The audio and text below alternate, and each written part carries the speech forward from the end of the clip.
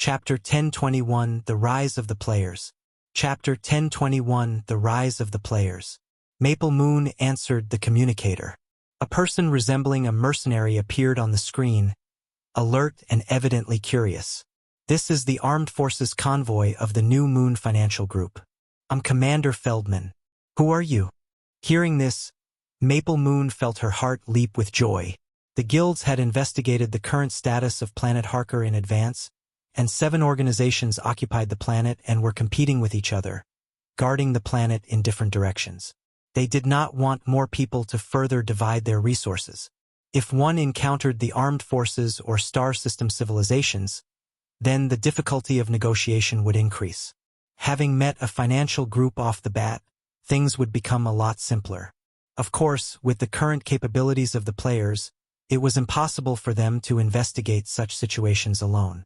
All their intelligence was derived from the Black Star Army, allowing them to query for real-time intelligence in the Flickering world. This was an excellent resource provided to the players. Maple Moon calmed herself and said, "This is an armed force consisting of Sky Territory, Thunderstorm, Rivervale." Feldman felt confused. He had never heard of all these organizations before, nor did he recognize the emblems the players used. He had no idea where this little ragtag group came from. Feldman shook his head, speaking in a deep tone. Planet Harker currently does not welcome any external influences. Please leave immediately before we take drastic measures. You're mistaken. Our objective is not to set up camp on Planet Harker. You can treat us as mercenaries. Maple Moon took out the prepared speech. Didn't you post a recruitment notice on the Flickering World Regional Channel? We plan to work with your financial group as a hired armed force. Feldman felt surprised. Right now, what the Flickering world had in spades was open positions. Practically all the organizations were desperately trying to recruit armed forces, and those high-leveled organizations were the most attractive. Small financial groups like them almost had no chance to recruit anyone in the free competition zone, so he did not expect someone to answer their call. However, why did they not contact the financial group in advance, instead just turning up? They could not be an unsavory group, right? Feldman thought about it, shaking his head. He estimated that the combat strength of this group would not be too good as well, so he did not hold much hope. However, every little bit of strength mattered now. After a pause, he casually said, "All right, first tell me about your battle situation. Then we'll consider if you're worth hiring." Maple Moon was so excited. She had to clench her fists together. Acting composed, she replied, "All right, our joint armed forces have a total of 7,000 supers, of which 5,800 are grade B." Hold up, what? For a moment, Feldman thought that he had hearing problems. 7,000 supers was not a lot by any means, but to actually have 5,800 grade BS. Even the whole of Planet Harker did not possess so many grade BS. From the perspective of Han Shao, grade B was only good for cannon fodder, but in the eyes of many of the Galactic organizations, a grade B super was the core force enough to even serve as the main combat members. Back when Han Shao was still roaming as a mercenary, grade BS were already considered experts, great figures in the eyes of the masses. Even the mercenary groups such as the Purple Gold Army and Skyring, before being brought under Han Zhao's wing, never had more than a few hundred grade BS. If not for the 2 calamity grades holding the fort, their battle strength was negligible. Are they trying to lie to me? Feldman's expression was full of disbelief. Because guilds such as Rivervale and Long Sky had large numbers of peripheral members, gathering thousands of people was an easy task. The majority of players had also advanced to grade B when version 4.0 opened, and those who had not yet reached that grade were newcomers or small-time players. Maple Moon pretended to ignore him, continuing to speak. At the same time, we're a subsidiary organization under the Black Star Army. We were once the Immortals troops under Black Star. Hold up some more. You said that you guys are under the Black Star Army, and the Immortal troops at that. Feldman began to tremble, his mouth agape. Was this not a group of ragtag mercenaries? Why did they have such huge origins, belonging to Black Star? His first response was to think that he had been scammed. In his eyes, Black Star could be considered a galactic giant, unattainable by mortals. The New Moon Financial Group that he worked for could not even be compared to a fart from Blackstar himself. But the Immortal troop from the Blackstar army was their famed trump card, so why would they even run over to accept their employment? Feldman immediately accessed the public channel of the Blackstar army to check on the information of these organizations. What he saw gave him a huge scare. Sky Territory, Thunderstorm, Rivervale, and the other organizations mentioned were really semi-independent affiliated organizations of the army. Their members were all made up of Immortals, and they had been registered not too long ago. On Maple Moon's side, the other professional players such as Frenzied Sword were observing Feldman's expression of shock as though he was a frog in a well, and they screamed out internally with pride, feeling greatly satisfied innately. Just mentioning the name of Blackstar made the other party fall into a state of shock. It's good to have a backer. Because of the unparalleled realism within the game, the players could deeply immerse and interest themselves. Seeing the reactions of the NPCs often gave them a sense of accomplishment. Thus, everyone wished to borrow the prestige of the Blackstar army to improve their own influence. In a general employment relationship, the mercenaries would not have the chance to divide the resources within the planet, but with the name of Blackstar, the conditions could be renegotiated. The choice to not monopolize the planet, instead cooperating with other organizations, was due to their lack of funds. Mining equipment required money and manpower. If one found an NPC organization to cooperate with, such costs could be avoided. While the players had high personal strength, the NPC organizations still had the advantage in numbers. Thus, it brought out the players' sincerity in wanting to cooperate. Seeing that the other party was not responding, Maple Moon could not help but cough loudly. She urged, "How is it? Do you think we're good enough? If you do not require our services, we can leave." Feldman snapped out of his daze as though he was woken up from a dream and anxiously shouted, "No, no, to employ you is our honor. Please follow my instructions to descend. I'll inform my superiors immediately." The moment he spoke, notifications appeared on the interfaces of all the players present, and when they glanced over at them, they gave a small cheer. "It's here. The mission has activated. Damn. Beautiful work. Haha, I just knew it. This is the way to play the game." What appeared on their interface was not an employment mission but a faction mission labeled Seizing Planet Harker.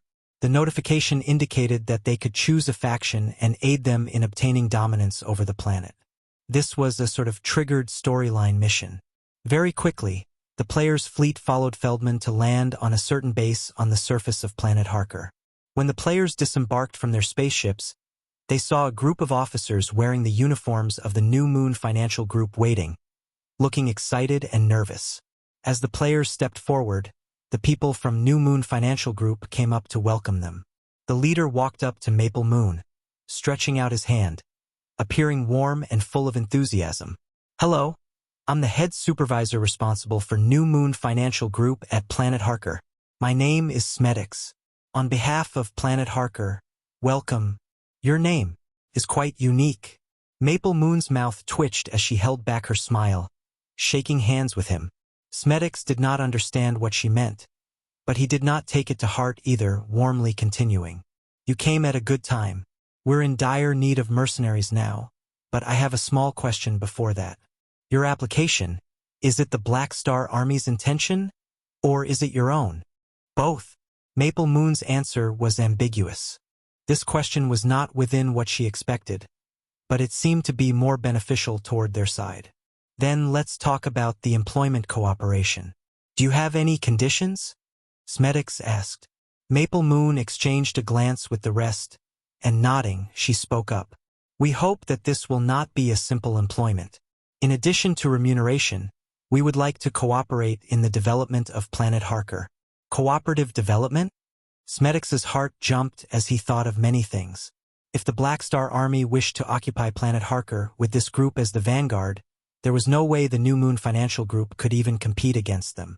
Right now, Planet Harker could hold 7 organizations mainly because everyone there was small in scale.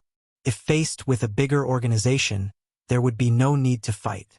All they needed was to tidy up their items, obediently cleaning up the planet to hand it over. But Smedix thought that cooperation might not be a bad thing, if he was able to hold onto Blackstar's thigh, or leg hair. Currently, the strongest entities on Planet Harker were the two star system civilizations, but because this planet was only their resource collection point, the other organizations could still hold on. If the entire force of the star system civilization came over, the financial groups would most likely have to move. However, with the protection of this group of Immortals, this was equivalent to borrowing the protective talisman that was the Black Star Army. With the competition growing more intense, there might even be other organizations that would come over to Planet Harker. A strong backer would prove beneficial to them in the long run. Thinking such, Smedix made the decision, gravely nodding. No problem. We will formulate the specific terms here before passing it for your review. Is that okay? Okay. Maple Moon nodded in return. She was only in charge of the negotiations and did not understand anything about contract law. For that area, their club would have specific talents in such areas. Their club president also had some knowledge on contract law, and in the worst-case scenario, they could search for a template on the quantum network or spend some money for Philip to check it. This was the advantage of being in the army. As long as they had money, they could obtain any service. Being rich was certainly the strongest ability one could have. The New Moon Financial Group vacated an area to serve as the stronghold for the guilds. The next day, both sides arrived at a consensus and signed a formal cooperation agreement. After signing the contract, the players immediately triggered the corresponding employment missions. Currently, the bulk of their mission lists were related to Planet Harker. Some were triggered by themselves and others through the New Moon Financial Group. There were also some milestone-related missions released by Han Xiao to incentivize the players, such as find a planet to build a resource collection point, which encouraged players to expand their reach like dandelions. The same matter provided them with so many different types of missions, and if they could complete all of them, the players would obtain a huge reward with half the effort. After the contract was finalized, Maple Moon and the others approached Smedix to offer their suggestions. Since we're partners, but you have not publicized our origins, the other organizations do not yet know of our identity and strength. This is our advantage, so I hope we can take action immediately to carry out a raid. Snatching the resource base, Smedix thought about it and nodded. You're right. Where are you looking at? Maple Moon opened the virtual screen showing Planet Harker and selected a few places. All of them were the resource bases of the other organizations on Planet Harker. Why, you guys want to attack so many at once? Smedix stuttered. Relax, we're confident. How Tion smirked. During an interstellar battle, a fleet was important, but the resource bases were on the surface, so supers were the main focus. Since the entire number of grade BS on Planet Harker did not even match up to their numbers, there should not be a problem with battles on multiple fronts. Then we'll follow your plan. My troops will do their best to cooperate. Smedix secretly decided to hold tightly onto this leg hair that he had been offered. The Ursa civilization was a star system civilization that lived on the black hole edge. It had also participated in the competition within the Flickering world, with one of their collection teams being part of the 7 on Planet Harker. They were the most powerful and had established several resource bases on the planet. At the edge of a canyon sat a base with various hovering equipment rising and descending into the canyon to mine resources.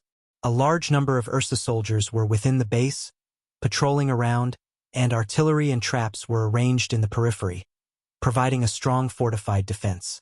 Somewhere in the base, 2 people in officer uniforms walked slowly as they inspected the base. I heard that a small fleet arrived on Planet Harker yesterday, and it was the New Moon Financial Group that received them. One of them, a bulky figure, said.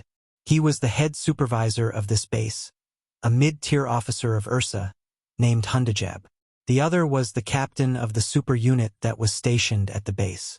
He was a grade B super and was specially recruited to the Flickering world. He pursed his lips and casually remarked, it should be reinforcements from the New Moon Financial Group. The defense captured their fleet markings, and there are no files on those organizations in the Mercenary Alliance. It's likely that they are some small shrimps. Because the players' guilds were affiliated to the army, Han Xiao did not register them with the Mercenary Alliance. His intention of obscuring it was to turn the army into a platform of a similar nature to the Mercenary Alliance. Thus, their files could only be found on the army's website, and no one knew of the players' guilds. The Ursa team did not discover their origins, instead thinking that they were small-time mercenaries. Since the New Moon Financial Group has reinforcements, there will definitely be movements, Hundajab coldly said. You're saying that their target is us? Impossible, Hundajab flatly replied. The New Moon Financial Group does not have the guts. Are you that sure? Hundajab had a calm expression. Of course, this is the strongest defensive base here. Not only does it have a lot of defensive measures, but there are also more than 70 Grade B supers stationed here. If the New Moon Financial Group is smart, they will not attack here even if they had the courage to. Boom! Before he finished speaking, an explosion rocked the base, and the duo staggered. What's happening? Hundajab was shocked, immediately boarding a hovering vehicle to observe the situation. He only saw a large number of anti-gravity vehicles marked with the New Moon Financial Group emblem approaching them at rapid speed. The vehicles were equipped with shields and electromagnetic kinetic weapons, allowing them to ignore the mines placed in the outer area and exchange fire with the base defenders. The alarm within the base suddenly rang out. Enemy attack. All personnel. Man your posts. Hundajab was furious. The New Moon Financial Group actually dared attack me. He had just made a prediction, and the next second, the enemies had arrived. His expression was ugly, and by the side, the super saw his commander's expression and did not provoke him further, simply saying, I'll bring the supers to meet the enemy. Good. Hundajab gravely nodded. The captain of the supers left, leaving only Hundajab on the scene. He coldly gazed at the approaching enemy forces and regained his confident image. Since you dare to target me, I'll give you a painful lesson. Very quickly, the New Moon Financial Group arrived outside the base, and the ground forces of the base also took the initiative to advance and attack with their supers to halt the advance. As both sides exchanged fire, they grew closer at a rapid speed. When they were about to collide, an abrupt change occurred. The ground vehicles leading the New Moon Financial Group suddenly opened their doors, and figures jumped out one after another. There were about 100 of them, and as they rolled on the ground with the inertia, their bodies suddenly swelled into disproportionate sizes. Their speed increased sharply, and they pierced into the ground forces of the base. Boom! These biochemical aberrations withstood the artillery fire with their thick skin and flesh, and their huge arms seemed to possess endless power, sweeping through all the vehicles in their path. The Black Star Army badge, evolution that was derived from the Ovidin badge, was also marked with a 30% discount, allowing the guilds to purchase a large number of them and distribute them to the players. 100 of these players entered the evolution limit aberration state and instantly tore the ground troops of the base into pieces.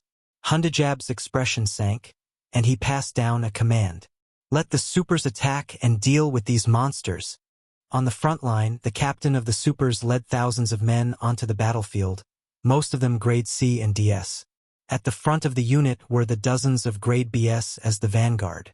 On the other side, the New Moon Financial Group also launched a charge with their thousands of players. A medium-scale super battle was about to break out, and seeing the inferior number of players, Hundajab smiled. Their supers only number a quarter of ours. They're finished. Just as he spoke, both sides clashed. But the result was completely contrary to his expectations.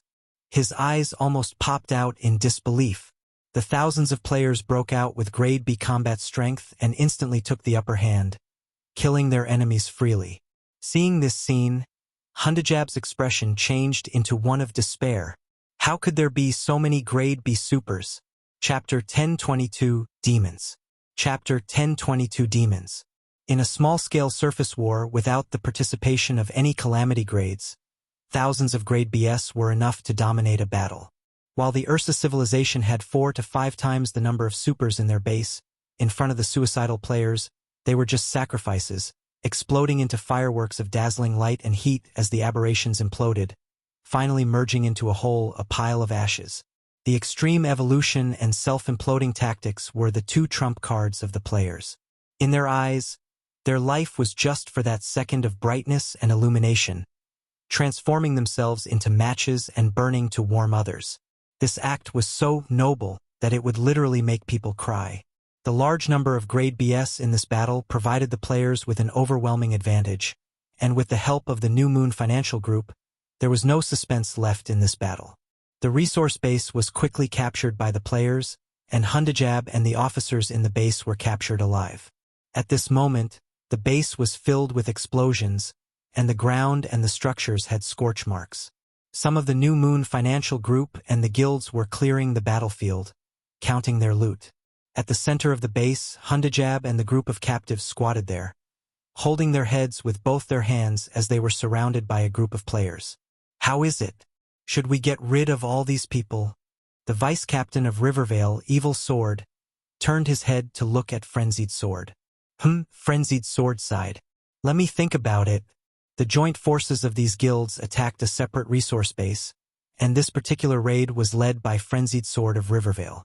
When they were fighting, they obviously did not care about the people, but now that they had defeated the enemy, it was time for the professional players to farm experience.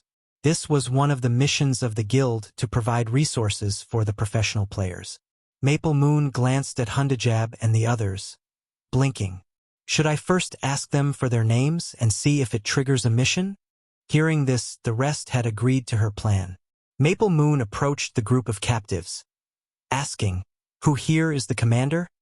The group started to stir, but the majority seemed as though they were unwilling to betray their superior. However, Hundajab gritted his teeth and said, "I'm in charge of this base. The name's Hundajab. You are the forces employed by the New Moon Financial Group, right? What are your origins?" His shock had still not subsided. There were thousands of grade B supers. Where did they appear from? They disintegrated the line of defense that he felt was so solid, so how could they be an unknown organization in the mercenary world? Maple Moon smiled secretly but pretended to be nonchalant as she replied, "We're the Rivervale Guild, previously part of the Immortal troop from the Black Star Army. We're currently an affiliated armed force to the army." This news struck like a thunderbolt on a sunny day. Hundajab and the rest were stunned, their expressions filled with disbelief. He did not even expect to hear the name of Black Star from these people. The New Moon Financial Group actually got acquainted with the Black Star Army. Hundajab had an expression of shock, and his mental state was in a disarray. He initially still had some anger in his heart, but it all dissipated in a flash, only leaving behind feelings of panic. His first thought was to think it unreal, but when he thought back to the anomalous situation on the battlefield, he had a sudden realization. No wonder it seemed that some of them had died but reappeared. He did not understand it at the start, but he figured out that if they were originally the famous Immortal troops of the Black Star Army, then their origins were not falsified. "Why you guys?" Facing the influence of Black Star, Hundajab could not remain stubborn, and the confidence he harbored from being part of a star system civilization was completely crushed. If even he was so befuddled, then the other captives were worse, trembling all over in fear. Maple Moon thought for a while and felt that she had to voluntarily trigger the mission. Thus, she asked, "Is there anything you want us to do for you?" Hearing this, everyone froze in shock and despair. Freeobnovel.com. "We're finished. They're now asking us for our last wishes." Feeling the atmosphere fill up in fear, Hundajab gritted his teeth and turned back to shout, "None of you should be begging them for mercy. Dying on the battlefield is our honor." Even while he was battling, he had psychologically prepared to sacrifice himself. At this point, his intention resurfaced. Maple Moon scratched her head and honestly said, "Why don't you all just start begging me? Maybe I'll let you all go. Dream on. Even if I'm faced with death, I will not let you fool with us." Are you really not going to struggle? It might actually work. Devil. Demon. You're all delusional. And thus, a scenario began that left the New Moon Financial Group's members in utter shock. They witnessed the captives begging to be put to death at all costs, while the capturers were the ones persuading them to beg for mercy. However, at this time, the New Moon Financial Group saw quite a few expressions of conflicting emotions on the captives' faces. Immediately, their bodies shivered as they guessed what the Immortals were aiming at. The Immortals were actually trying to divide the enemy. What a scary bunch! Because not everyone was as stubborn as Hundajab. There were a few that stood up, and under the angered glare of Hundajab, they began to plead for mercy. Looking at her interface, Maple Moon saw the mission XX's plead appear. The conditions were that they would obtain a small amount of experience if they allowed them to go free. She turned to look at Frenzied Sword. Should we do this mission or not? While the experience is low, it's still something. Just do it. Frenzied Sword nodded. Hearing that, Maple Moon let those that pleaded move to the side, which prompted even more captives to begin begging for mercy, seeing that there was a precedent. Some of them triggered the missions, but some of them could not. Thus, the players appeared to be choosing vegetables at a market, selecting the captives to put aside. The rest of them don't have any missions available. Do it. Without any hesitation, the players turned into executioners, killing those stubborn people such as Hundajab and the elites. Although most of them were weak, they had bonuses because of their identities. The experience obtained through killing them was reasonable, and this would even increase their final rating for the Planet Harker mission. By the side, the spectating New Moon Financial Group members avoided looking at the players. This is too cruel. If it were them, they would not dare provoke the Ursa civilization and would probably have released all of them. However, the Black Star Army was actually so cruel, killing them without batting an eye. Indeed, all those from the Black Star Army were dangerous characters. Seeing this scene, those captives who had begged for mercy got nervous. Frenzied Sword allowed them to leave as and when they wished, and only then did they scramble out of the base. The professional players then turned to their interfaces. The moment this group of captives had run out of the base, the mission of pleading for mercy had been marked as completed. The mission requirements were so relaxed. Oh, then again, it's just a small mission. Frenzied Sword scratched his head suspiciously. Turning to look at the rest of the players, they nodded. Barely 3 minutes later, the released captives were all gathered once again in the square, their faces full of disbelief. You released us, then captured us again. What is the meaning of this? Let's try again. Maple Moon coughed awkwardly. Is there anyone who wants to plead for mercy? Her tone was sincere, but in the ears of the rest around her, it sounded full of ridicule and sarcasm. Turns out, you were just fooling with us. Can you not? You can kill me but not humiliate me. If we had known, we would have followed Hundajab and the rest to choose death on the spot. The majority chose to remain silent, but a small portion broke through their limits and begged once again for the second time. However, this time, there was no sign of any missions appearing on the player's interface. Seems like it's a one-off mission. Evil Sword shook his head, appearing a little regretful. I expected that. If this was repeatable, there'd be something wrong. Maple Moon rolled her eyes. Frenzied Sword also sighed before drawing his blood-stained sword. Since that's the case, there's no other choice. 30 seconds later, the group once again got their hands on another bunch of experience. The professional players wiped their hands clean, joining the ranks of players cleaning up the battlefield. They left behind the group of New Moon Financial Group members, who had witnessed the entire frightening process of fooling the captives before killing them. All of them had chills in their hearts, and their bodies were frozen in shock. To give someone hope, then break it so ruthlessly, sinking them into absolute despair, those immortals were just too vicious. Many of them involuntarily shivered, and looking at each other, they came to a similar conclusion. They absolutely could not provoke this group of madmen. They were demons. The several groups each attacked a base, all of which ended in victory.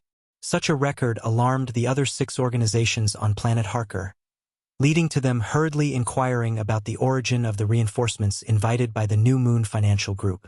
Since the attack had succeeded, there was no need to keep it a secret. The background of the players was soon revealed, and after verifying it, the other organizations were all frightened. Black Star Army? F***CK your mom. This is someone we cannot afford to provoke.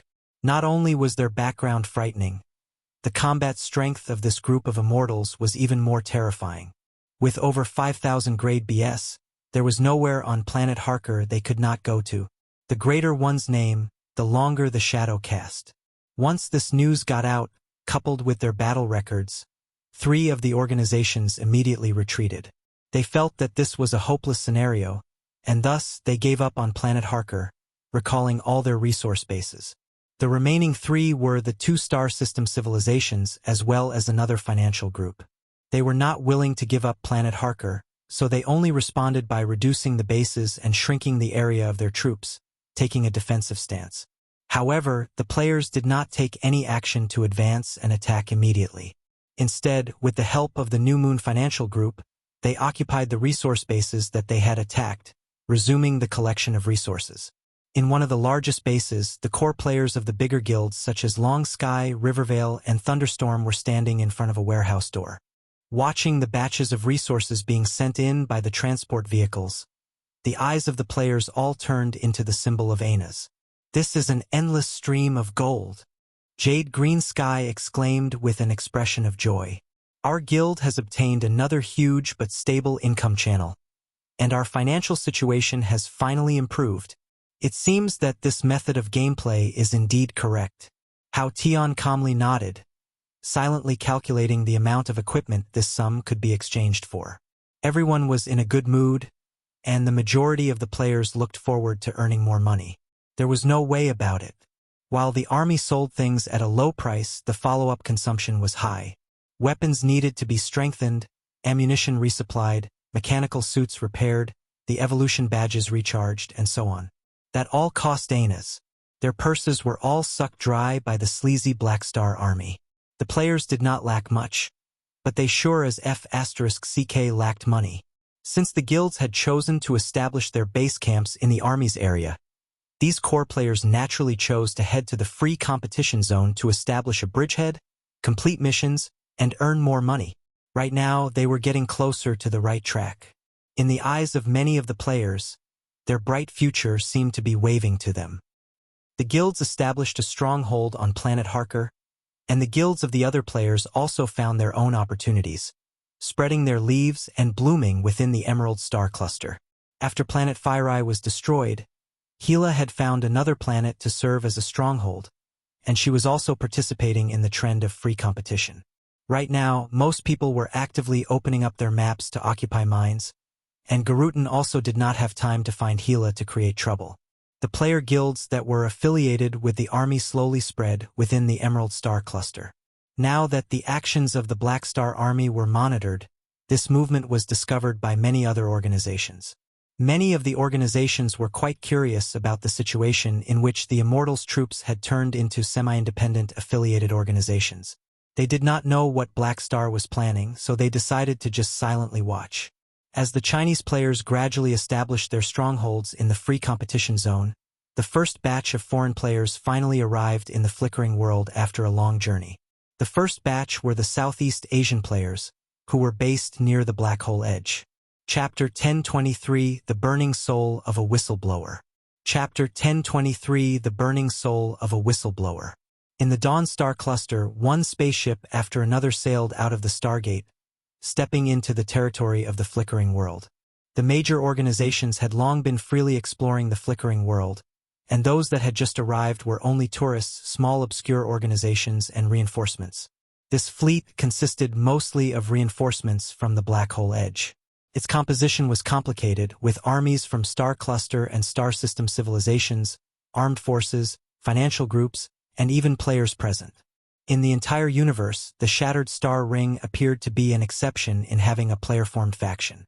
They were all from the Black Star Army. As for the others, their makeup was extremely scattered.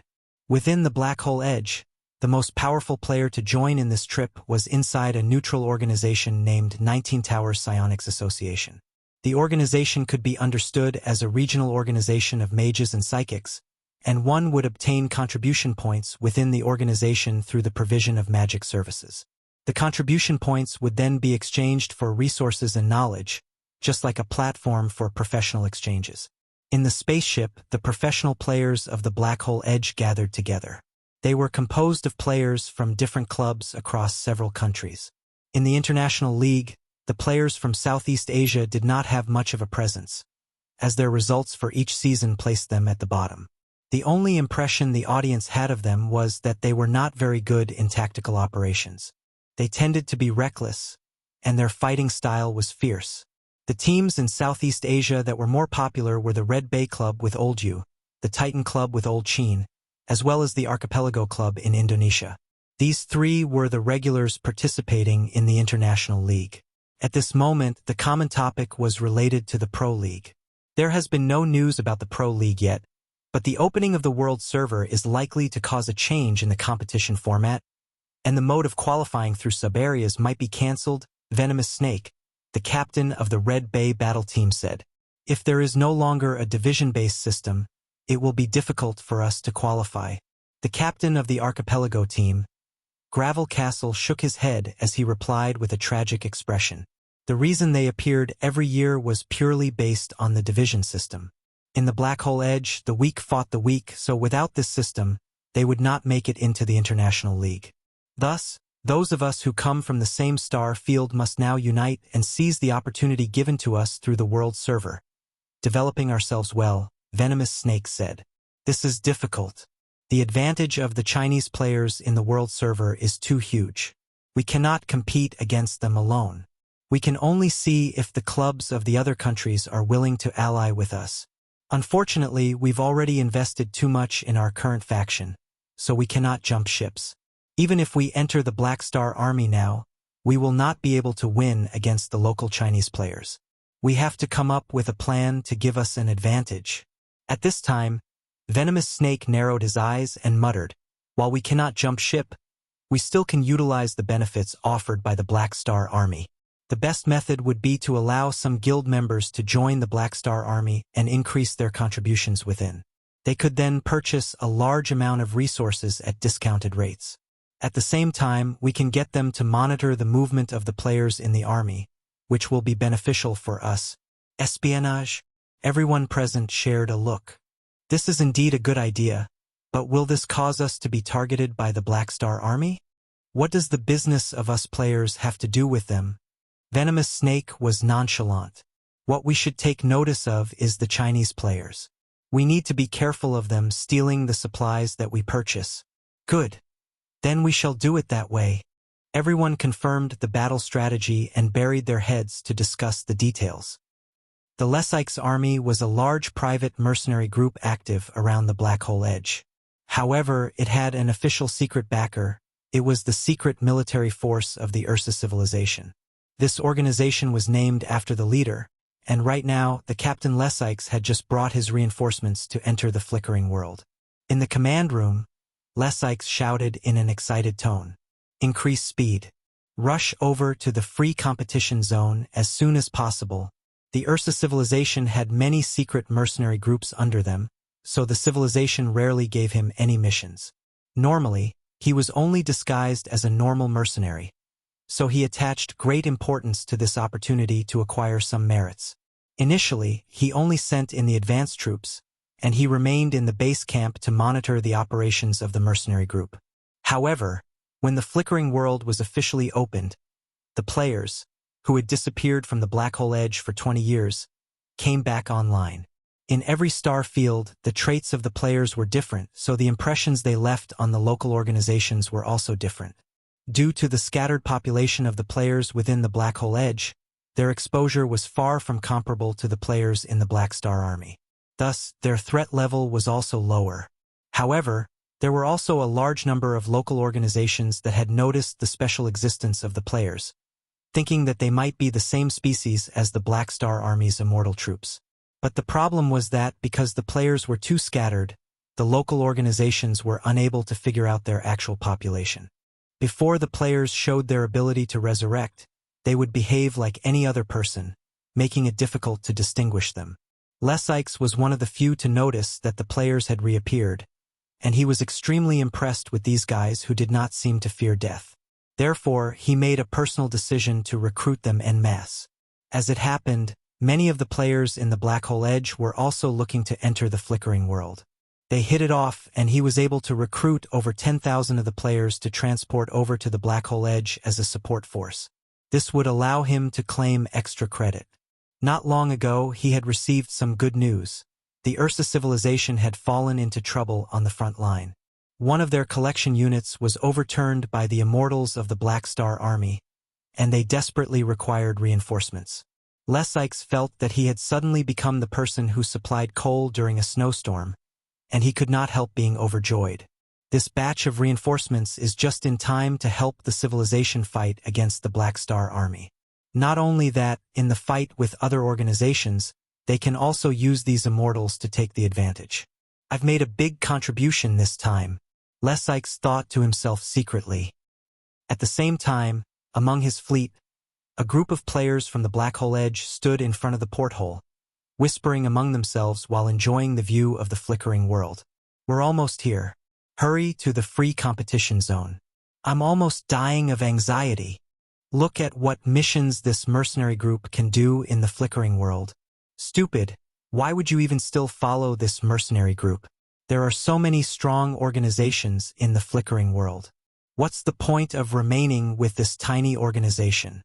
Makes sense. When we arrive in the free competition zone, we can kick this mercenary group aside. Now that the many top-tier organizations were beginning to gather in the flickering world, why would the players stick with the smaller groups? Only by switching to a stronger advanced faction could they then meet their increasing needs, especially their need for class knowledge. Lesykes, who was full of hope, did not realize that he was being treated as a tool by the players. The consequences of betraying a strong organization were serious, but for such a small organization like Lesykes, the players did not give a hoot. The top choice for the average player in the Black Hole Edge would be the 3 universal civilizations or any beyond Grade A or advanced civilization in the Black Hole Edge, followed by the Black Star Army. Players in other star fields naturally had no sense of belonging to the Black Star Army. Only the benefits and development prospects would move them. In this respect, the Black Star Army was just like a firefly in the night, extremely evident. Throughout the many versions, the various benefits players of the army received had long been eye-catching for all the other countries.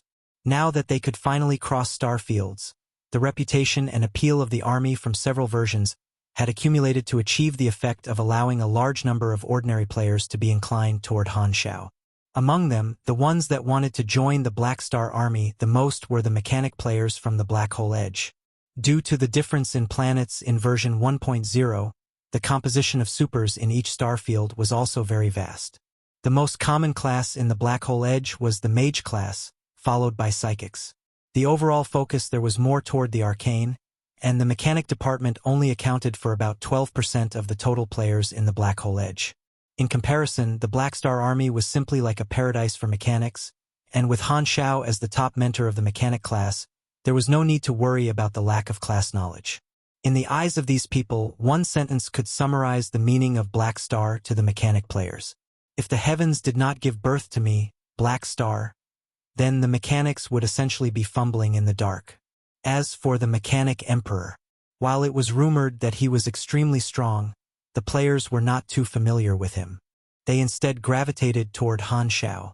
After all, the Chinese players had forged the route for them, so they knew that Han Shao was a reliable person. The group chatted around, and at the edge of this crowd, a player with the ID of Muay Thai as warning appeared to be alone, looking out the window. This hidden mission told me that the Lesykes mercenary group is actually an affiliated organization belonging to the Ursa civilization. I heard from my friend that their Long Sky happened to grab some resources from the civilization and had a conflict, so our group is probably here to serve as reinforcements. The friend he mentioned was actually a peripheral member of the Long Sky Guild. They had once gotten into a spate on the forums, but they had suddenly realized that the other party also made sense, so they apologized to each other and finally became friends. With this in mind, a bold idea surfaced in the mind of Muay Thai as warning, and the soul of the whistleblower started to burn brightly.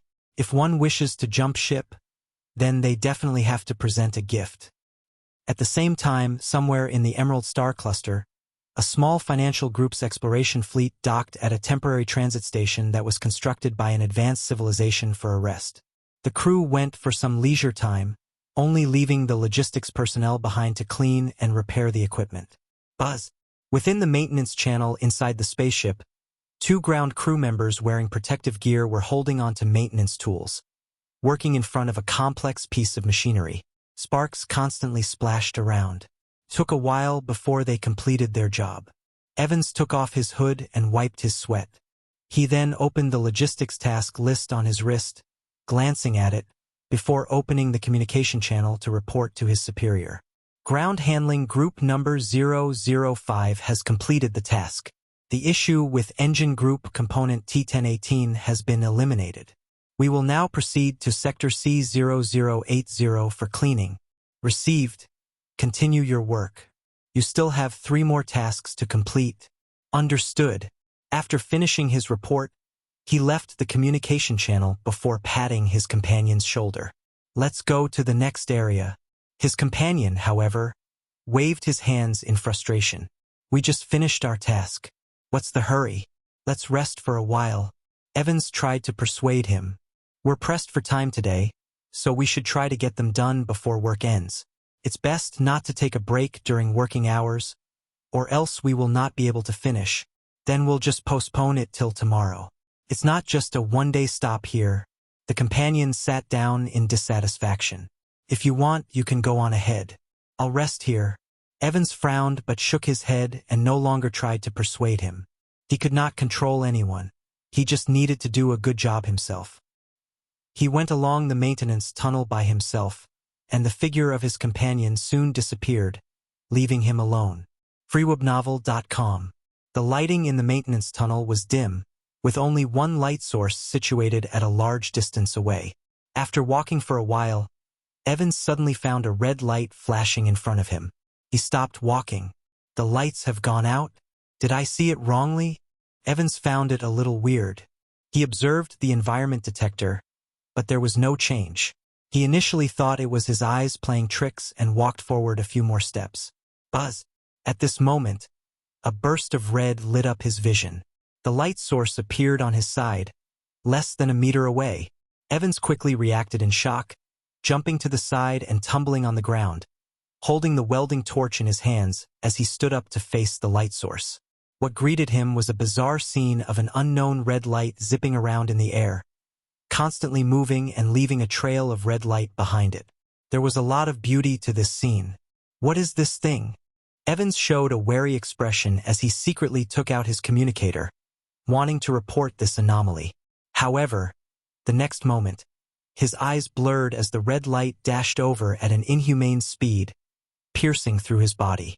Evans hurriedly looked down but found himself unscathed. Instead, he felt full of energy.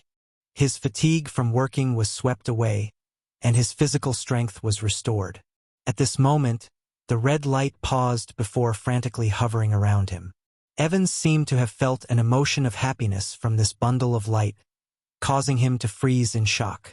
Before he could recover, the light seemed to stop suddenly, and as if pulled by some invisible presence, it suddenly disappeared, leaving Evans standing there with a blank expression.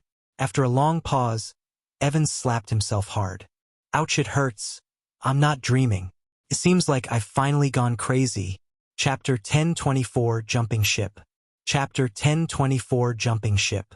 As the fleet passed by the Black Star Army's territory, the aspiring Lessix was quickly dealt a harsh blow. When he arrived at Planet Black Gate, the Immortals that he had painstakingly recruited from the Black Hole Edge suddenly broke out in a massive rebellion. Not only did these players leave the faction, they even took over the spaceships carrying them. Players in any area were accustomed to maximizing their benefits. Since they had already decided to leave, they would take advantage of the other party. Plus, it would be troublesome to travel without a spaceship. Many players seized control of the spaceships carrying them, leaving the designated fleet route and turning toward the Black Star Army. Even those few players who were not planning to jump ship immediately were also forced to join in. After all, they were on the same ship, and if they fought and blew up the spaceship, there was no good end for either side. With so many players in each spaceship, it was impossible to determine the ownership. Most people would only follow the spaceship to the transit station, where they would then scatter and act independently. This was the disadvantage of a lack of a huge faction to rally everyone. Due to the large number of players rebelling, the total size of Lessix's army shrank by half, and the loss of the spaceships and supplies within were significant to Lessix, making him feel as though he was bleeding out. Crazy. Those guys are crazy. They have no morals at all. Within the command room, Lessix was jumping around in anger. This sudden incident was completely out of his expectations. He was immersed in his dream of achieving his meritorious service and did not expect this group of players to suddenly stab him in the back. When they were still in the black hole edge, these immortals were still pretty law-abiding, so why was it that they went all crazy the moment they arrived at the Flickering world?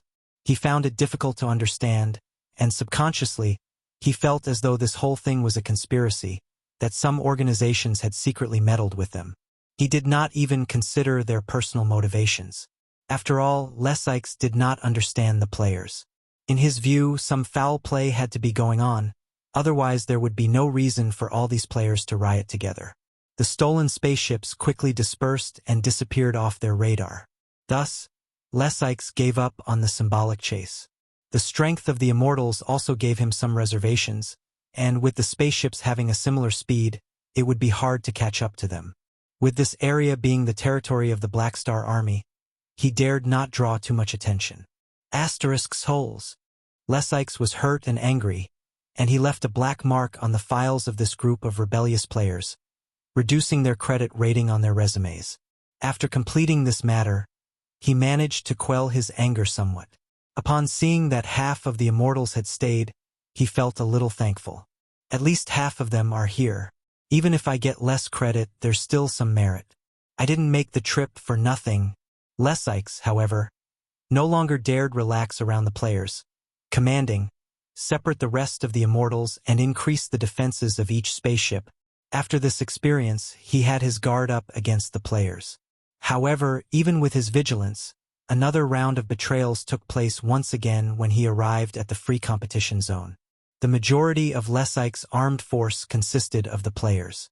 Thus, no matter how guarded the rest of the crew were, they were useless in the face of overwhelming numbers. The players had remained up till now just to obtain a free ride to the free competition zone. The players that he brought from the black hole edge had almost completely gone, and Lesykes almost went mad with anger. Well done, this daddy here personally ran all the way to escort you guys to the Flickering world, thinking of achieving some merit but ended up gaining nothing. It's like fetching water using a rattan basket. 1. The bad news poured in one after another. Lesykes quickly discovered from his intelligence that even with the black marks he left on the players' resumes, there were still top-tier factions that took in these Immortals, the most prestigious being the Black Star Army. Lesykes found this whole thing a little hard to accept, as though he had been bullied, and his heart was full of grievances. Damn it, why? This life is too hard.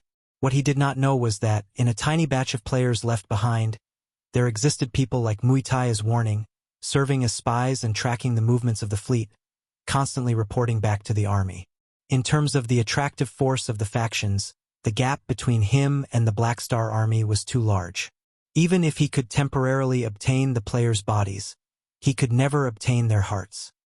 There was naturally more than one organization that suffered from this massive wave of dissension. After entering the Flickering world, these black hole edge organizations mostly experienced the phenomenon of a large number of players leaving, and the Black Star Army was the main place to go for these players. The attractiveness of his faction had accumulated and matured over several versions, resulting in this surge in players wanting to join the army. There was no need for Han Shao to do anything. The manual leak collection job had evolved into a fully automated process. Within Black Star Palace, Han Shao glanced at the EXP gauge of his attributes panel, his eyes gleaming. This wave of experience has shot up real quick. His plan to expand the leek plantation had finally begun to take effect, with this first batch of foreign leeks pulling themselves out from the roots to transplant themselves in his plantation. The players from foreign countries all had their own choices, and only a portion of them would choose to join the army, but even this number was also considerable. Based on his estimation, around 17 to 24% of the total population of players from the Black Hole Edge would join his army, which amounted to millions. Most of them would be ordinary players. This is only the first batch. When the players from the other star fields come, the size of the army will swell to double or triple of what it is today. Han Shao was secretly pleased. TheWebNovel.com. There were many newcomers from the newly recruited Southeast Asian players, and they had a high demand for class knowledge. It was this new wave of consumption that made Han Zhao's efficiency in harvesting experience soar. Every time a new batch of newcomers arrived, it was followed by a huge wave of experience. I estimate that the Southeast Asian clubs will also infiltrate the army. Han Xiao secretly smiled. He did not intend to stop them. He could sell more equipment and supplies, so why not? He could gain quite a bit of income from there, and re-equipping the different countries to allow them to fight against each other was akin to him being a weapons dealer, capitalizing on this business opportunity.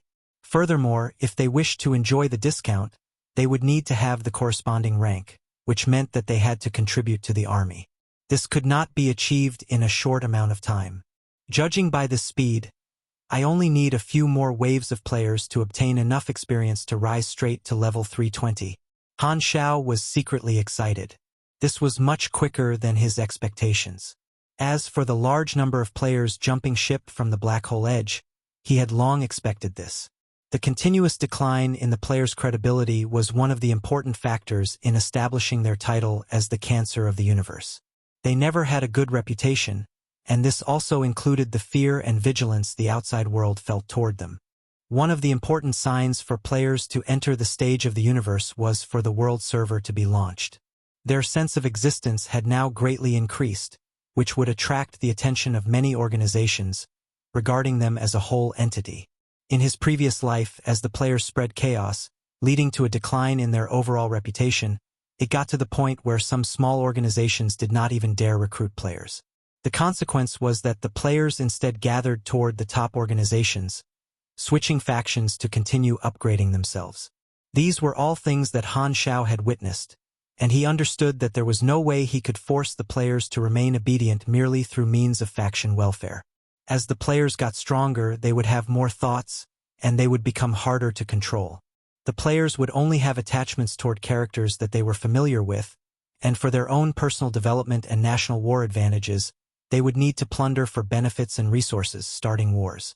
With the growth of their strength, chaos was inevitable. Thus, Han Xiao had always been committed to developing his own organization. One of those objectives was to deal with this situation. He also understood that, since the army was now an important target for the players to jump ship to, this situation would soon be discovered by the organizations that were monitoring him, and they would eventually form some speculations of their own. For the time being, this had little impact on him. Firstly, his position was high enough, as was his strength. Secondly, there were also many players joining the other organizations, so the situation was not too exaggerated as of now. The various organizations would at most feel surprise. However, as more foreign players joined, the special features of the army would become more noticeable, and then the trouble would begin. As Han Xiao shook his head to clear his thoughts, he inadvertently thought of something else. I didn't expect Evans to already come into contact with the primal chaos mysterious energy.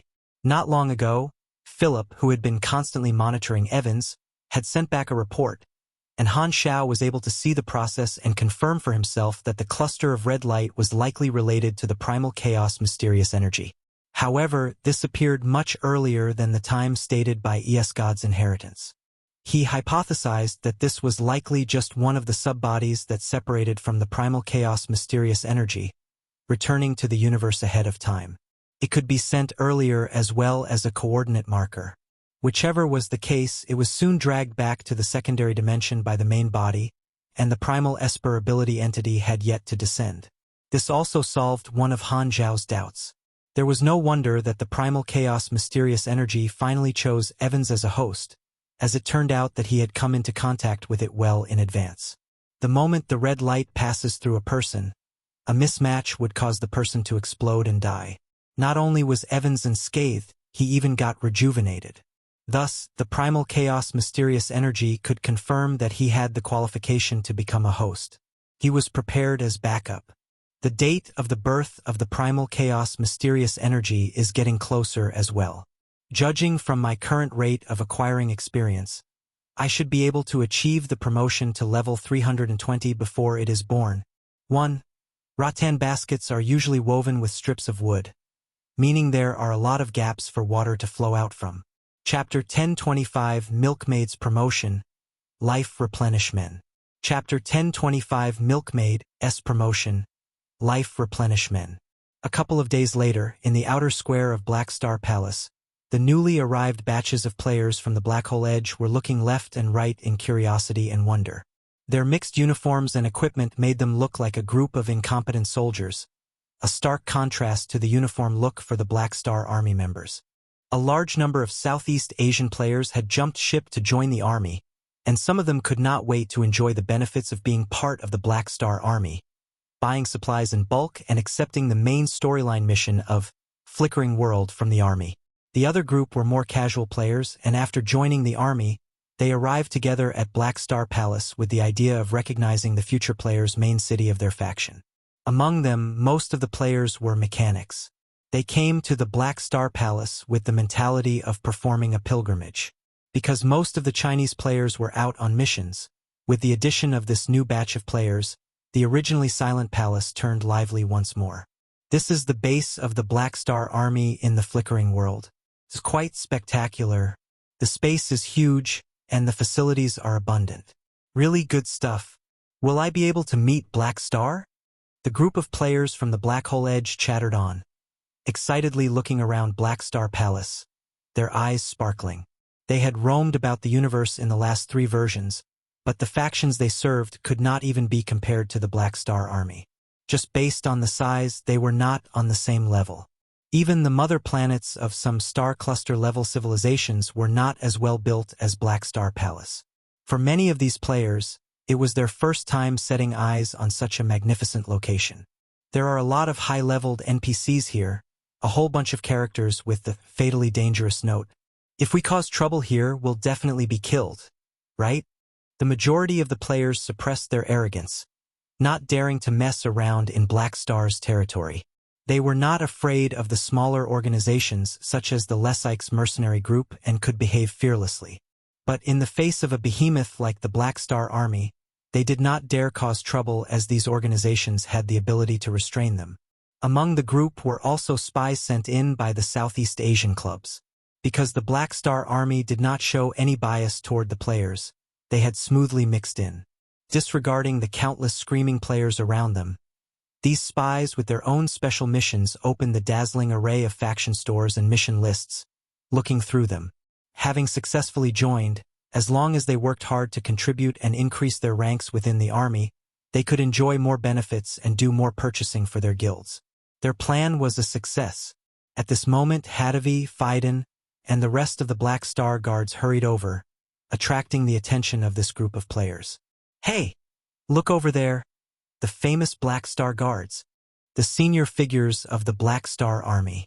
I have all their decks, and now I can finally meet them in the flesh. Phaidon, I love you. In the distance, Phaidon heard the screams, and he came to a stop. Glancing over, he saw the motley group of Immortals and could only helplessly wave back. Phaidon had a high reputation among the players, and this reputation was not just limited to the Shattered Star Ring. Since these Black Hole Edge players wanted to join the army, they had done their research beforehand. Furthermore, due to the promotion via Wayne cards, Phaidon was a popular idol in the Black Star Army. Why is it that you're so popular? Even those newcomers like you so much. Hadavi was a little salty. You will find the answer when you look into the mirror, one of the Black Star guards murmured. Hadavi could not come up with a response. Looking at Hadavi's struggling expression, Phaidon could not take it and could only ruefully smile as he patted his shoulder. Don't worry too much. You're not that ugly. I can't cheer myself up with this. The entourage of Black Star guards did not stop to chat with the new players. They quickened their footsteps, disappearing from the players' sights.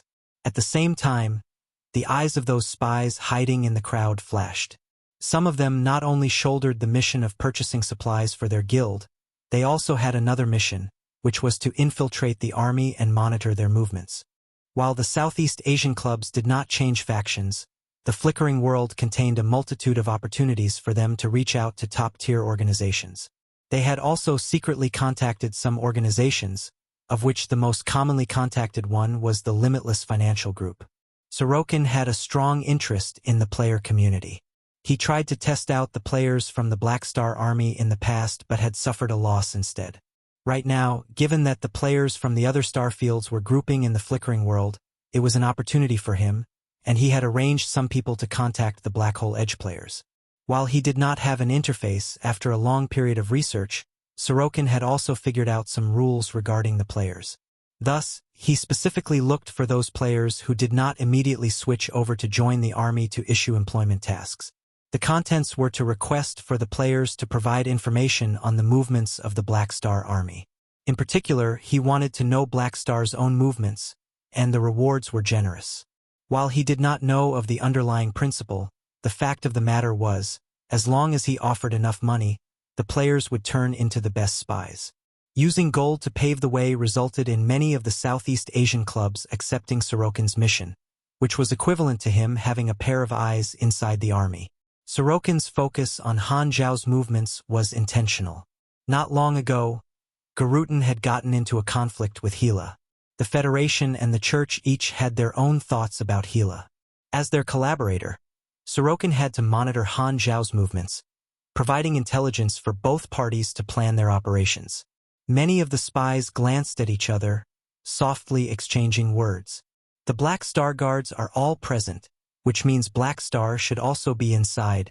Without seeing him directly, can this still be considered as completing the mission? Should be.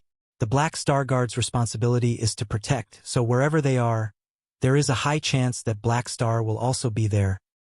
On the other side, Hadavi and the rest of the Black Star Guards arrived at the core of the palace. They orderly proceeded toward an advanced training room, where a mechanical host bearing Han Zhao's Lord's avatar took guard at the door. Aurora sat in the middle of the room, spewing out life energy that spread out in a white gold halo around her. This halo followed her breathing as it fluctuated. Army Commander. The group greeted the avatar at the door before turning to look at Aurora. Hadavi breathed in deeply, feeling his spirits rejuvenate, and exclaimed, "What an intense life energy fluctuation. Her quality seems to have sublimated once again." Vidin nodded. "Black Star. Is this Aurora's advancement?" Han Zhao's avatar nodded. Her accumulated life energy has finally broken through the critical point and brought her a qualitative change in her life level. Before version 4.0, Aurora had been close to the threshold of the Calamity grade.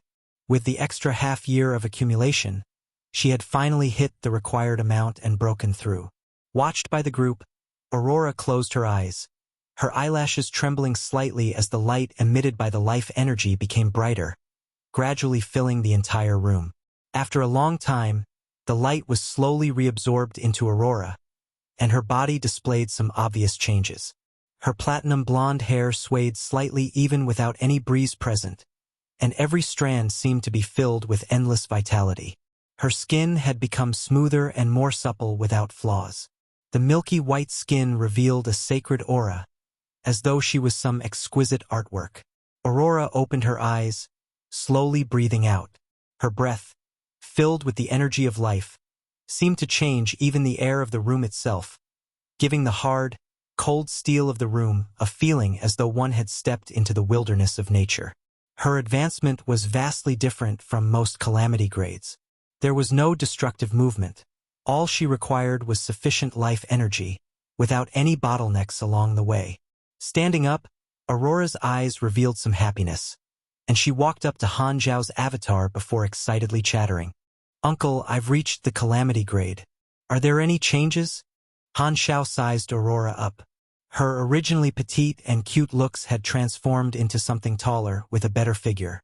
Her facial features had also changed to be more refined, and the holiness seeping out from within her made others involuntarily feel warm toward her. This was a completely different style compared to the cold, glamorous blade that was Gila. "You've become prettier," Han Zhao joked. "Other grade as are called Calamity grades, but for you, no matter how I see it, there's nothing calamitous about you. Excellent. I'm proud of you." Aurora blinked a few times, her heart blooming with joy from the praise. However, as though she recalled something, she suddenly pouted. "Humph, so many flowery words. But you still ran over to my sister and did not personally witness me step into the Calamity grade." Han Zhao was helpless about it. He had left Black Star Palace a few days ago, quietly going over to the Emerald Star Cluster to meet Gila. He was clear that with a sudden influx of players, there would be many more eyes. Thus, it was inevitable that there would be spies monitoring his movements. He had left the Black Star Guards there as a simple misdirection while he went off to the Emerald Star Cluster. He had two reasons for going there. One was to compete for the Primal Chaos mysterious energy in the near future, and the other was to reduce the risk Hela would face. While his Lord's avatar could display some strength, it was nowhere near the abilities he displayed with his true body. However, this caused him to miss the promotion of Aurora. Han Xiao dryly coughed before exchanging a glance with Fiden. With Fiden's emotional intelligence, even if he could not read anything from the eyes of the machine, he understood what Han Xiao was trying to say. He immediately changed the topic as he asked, after reaching the Calamity grade, "How much have your abilities changed?" Hearing that, Aurora rolled her eyes toward Han Xiao before turning to Fiden. She carefully looked within her body before raising her hand to emit a ball of life energy. The intensity was a lot stronger compared to when she was at grade B. My life energy accumulation has increased many times from when I was a grade B, and my healing powers have further increased. Right now, the same amount of life energy should be 3 or 4 times more potent than in the past. Hearing this, Han Xiao felt a little regret that he was not present, or else he could have tried to find out how much Aurora's milk had improved. Hadavi could not wait, however. "Let me try it out." Aurora shot him a side eye but emitted a beam of life energy that sank into his body. The next moment, Hadavi's eyes opened wide, and he experienced such great comfort that he moaned uncontrollably. "Ah!"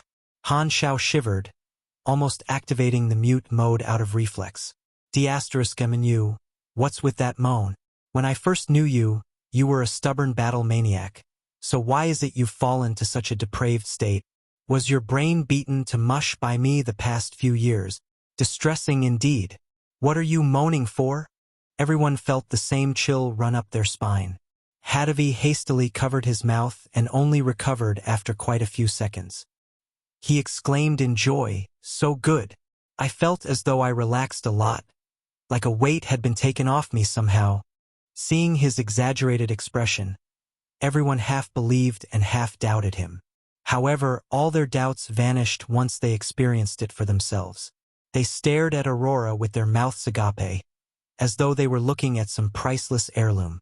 Aurora turned shy at the stairs, whispering, "After I advanced, my abilities seemed to have more functions, such as being able to stimulate the potential of the target and improve their status while accelerating recovery." "This is indeed true." Fiden nodded. "I feel that my spirit is now more sensitive, and my energy is more lively. Not only that, but her life energy seems to have some soothing ability to placate one's emotions." Han Xiao was quite surprised, but because his true body was not present, he could only go around and tap on his guards to get their combat information. In addition to treatment, there were also selective gains for targets of her life energy. The additional ability gave a 20% increase toward the upper limit of one's HP, energy, and stamina. There was an overall 12% increase in resistance, a 7 to 11% range increase for all attributes, and a 10 to 15% increase in ability strength. This bonus range should gradually increase as she continued to develop her abilities. Not only was she a milkmaid, she was also a super strong support character. At the same time, her life energy was able to appease the mental state, expelling any violent tendencies and calming the target down.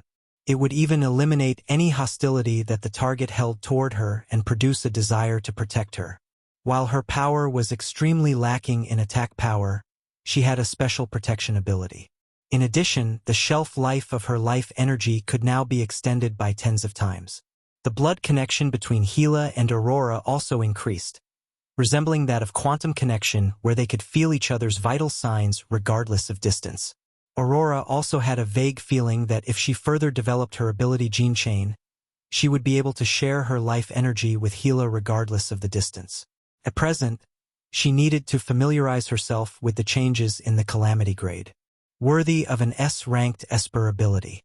The higher the state of life, the more features it unlocks. Han Xiao was happy for her. In the past, Aurora turned into jam too early, so no one knew what would happen if she advanced. Right now, she was giving him a lot of surprises. At this moment, Han Xiao suddenly had a hypothesis and immediately dragged Fiden and Aurora to the biological laboratory. using them for an experiment.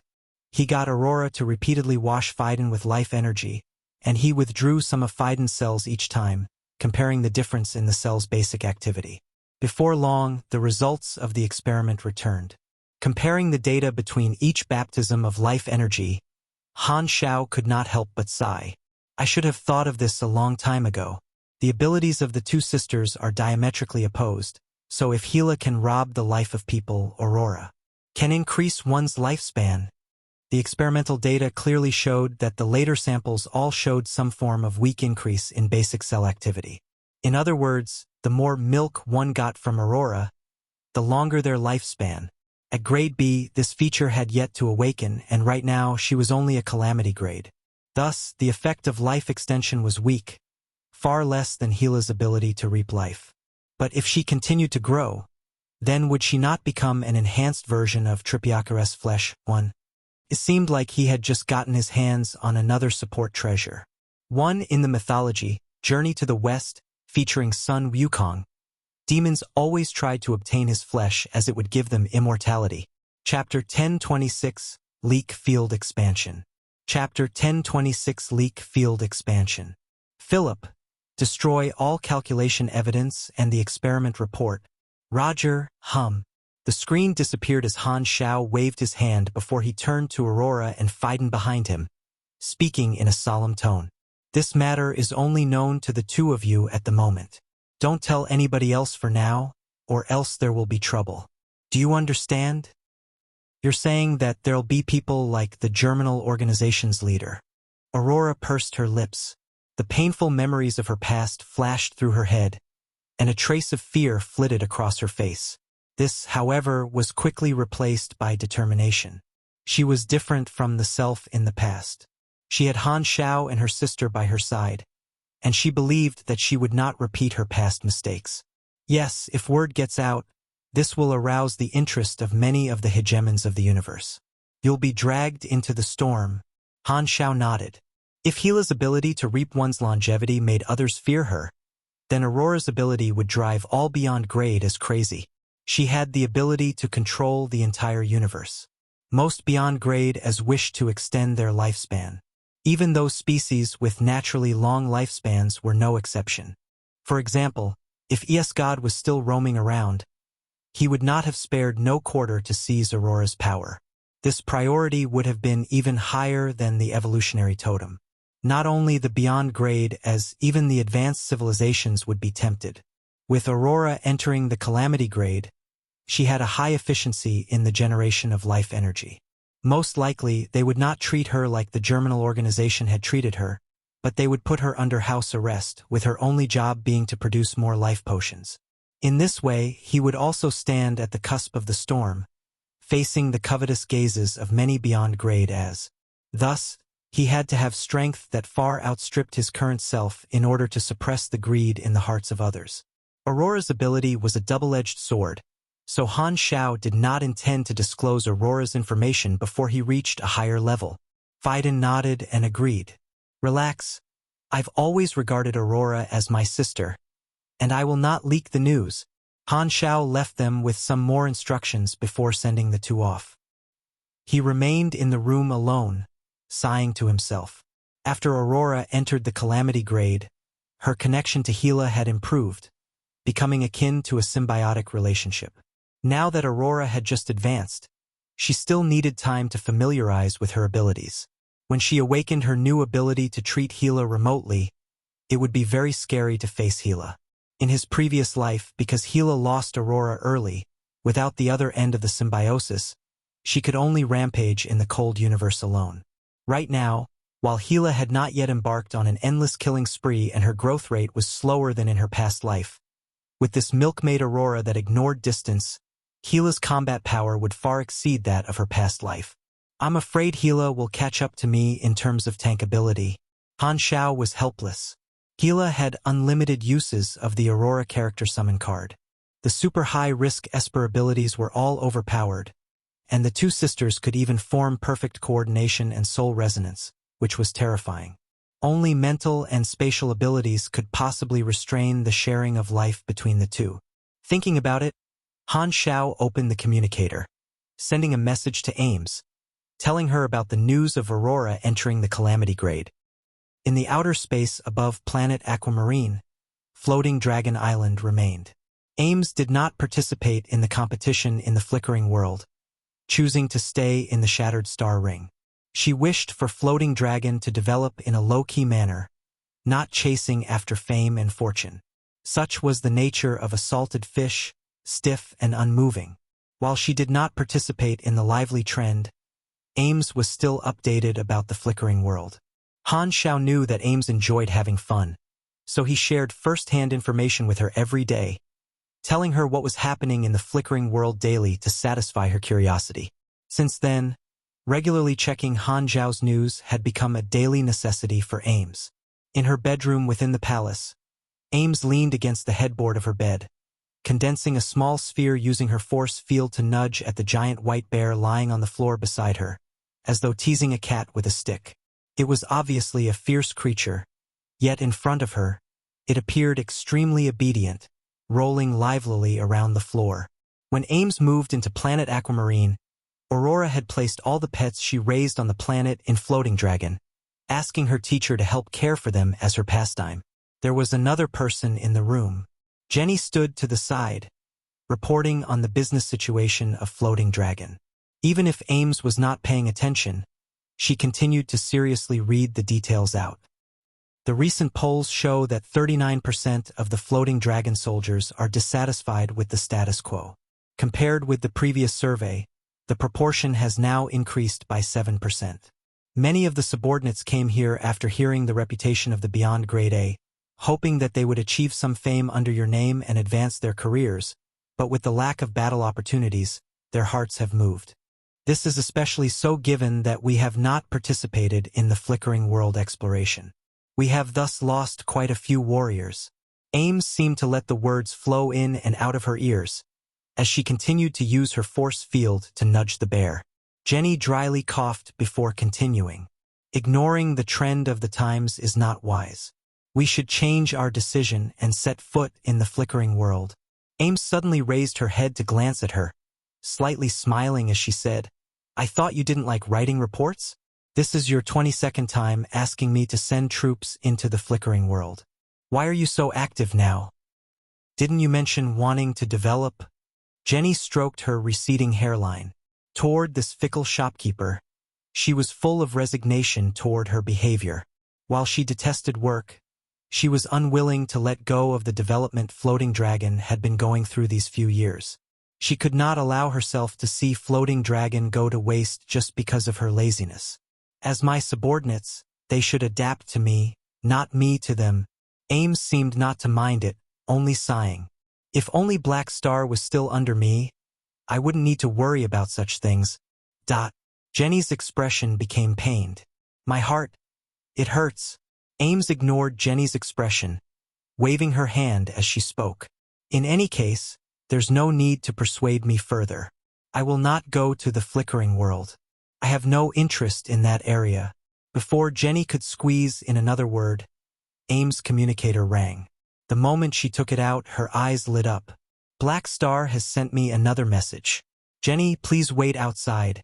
Seeing this, Jenny could only force her words back down and walk out of the room, feeling sour in her heart. I have not even finished talking about the official matters, but because of the daily news that Black Star sends, you do not even want to hear the important business reports anymore.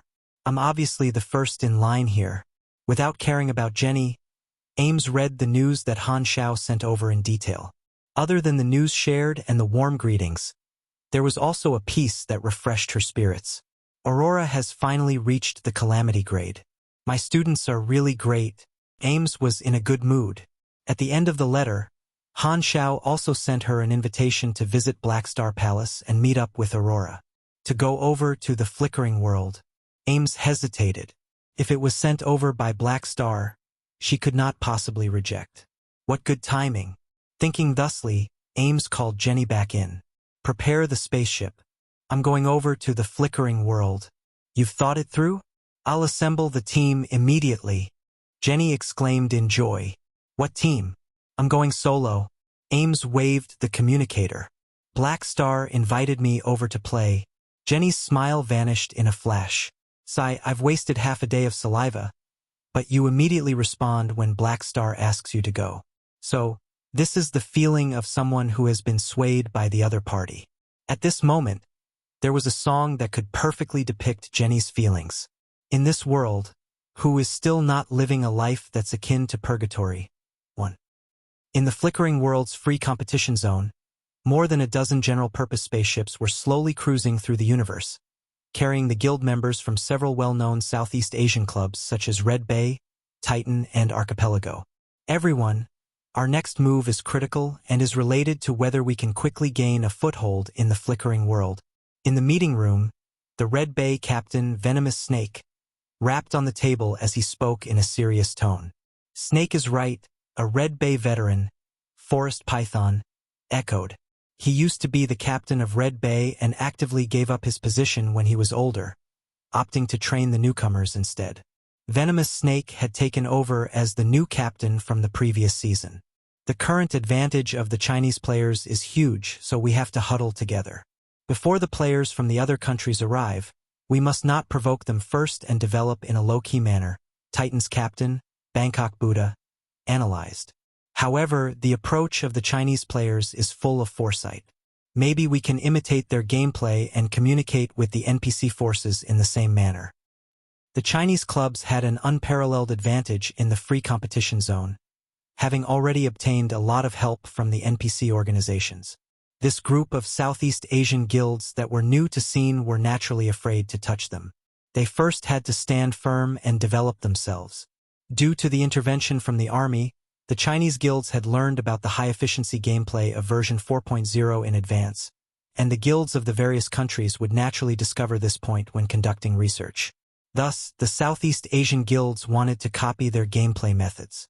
But it's not as easy as it seems. Some of the people hesitated.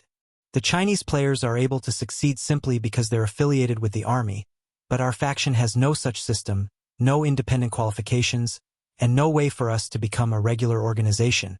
The guilds in the bigger clubs had not jumped ships at all and still belonged to factions from the Black Hole Edge. The other factions did not have multiple regiments like the army, and for them, becoming a regular organization and turning independent right now was impossible. Moreover, they were not free but rather recruited and bound by their factions. Before going to the faction base, they only had a limited time to move freely, which was incomparable to the time that the army players had. The main storyline missions for our factions have been announced, and the free time we have in the free competition zone is limited. Let's quickly look for opportunities, Venomous Snake concluded. Everyone discussed various countermeasures and decided to adopt the method of casting out their nets wide. Very quickly, they hit countless nails. Because they were not an independent organization, they could only borrow the name of their faction and act as a special team. The vast majority of the organizations that they contacted directly rejected them. They were also foreign organizations and not local tyrants such as the Black Star Army, so all of them were competing against each other. There was no need to invite wolves into their camp. As for the remaining organizations, they were willing to listen to their requests based on the strength that they showed. While the scale of the Southeast Asian guilds was not as large as the Chinese guilds, it was still possible to form a group of more than 10,000 by uniting together. But for Red Bay, Archipelago, and the other Southeast Asian clubs, they were not independent organizations, so they could only propose cooperation agreements. Only this way could they then develop a stronghold. After hearing their requests, even those organizations that were interested immediately hung up on them. Venomous Snake and the rest felt surprised. This was turning out far from expected.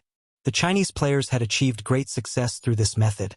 So why was it that they had such a difficult time communicating with the NPC organizations? After researching, they figured out the crux of this matter. The organizations rejected them as they were unqualified as partners.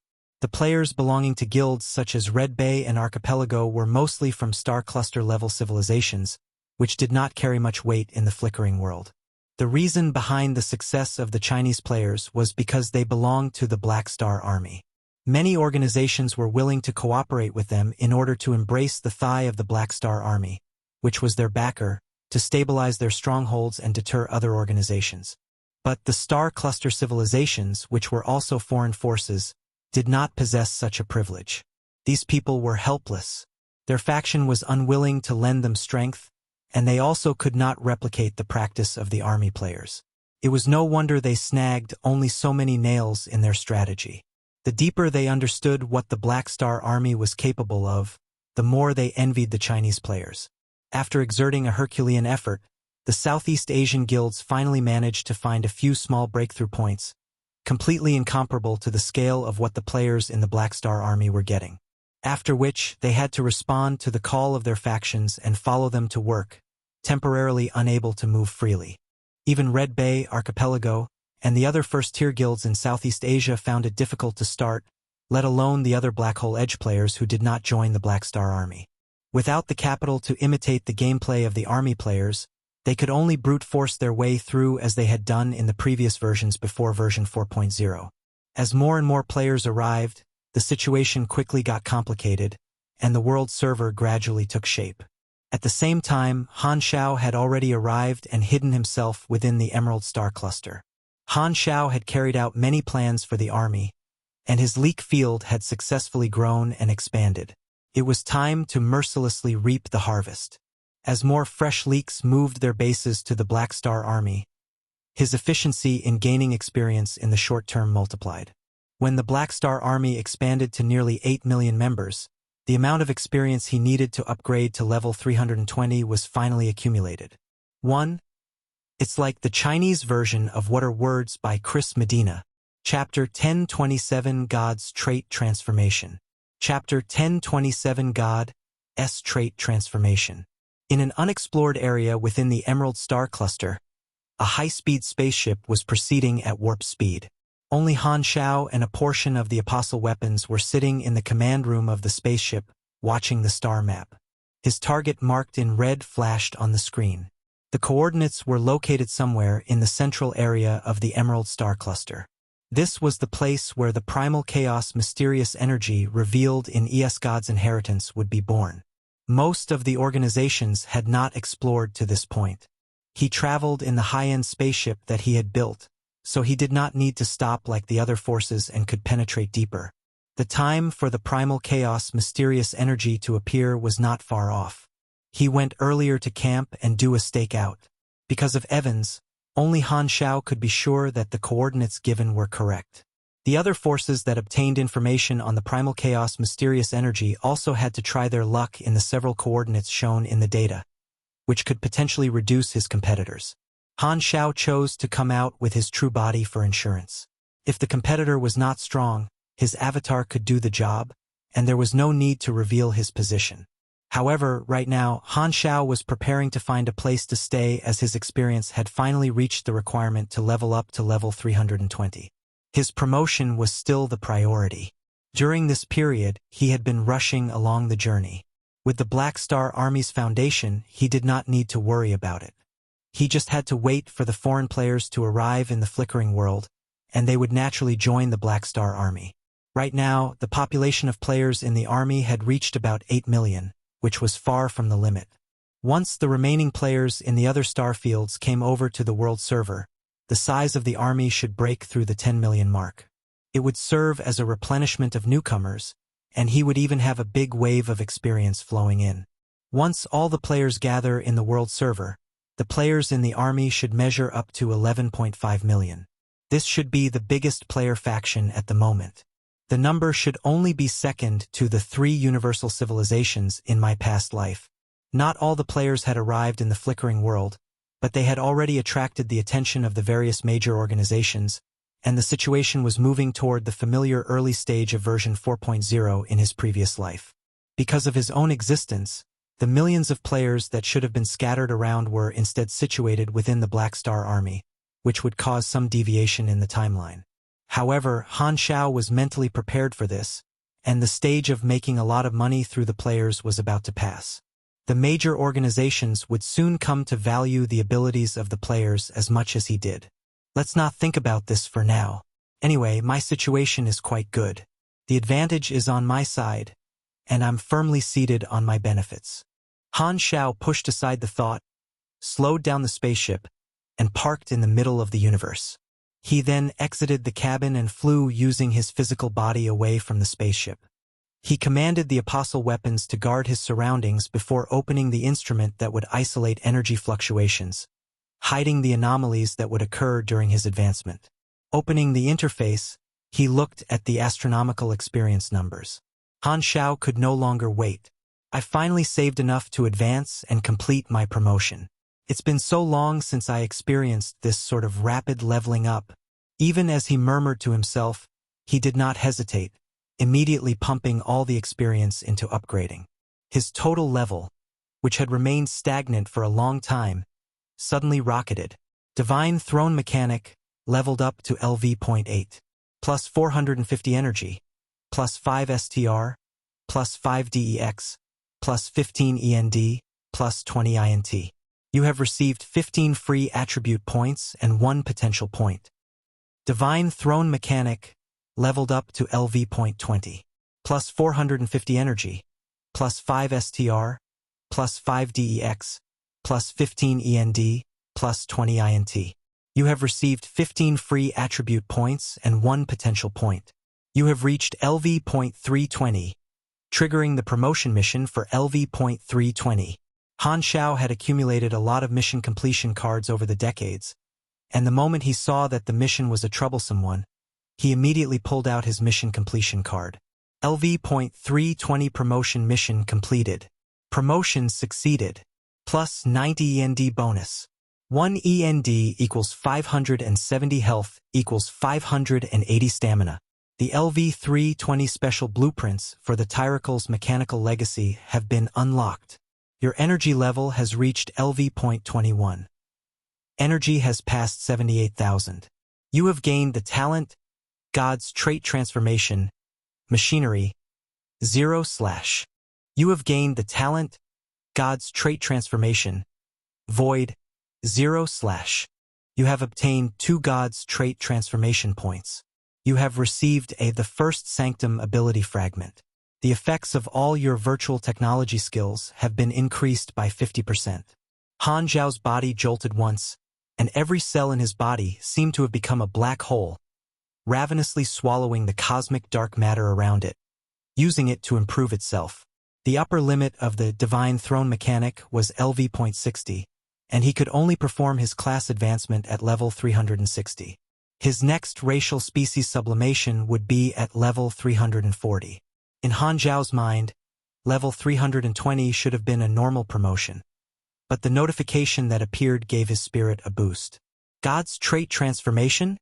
Han Xiao's eyes sparkled. He was not completely unfamiliar with this term. In the later versions of his past life, this term constantly appeared within the Beyond Grade A circles, which was then overheard by the players. Although there was little intelligence on it, based on the hypotheses that were written on the forums, this should be an important factor to upgrade one's life level above the Beyond Grade A realm. Furthermore, his own machinery deity had the term deity within, and if one had to talk about a godhood, then it might have something to do with the machinery faith and the key of Adeptus Mechanicus. However, he had not experienced anything to do with divinity whatsoever at this moment. Why is it that, as one's life level increases, it becomes more and more ideological? This is making me, a mechanic that only believes in materialism, very awkward. In any case, it seems like the threshold of LV.21 energy rank and 78,000 onas of energy are needed to trigger the God's trait transformation. Han Xiao murmured to himself whilst enduring the pain that came with the advancement. The calculation method for energy rank was quite complicated, not just a simple addition and subtraction. The larger the value, the larger the gap between every 1 point. For example, the energy levels of 100 to 209,900 to 10,000 were both similarly separated by 100 points, but the difference in their actual energy values was huge. The higher one's energy was, the harder it was to increase. When he had broken through the level 300 watershed to become a mechanical deity, his total energy was around 71,000. In the next decade, he had constantly practiced new energy training techniques, raising the upper limit of his energy, and he had also spent a lot of experience and potential points to improve his skills and knowledge. At the same time, he had also extracted abilities from Heber, Manison, Silver Shadow, and many others, gaining powerful talents and skills. With the perfect mechanical sense from Nero along with his various bonuses, his total energy finally broke through 78,000. The two gods' trait transformations are split into machinery and void respectively. Oh, this corresponds to one's class and race. So, are these the two possible evolutionary routes? Or do I need to add them both at once? Han Xiao glanced at the interface, where he saw a small plus sign beside each of the gods' trait transformation talents, and the effect was labeled with a. It seems like I will only know the effect when I add points. Since the system gave me two gods' trait transformation points when I was promoted, let's try one in each. The suffix of the skills should represent the final form of this talent, which should occur when the talent is maxed out. But the total number of points is labeled as a. So how many points should I add? Han Xiao tried adding a point to the God's Trait Transformation Machinery talent, and the effect of it was displayed. God's Trait Transformation Machinery 1/ Stage 1 plus 1000 Machinery Affinity plus 20% ability power. Base effects of all mechanic class abilities are slightly enhanced. Han Xiao glanced at his skill list. With the slight enhancement to his class abilities, it meant that every skill had undergone a slight improvement for every level. The effect of strengthening all his mechanic-related skills was not high, but it provided a comprehensive improvement. The bonus is acceptable, but I don't find it too powerful. Maybe it's because it's only at the first stage? I guess the more points I add, the more powerful the effects unlocked. Han Xiao raised his eyebrows. He hesitated but finally decided against adding another point to it. He added it to the God's Trait Transformation Void talent instead. God's Trait Transformation Void 1/ Stage 1. Exclusive racial talents are enhanced, and all racial talents of the Void Race Evolution route will be strengthened. You have been awarded 1,750 attribute points. The total affinity bonus from Mechanical Genius increased from x 1.25 to x 1.28, and Machinery Creation Performance increased from 40% to 44%. The racial talents of his other void abilities also showed some increase, with the cooldown times of most of them being reduced. Han Xiao nodded. This one is not bad. With his God's Trait Transformation points spent, he did not know how to obtain more. Were they only given when he promoted, or was there another way to obtain them? If this was only given during advancement, that would mean that the sooner one reached the 78,000 benchmark the better. After all, if one's level was low, advancing would definitely be more convenient, and one could obtain more points this way. In this manner, could that also refer to potential? Han Xiao decided not to think further, opting to look at the other notifications. What was this, the first sanctum fragment? He had not heard of this in his past life. The introduction was also labeled with question marks. Han Xiao could not understand what this was, but from the name of the first sanctum, it seemed as though it had nothing to do with the mechanic class. Furthermore, he only had a fragment, so he could not utilize it and could only stare at it. I keep having the feeling that this should be a key factor for something. I should find an opportunity to ask the dynasty if there's any information in this area. Most likely, I'll have to exchange contribution points for it, just like the time when I obtained the information on the machinery faith. After removing everything unrelated, Han Xiao then turned toward the Tyrical's Mechanical Legacy. There would be new blueprints unlocked at level 320 and 360. He glanced through it quickly, and his pupils suddenly narrowed to a point. A hint of surprise leaked out. F***CKME. I've hit the jackpot. Chapter 1028, The King and the Emperor's Cape. Chapter 1028, The King and the Emperor's Cape. Among the Tyrical's Mechanical Legacy blueprints unlocked at level 320, there were blueprints that were shining gold in color. Not one but two.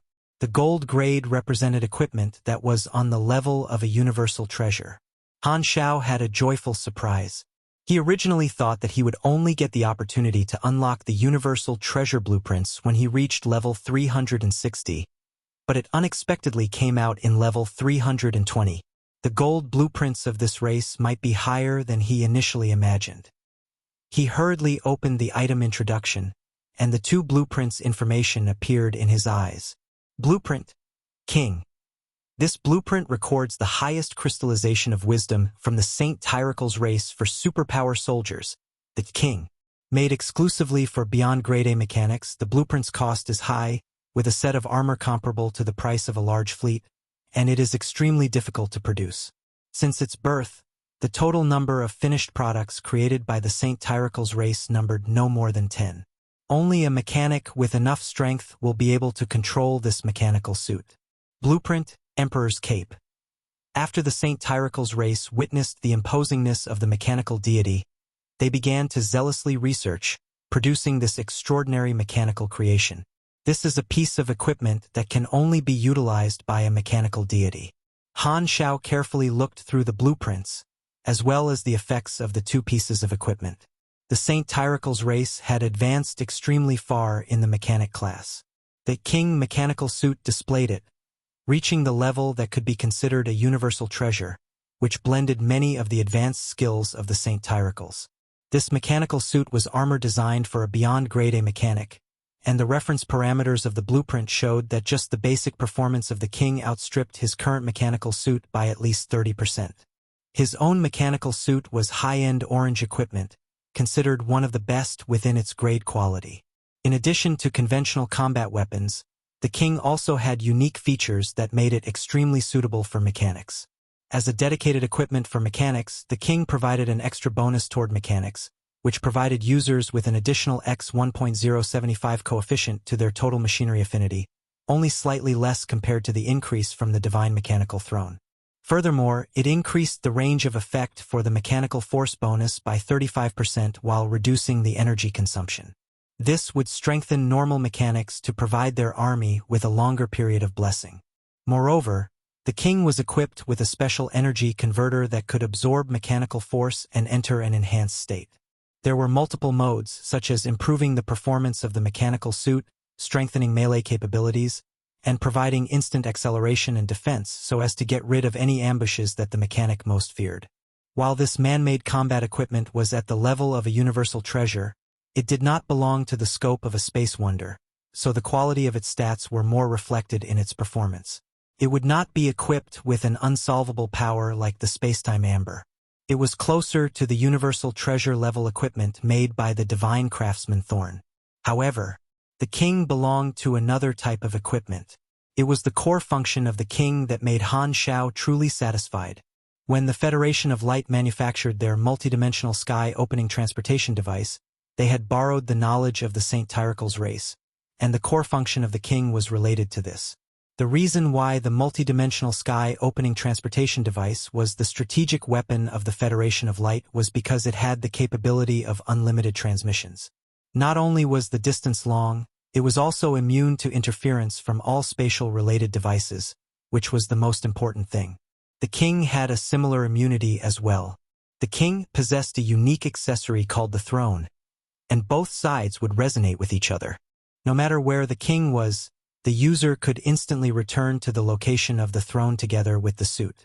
This transmission ignored all external interference, and it would still take effect even when trapped within wormholes or space stabilization anchors. The introduction for this function was simply a statement. The King cannot be restrained. It was not just restricted to that. When the King returned to the throne, the follow-up effect of this function could be activated in the next 3 minutes. This allowed the user to blink back to the original position of the King, to be able to shuttle back and forth between 2 points. Simply put, this was horizontal warping. There is the shadow of the multidimensional sky opening ability within. So long as I'm wearing the King, I will not need to be afraid of sudden ambushes like Yes God. I can immediately choose to warp back to my throne, leaving the danger zone. Han Zhao's eyes gleamed, in view of his true body's physical susceptibility toward ambushes. This toy was akin to a divine artifact for him. While it was a fixed position warp and not as effective as the multidimensional sky opening transportation device, it still had an irreplaceable role. For the mechanic with a weak body, this was a magical escape technique. As the saying went, where there was life there was hope, and this was very apt for the mechanic. Han Shao looked at the manufacturing requirements, thinking to himself, the cost is high, but it is still in an acceptable range for me. Some of the core materials will be hard to get, but that was during the exploration era. Right now, we're in the galaxy calendar. As long as you have enough money, you can get your hands on any materials you want. Han Xiao was not worried about the cost nor the rarity of the materials. As the top beyond grade A in the Shattered Star Ring, the strongest in the Flickering world, and the sugar daddy of hundreds of financial groups, finances were not an issue. His main concern was the difficulty of manufacturing. It was no easy task to build gold-grade equipment. It did not mean that he was guaranteed to produce gold equipment as long as he followed the blueprints. There was a high probability that the finished product would not reach the quality of gold-grade equipment. There would be all sorts of reasons that led to the finished product not reaching the ideal state as stated on the blueprint. I'm now at level 320 and am considered a pinnacle beyond grade A mechanic. The basic manufacturing abilities will definitely meet the mark, and coupled with the talents provided by the My Divine Throne mechanic class, the success rate should not be too low. During a prior class advancement, he had received a talent named Spirit Instrument, which improved his success rate of manufacturing from gold blueprints. He finally had a chance to put it to use. As for the other unlocked blueprint, the Emperor's Cape was special equipment that was to be used by the mechanical deity. In short, the king was the mechanical suit for the mechanic, while the Emperor's Cape was used when the mechanical deity descended. In appearance, it looked like an oversized war cloak. It was able to reduce the consumption of energy needed for the Divine Throne mechanic to maintain the mechanical deity, indirectly extending the combat time.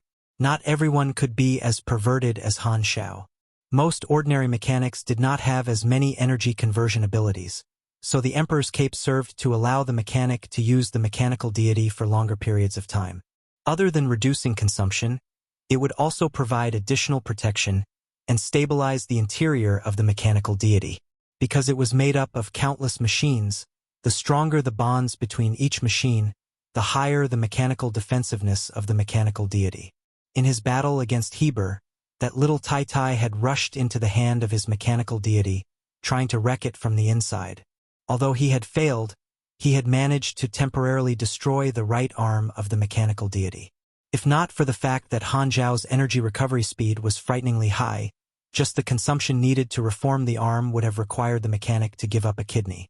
If he had the Emperor's Cape, the internals of his mechanical deity would become extremely durable, such that it would still last a length of time even when invaded by a pinnacle beyond grade A pugilist. In addition to its protective ability, the Emperor's Cape also brought about movement speed bonuses. Because of its huge size, the speed of the mechanical deity was greatly affected, so the Emperor's Cape could improve the agility and attack speed of the mechanical deity. These two are both gold equipment that are tailor-made for mechanics. Indeed, the famed Mechanic Haven, this Saint Tyrical's race, Han Xiao was drooling at the sight of the two. After rejecting the dynasty's proposal to give up the evolution cube, he had thought that there would be no more chances for him to obtain universal treasure combat equipment in the short term.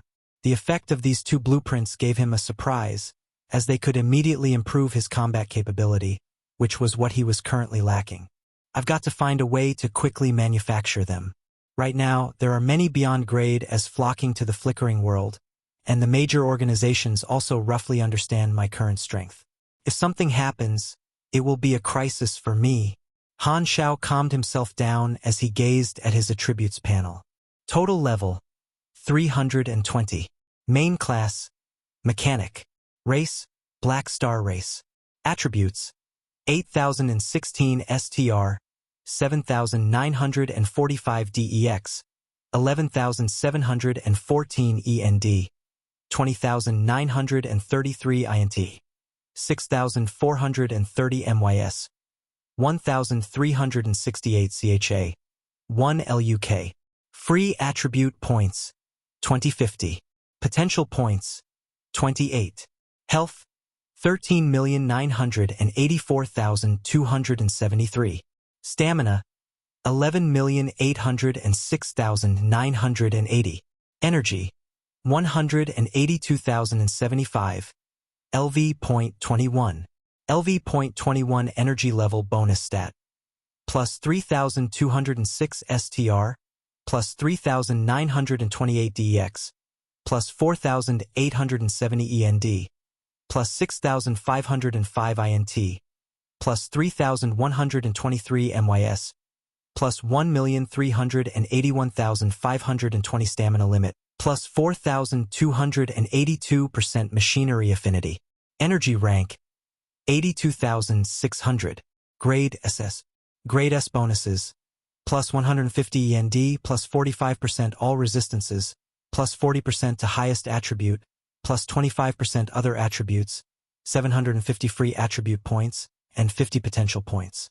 Remark: standing at the peak allows you to see more of the scenery. However, this is not the end goal in the route of evolution. You must pierce through the fog to slowly touch upon the secrets to an even higher realm of life. Chapter 1029, The Dynasty's Plans. Chapter 1029, The Dynasty S Plans. Compared to when he was at level 300, the attribute growth was obvious, but this mainly came from the bonus given by his LV.21 energy level and was due to Han Zhao's accumulation during the version update. As his energy level continuously increased, he would also gain ever-increasing strength. This was an important part behind the power of the supers. The endurance bonus for his promotion this time was plus 90, which was 20 points more than his previous promotion. Because it was more difficult to upgrade in the later stage, the enhancement to one's attributes brought about by each advancement would also increase, and the increase in energy rank would also cause one's S-level rank bonus to upgrade even higher. There was a close connection between all the attributes, causing Han Zhao to be comprehensively strengthened. Just an ordinary promotion already gave him such a sharp increase in stats, causing Han Zhao to be extremely satisfied. As for the more than 2,000 free attribute points, Han Zhao thought about it but left them untouched for the time being. His intelligence and endurance were all quite high, so he decided to provide himself with some flexibility depending on the situation. As for his potential points, they would be used to upgrade his class knowledge, with the ultimate knowledge having priority. At present, there were only 3 of his ultimate knowledges that were maxed out, namely Virtual Creator, Eternal Power Source, and Relativity Theory. The other 3 belonged to the other branches of the mechanic class, and there was a 3 times penalty imposed. Leveling them from LV.1 to LV.5 would require a total of 288 potential points. Han Zhao had gained quite a few potential points since the update of the version. He had raised the 3 ultimate knowledges a little each, and the 28 free potential points he had on the interface right now were just right to max out his mechanical life tinder skill. However, Han Zhao did not do so after some thought. He turned and added a level to Ultimate Mechanical Engineering, raising it to LV.3. This class knowledge was related to one's manufacturing and production, and Han Zhao wanted to increase the success rate of the Emperor's Cape and the King, so he first prioritized this knowledge. A plan cannot always keep up with the changes. I wanted to go there and camp, but now I need to work while I wait. Han Zhao shook his head. Now that he was alone and unable to use the workshop in his base, he could only use the army workshop in his secondary dimension, and he even had to go out of his way to obtain the raw materials. He counted the days, and he probably could not even create it before the primal chaos mysterious energy was born. The time needed to manufacture a universal treasure-level equipment was quite hefty. That was especially so for the Emperor's Cape, which was physically huge. Right now, I've reached level 320, and my battle strength has experienced yet another leap, drawing closer to the Mechanic Emperor and Void Overlord. I can gauge their strength even better now. Han Zhao sighed. Seeing the gap in strength narrowing bit by bit, his mood was definitely good. However, after this promotion, his upgrade costs once again skyrocketed. Because the effects of each promotion in the later stages were extraordinary, the upgrade fee naturally corresponded to this. I'm afraid it will take a long time to accumulate enough experience to upgrade to level 340. Also, I have to find an opportunity to ask about the God's trait transformation as well as the First Sanctum. In Tarunimir Palace, the top leader of the Hawk faction, Bekarodi, sat in a conference room with his eyes closed for a rest. After a while, a remote projection appeared. It was God. You're here. Bekarodi opened his eyes. I hope you called me over to inform me about some good news. God's expression was calm. It's indeed good news, Bekarodi said in a deep voice. The request you submitted has been approved, and the dynasty's top management has decided to give the primal chaos mysterious energy to you. Provided that your Esper ability is truly as what you've said, and that you can control the primal chaos mysterious energy. The dynasty had bet on Black Star, thinking that he would be an important national pillar in the future, but the dynasty did not mind having another person as strong as him. After all, someone with God's Esper ability was too rare, so the dynasty was willing to spend the resources to cultivate this high-potential Esper. Furthermore, this person still belonged to the dynasty, and he was not an ally who did not have to listen to all their orders. I'm very clear what my ability can and cannot do, so as long as the dynasty is willing to put their trust in me, I will not disappoint them. God thinly smiled. As long as you can prove yourself, the dynasty will not be stingy with the resources to cultivate you, just like Black Star. The moment Bekarodi mentioned Han Shao, his tone got a little deeper. Black Star rejecting his 1-to-3 exchange had left Bekarodi extremely dissatisfied. However, God only replied with a smile that was not a real smile, skirting past this topic. He instead asked, now that the primal chaos mysterious energy is about to be born, what does the dynasty intend to do? Bekarodi nodded. The dynasty has already sent troops to the various locations shown by the intelligence, and we have spotted abnormal movements from many of the organizations, which confirms that they likely also got their hands on ES God's legacy. They will be our competitors in obtaining the primal chaos mysterious energy. What sort of organizations are they? The number is small, but their composition is complex. There are all kinds of organizations, but the Church and the Federation side do not seem to have moved, so we cannot know if they are aware of this matter. It sounds like there are many uncertainties. Can we ensure that the dynasty will get the primal chaos mysterious energy? The current situation is unclear. The Oracle of the dynasty has tried to scry for information, and it feels like the Emerald Star Cluster is the most likely place in which the primal chaos mysterious energy will appear. It just so happens that the Flickering world is our territory, so the dynasty has decided to engage a few beyond Grade A allies for help. Bekarodi narrowed his eyes as he spoke. Black Star. He's not on the list. Bekarodi shook his head. The Black Star Army had the greatest amount of influence in the Flickering world, so it stood to reason that Black Star should be the most reliable. However, the dynasty did not request help from him, and Bekarodi did not disclose the reason. God smiled to himself as he realized the implications. TSK, it seemed like the problem with the evolution cube caused quite a rift between Black Star and the dynasty. His eyes flickered and God calmly said, since that's the case, I have a suggestion. We should tell Black Star to turn away so as to prevent side issues from arising. I don't have the authority to command Black Star. Bekarodi waved his hands. In addition, the latest news states that his Black Star guards are all within his palace, and even Ames has gone over to visit him from Shattered Star Ring. Thus, it is likely that his true body is still within his base. He probably knows his limits and will not interfere in this matter. Bekarodi paused for a moment before his expression sank. However, even if Black Star decides to interfere, the dynasty can still strike a deal with him. With his current situation, the chances of him rejecting us again are minuscule. He should know what to do in order to mend his relationship with us. That's good. I hope that there will not be any accidents during the operation. God narrowed his eyes.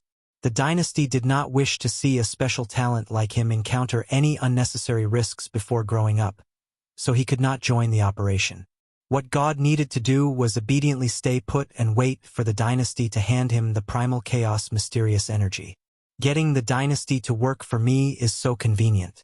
God secretly smiled and shook his head. Chapter 1030 Movements of the Competitors. Chapter 1030 Movements of the Competitors. They want me to snatch that famous primal chaos mysterious energy on the dynasty's behalf? In a certain dynasty's ally stronghold in the Flickering world's free competition zone, Ravenloudy was surprised to receive this message from the upper echelons of the dynasty. As a member of the senior celebrity group, Ravenloudy was quite highly regarded among the beyond Grade A allies of the dynasty. His position was far above people like Kohler or Baoni. Although he did not exactly have a good relationship with Black Star, the two of them held no grudges against each other. Of course, Ravenlouty had no idea that the spacetime amber was supposed to belong to him but was taken away by Han Shao in advance, or he would have joined the Dynasty Anti-Black Star Alliance, which had Heber as its one and only member. It was common for the Dynasty to ask him for help. What Ravenlouty was surprised about was the information about the primal chaos mysterious energy appearing. This was the first time he had heard of this. The primal chaos mysterious energy. Ravenloud's eyes sparkled. To be honest, he was quite tempted. Primal Esper abilities in the super high-risk Esper ability list such as this one were extremely rare. If he could make it his, it would be more than enough to raise a powerful subordinate, or he could use sealing-type spells to seal the primal chaos mysterious energy onto special magic puppets to use its powers, which might make the puppet as strong as a universal treasure. However, these greedy thoughts only existed for a few seconds in Ravenloud's mind before he completely extinguished them. His organization was right in the Constellation Corridor, which was heavily affected by the Dynasty. There was no need to go against the Dynasty's will for just a primal chaos mysterious energy. The Dynasty told him about this information to let him help, but if he was tempted by it, it would definitely upset the Dynasty. To him, there was more to lose than gain. But a universal treasure. Ravenlouty still found it tough to let go.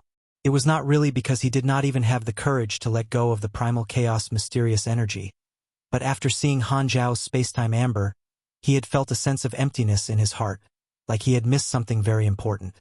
Universal treasures had become almost an impulse for him. It was like a kid seeing the other kids with fun toys and also wanting one. One word: jealous. Since the primal chaos mysterious energy is as valuable as a universal treasure, it's the right time to negotiate terms with the Dynasty. Ravenlouty then gave his request to the Dynasty. If they wanted his help, the Dynasty had to grant him a universal treasure from their inventory. Not long after his request, the Dynasty's reply came, expressing their approval of Ravenloud's request but with additional terms. If the primal chaos mysterious energy appeared in other areas, Ravenlouty would only receive some resources as a reward for his trouble. But if the primal chaos mysterious energy appeared in the Emerald Star Cluster and Ravenlouty obtained it, he would be allowed to pick one universal treasure from the Dynasty's inventory. A list was also attached with the reply with the universal treasures the Dynasty allowed Ravenlouty to claim. Most of them were combat equipment. It was the same list given to Han Shao in exchange for the evolution cube. Ravenlouty browsed through carefully and nodded with satisfaction. Han Shao had no interest in these things, but they were very valuable to Ravenlouty.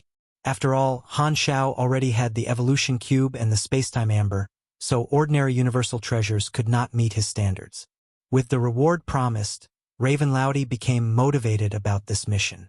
After carefully looking at the list of competitors that the Dynasty had provided, he smiled with confidence. How hard would it be to snatch something from a bunch of weaklings? In an unexplored area of the Emerald Star Cluster, a fleet was moving in hyperdrive. Its exterior armor had no symbols. Inside the main ship, a tall man wearing a purple robe stood before the command console, giving off a cold aura and silently looking at the star map. The red dots on it marked the coordinates where the primal chaos mysterious energy might appear.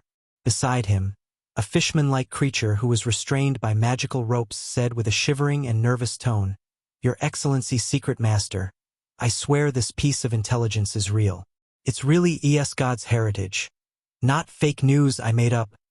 It had better be, or you know the consequences," a cold and indifferent voice replied. The man turned around and glanced at him. All of the skin he was showing was covered in magnificent and complicated magical runes flickering with dim light, like he was a tattoo addicted. Just like beast ancestor Garutan, this man was also a protector of the galactic black market.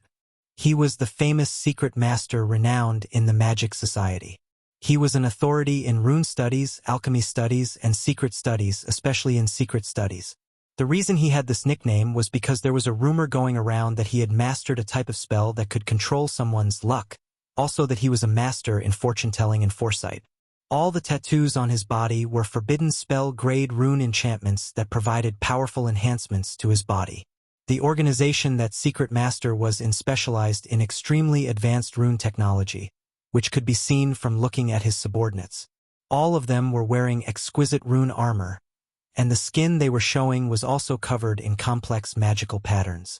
Secret Master turned to the star map, and the cold look in his eyes rippled ever so slightly. The primal chaos, mysterious energy. Not long ago, he had suddenly foreseen that a huge event would happen in the Emerald Star Cluster that might be beneficial to him, so he had used his power in the black market and investigated it. With his outstanding luck, he discovered a small organization that had fought for God's heritage previously. They happened to have the coordinates of the primal chaos, mysterious energy. After they were captured and interrogated, Secret Master developed an interest for the primal chaos, mysterious energy. He was someone who did not mind using all kinds of external agents to increase his strength, and all these runes over his body were proof of that. At the same time, he had plenty of high-quality magic items. His desire to collect rare items was almost at an OCD level. Therefore, he naturally wanted this extremely rare primal chaos, mysterious energy as well. Due to the distance, he had sent officers to the other coordinates while he headed personally to the Emerald Star Cluster as it had the highest possibility. I wonder what organizations will be part of this. This question appeared in his mind but was very soon forgotten. He had a lot of confidence. No matter what organization comes, I'll just have to beat them up. How many of them will be able to stand up to a beyond grade A like me? The stronghold of the Moto civilization was situated in another area of the Emerald Star Cluster. An elite team formed by Calamity-grade supers gathered at a secret dock, and the commander of the Moto civilization's expedition fleet Roddick and the inspector Lagos stood before them, examining the team.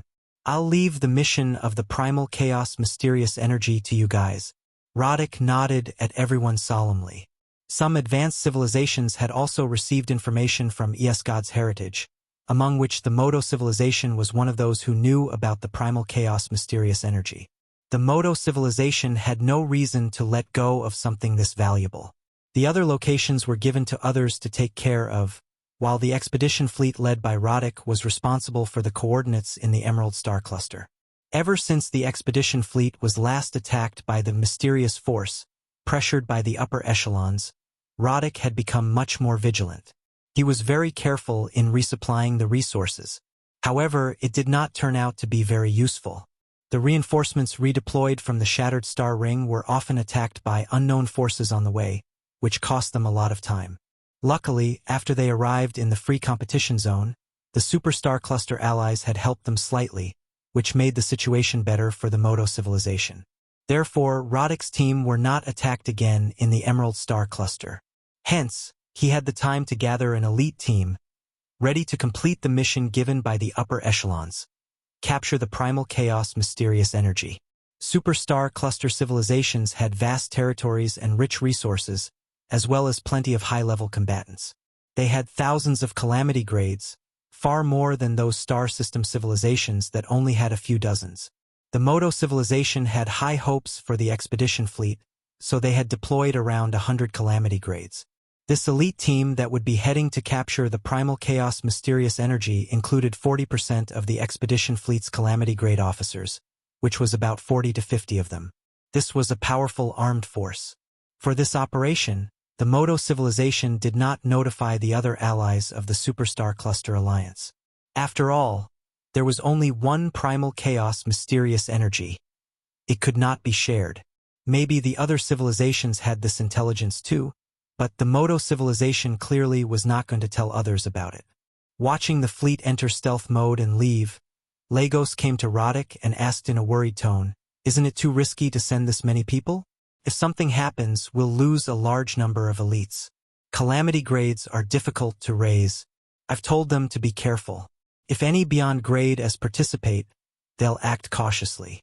If not, they can crush any and all competing organizations," Roddick said with a deep voice. "But now that we've sent them out, the defenses of our stronghold will be weak.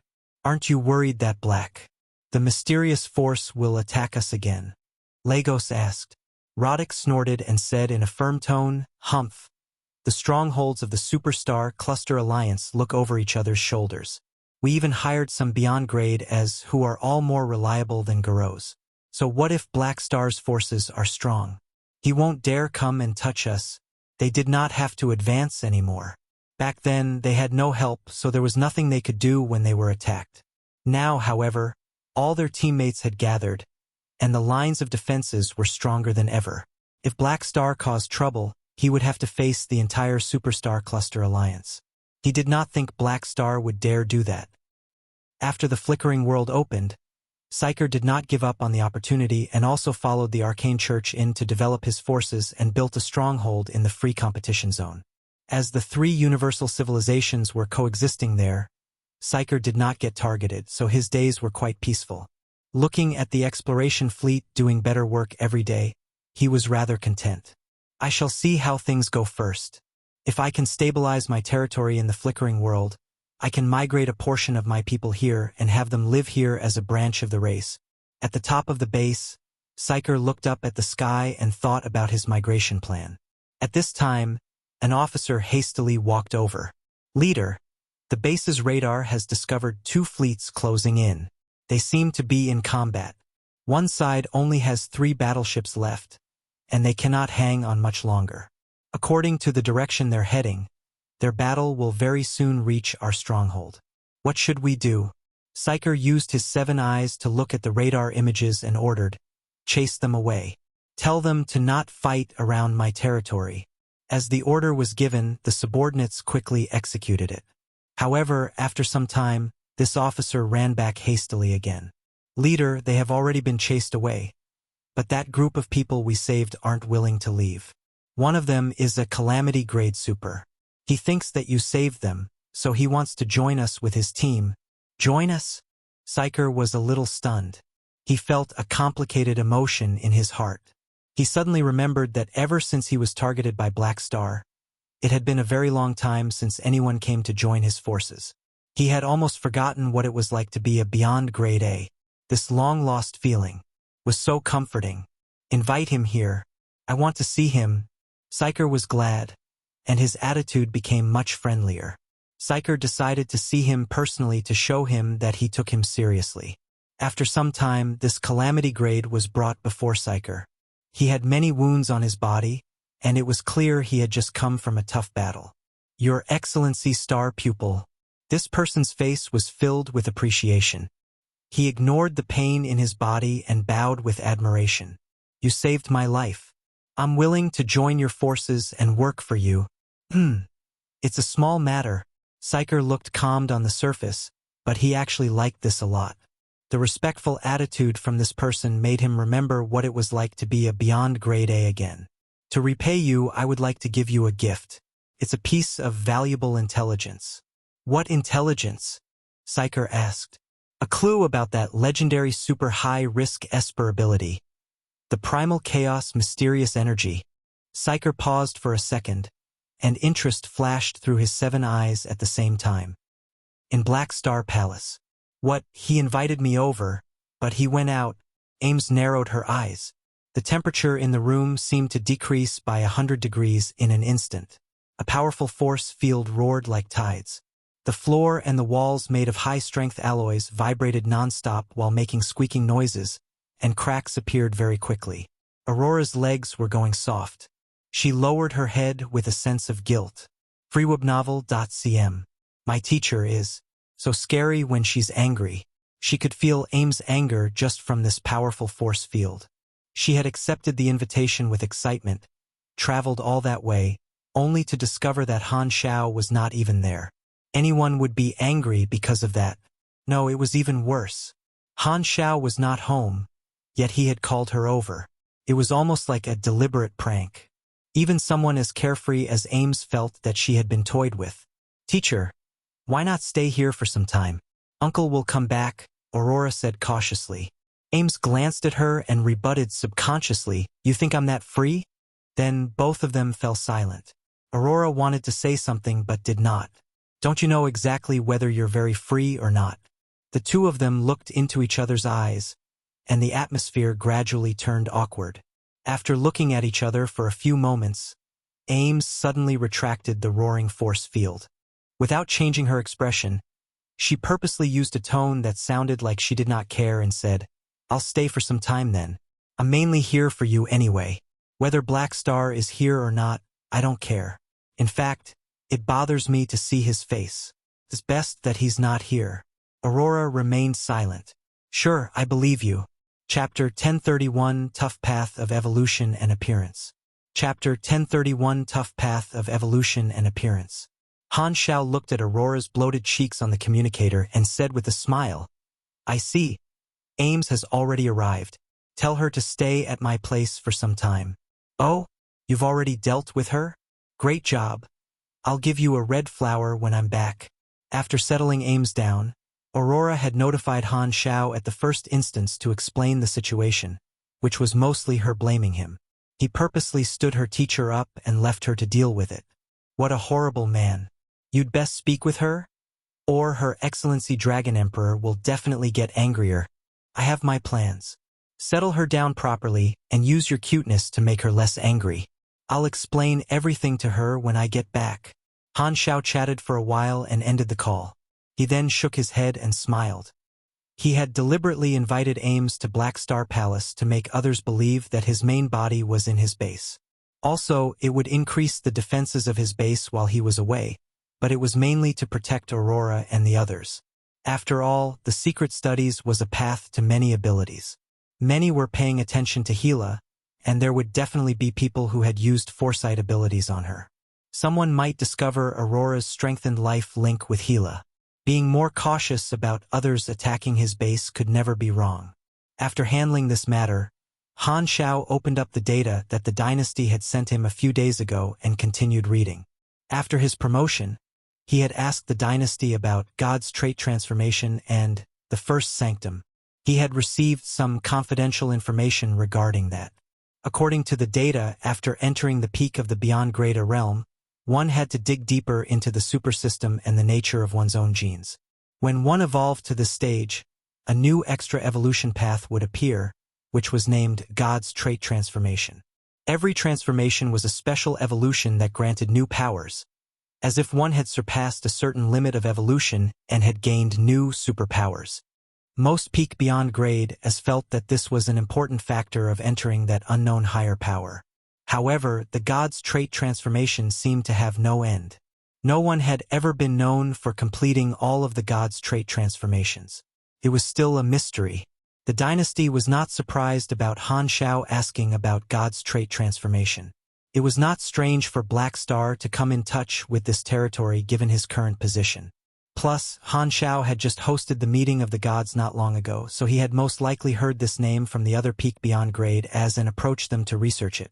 This data cost some faction contribution points, and it not only included the introduction but also the dynasty's research on it, as well as the experience and understanding of the peak Beyond Grade as of the past.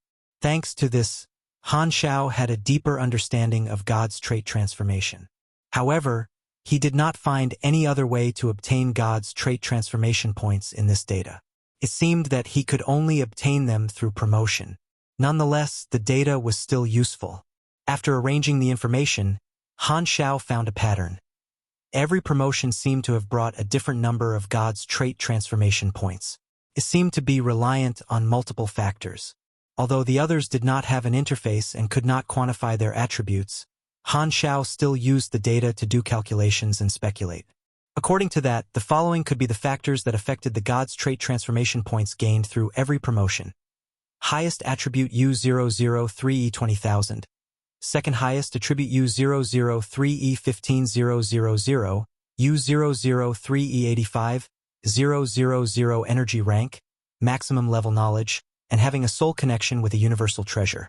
Once one of the above requirements was met, the God's trait transformation points gained through every promotion would increase by 1. He had received 2 points at once because he satisfied 2 of these requirements. If I want more points, I'll have to prioritize these requirements before promotion. He had obtained 2 God's trait transformation points through the first promotion, which was neither the best nor the worst, just mediocre. This meant that at the peak of the Beyond Grade realm, keeping one's level low would be the mainstream playstyle, and going through promotions after more requirements were met would be the most beneficial. If I'm guessing correctly, the promotion mission in the future might require my God's trait transformation to be at a certain level. Han Shao speculated and instantly understood the difficulty of it. If normal peak Beyond Grade did not prioritize these requirements, They would not obtain enough God's trait transformation points through promotions and would not reach the required transformation level for the next promotion. Their path to greater power would be completely blocked off, and they would never be able to continue evolving. Their strength would never increase. No wonder. This is way too difficult. No mistakes are allowed. Maybe this is one of the main reasons all the peak beyond grade as can't step into the higher realm. As long as one step went wrong, they would fall into an inescapable abyss. Terrifying. However, after he thought about it, he gave up on planning not to level up for the sake of God's trait transformation points. With the existence of mission completion cards, he could ignore all kinds of difficult promotion requirements. Not enough points obtained through one promotion. Just go through promotions more often.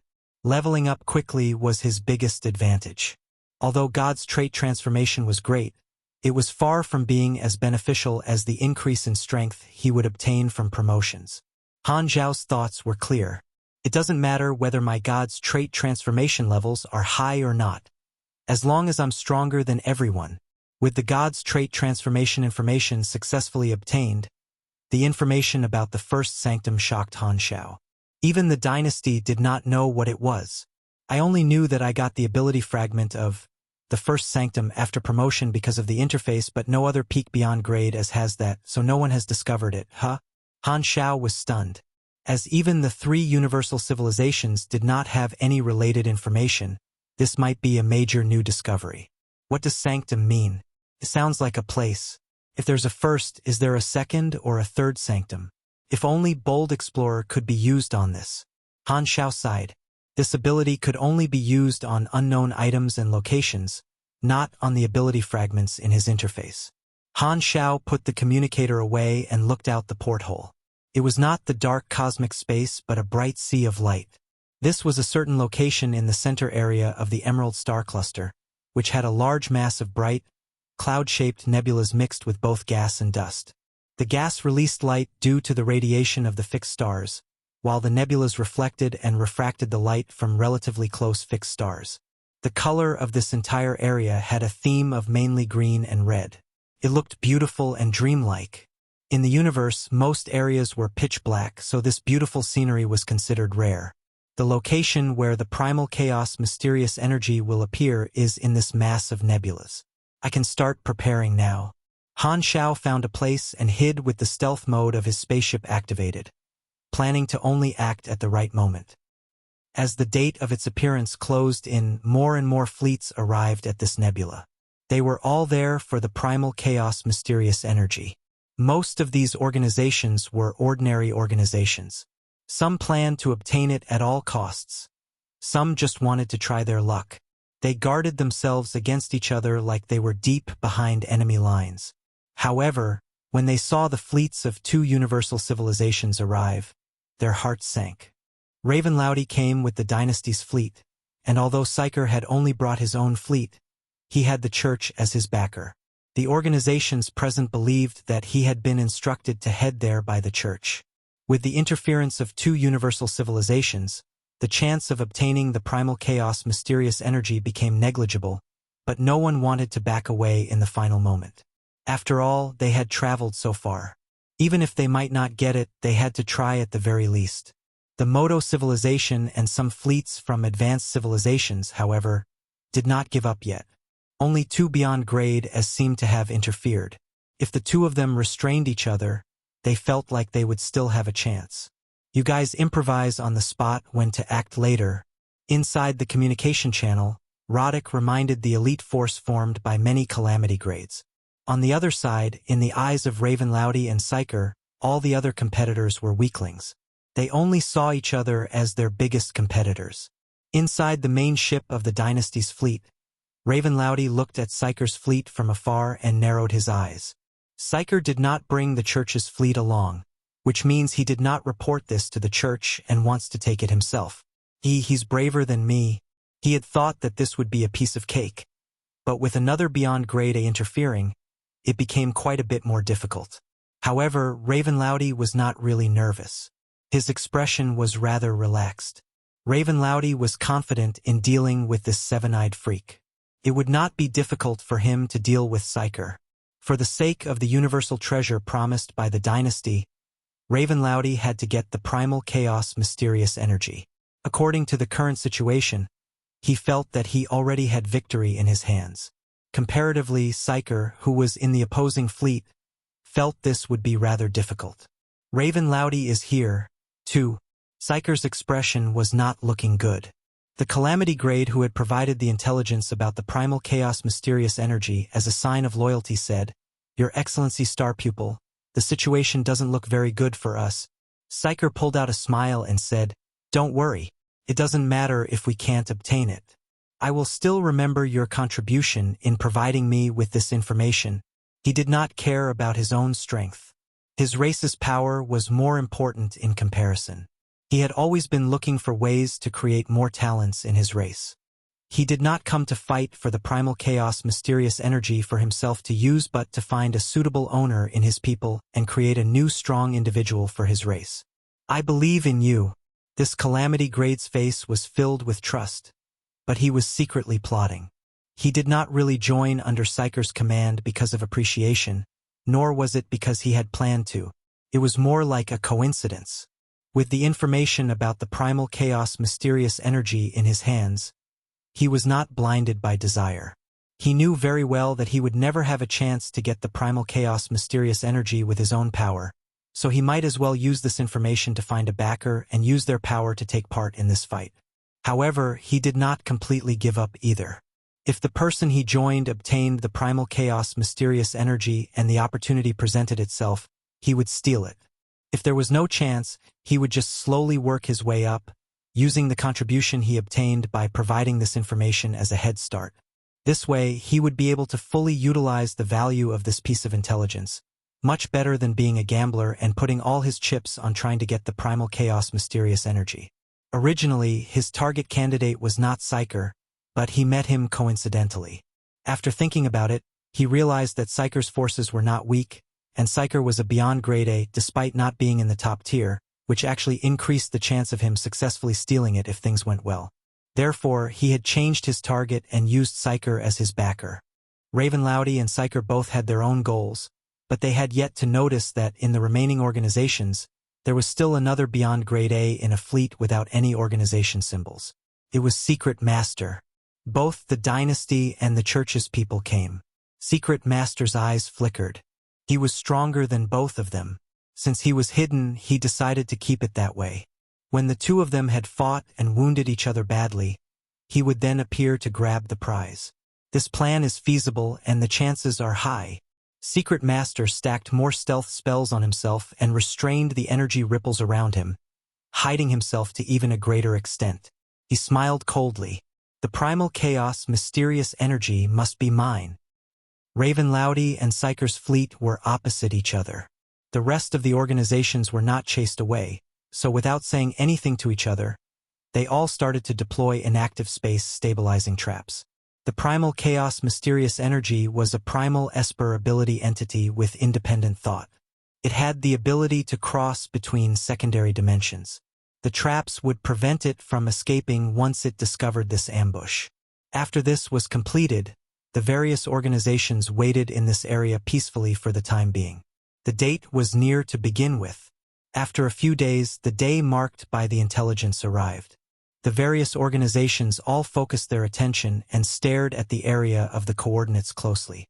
Other than a few individuals, most people there were not sure if the primal chaos mysterious energy would even appear. They were waiting with anticipation and nervousness. Buzz! Before all those spectators, a ball of bright red energy suddenly overflowed from the void. Its size expanded extremely quickly and formed a red, fog-shaped cloud with a unique energy wave.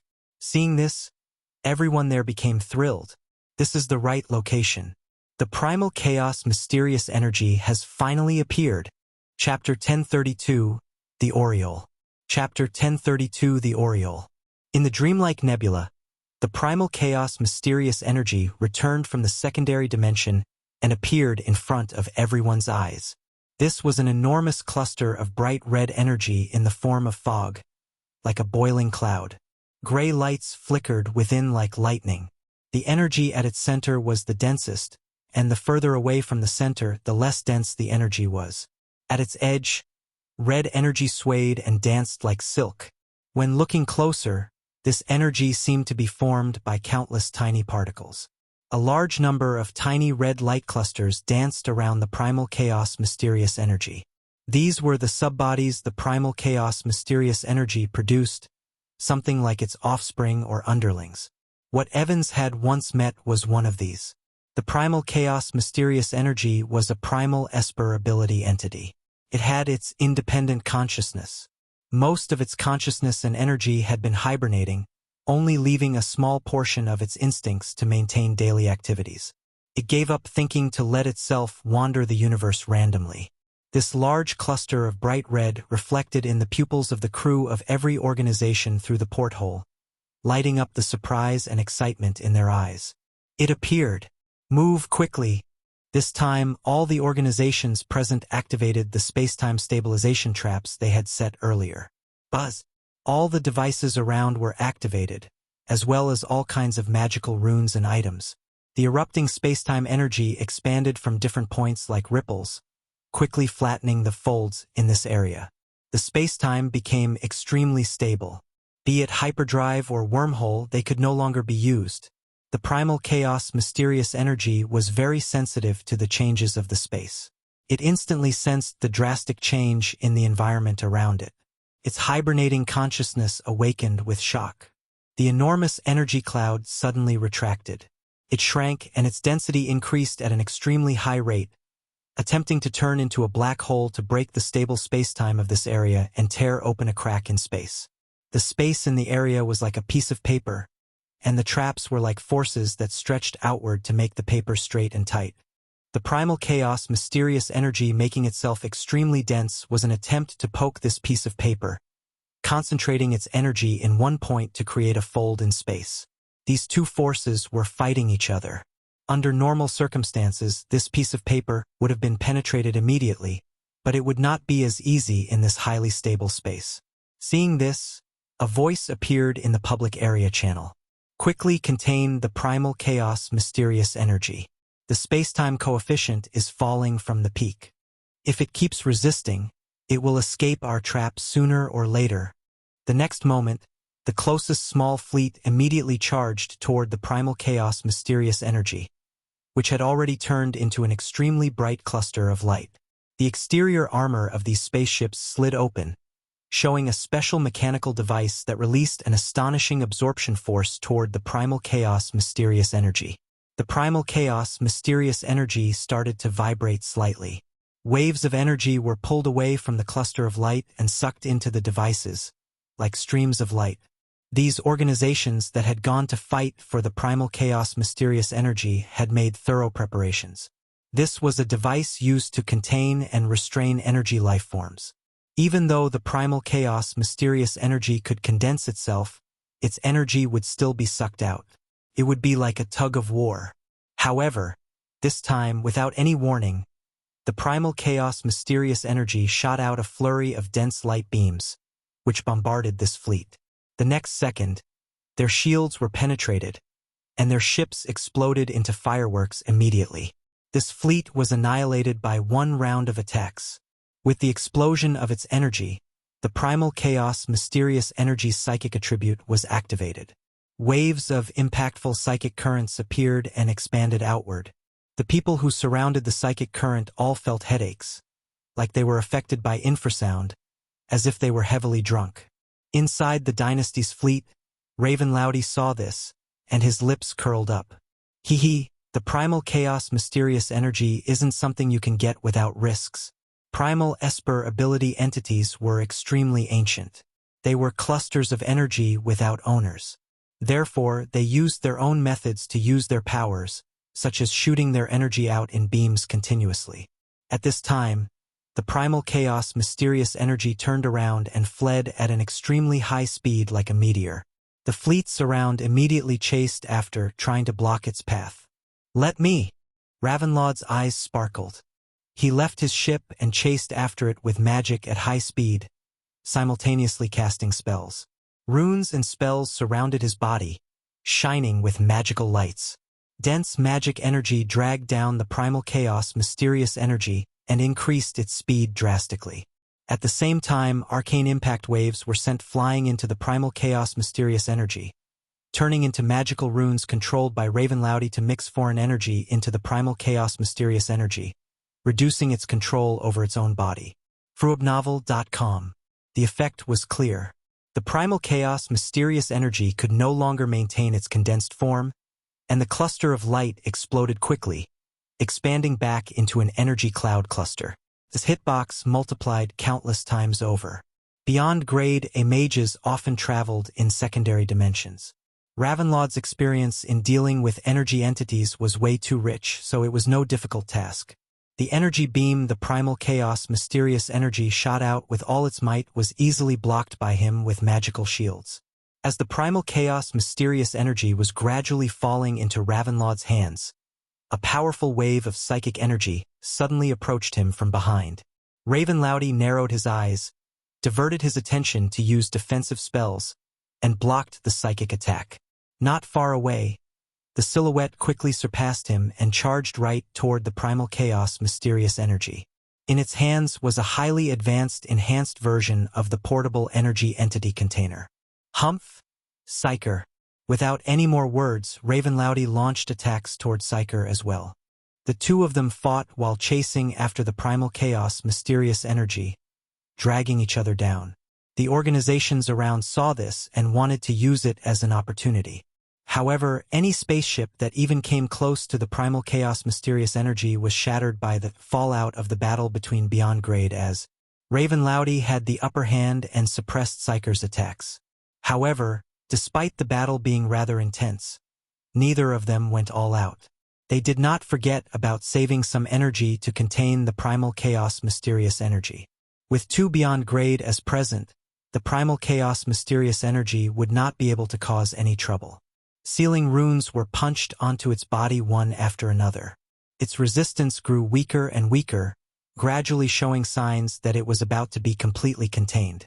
At the same time, the Moto Civilizations team was also wandering around the edge of the battlefield. The dozens of calamity grades in the ship stared closely at the primal chaos mysterious energy and softly discussed possible tactics. Guys, the two of them are holding each other down. Should we act now? The odds of success are too low. We will only be able to guard their attacks for a very short moment even with all of us working together. There won't be enough time for us to retreat. We will certainly have to sacrifice many lives. It's not worth it, is it? They exchanged looks and shook their heads in their minds. Their boss had told them to improvise, but there was no opportunity at all. Although these calamity grades were usually quite proud, they had absolutely no confidence in facing Beyond Grade as, even though they were truly loyal to the Moto civilization, no one wanted to waste their life for nothing. Roddick stayed silent in the communication channel for a while before saying, "If there's not a chance, forget it. Don't interfere." Hearing this, the dozens of calamity grade relaxed their uptight bodies with relief. Roddick was a little bit disappointed but was not too persistent about it. His original goal by sending so many calamity grades was to have the absolute upper hand in terms of power if there were no Beyond Grade as. However, with the interference of Beyond Grade as, the mission had basically failed. Since there was no chance, the best choice was to retreat. There was no need to let the calamity grade elites of the civilization die in vain. This is just a side mission, no need to force it. The upper echelons will understand in cases like this. If I sacrifice many elites because of this, the upper echelons will even blame me for it. Having this thought, Roddick loudly said, "Guys, retreat." "Roger." Everyone responded with joy. However, the next moment, a drastic change occurred. The Moto Civilization's fleet suddenly turned around and charged right toward the primal chaos mysterious energy. Not only that, they suddenly fired all their weapons at Ravenloudy and Psyker. Everyone present was completely stunned. Even the battle between Ravenloudy and Psyker stopped as they had to block this sudden attack. Both of them looked a little confused. They dared fire at us? Who are these brave soldiers? Inside the command center at the base, Roddick's expression changed drastically. He yelled with rage, "What the hell are you doing? Are you out of your mind?" We have lost control of our spaceships. The many calamity grades were stupefied. Roddick suddenly thought of something, and his face turned pale. This familiar feeling. Its virtual intrusion. Shoal. With wrath and shock, Roddick was just about to yell at everyone to flee. However, before he could, the remote communication link was cut off. The screen turned black, reflecting his furiously twisted expression. Black Star. Bang! Roddick roared and smashed the communicator into pieces. The room was filled with his rage and helplessness. The interference of a third party attracted enough attention. Both Ravenlowdy and Psyker stopped fighting each other for a moment. Magic tides and psychic storms slammed directly into the Moto civilization's fleet, swiftly eliminating the small fleet. The dozens of calamity grades were panicking. They immediately fled their spaceships and scattered. However, Ravenlowdy and Psyker did not enjoy letting people who suddenly attacked them go, so they chased after them. The calamity grade elites, whom the Moto civilization had spent tons of efforts to raise, lasted barely a moment before they fell one after another. These people had no chance in fighting back. They could only run with their lives. After more than 80% of calamity grades were eliminated, only then did Ravenlowdy and Psyker stop and return to fighting each other. This intimidated the other organizations present. They all moved further away with their fleets and did not dare fight against the two of them for the primal chaos mysterious energy. The dynasty's fleet was not just watching. It was battling the star pupil holy race's fleet. In terms of both spaceship technology and size, the dynasty was superior. The star pupil holy race's fleet was slowly getting beaten. Still want to fight me? Ravenlowdy raised his brows and sent a voice message through a spell.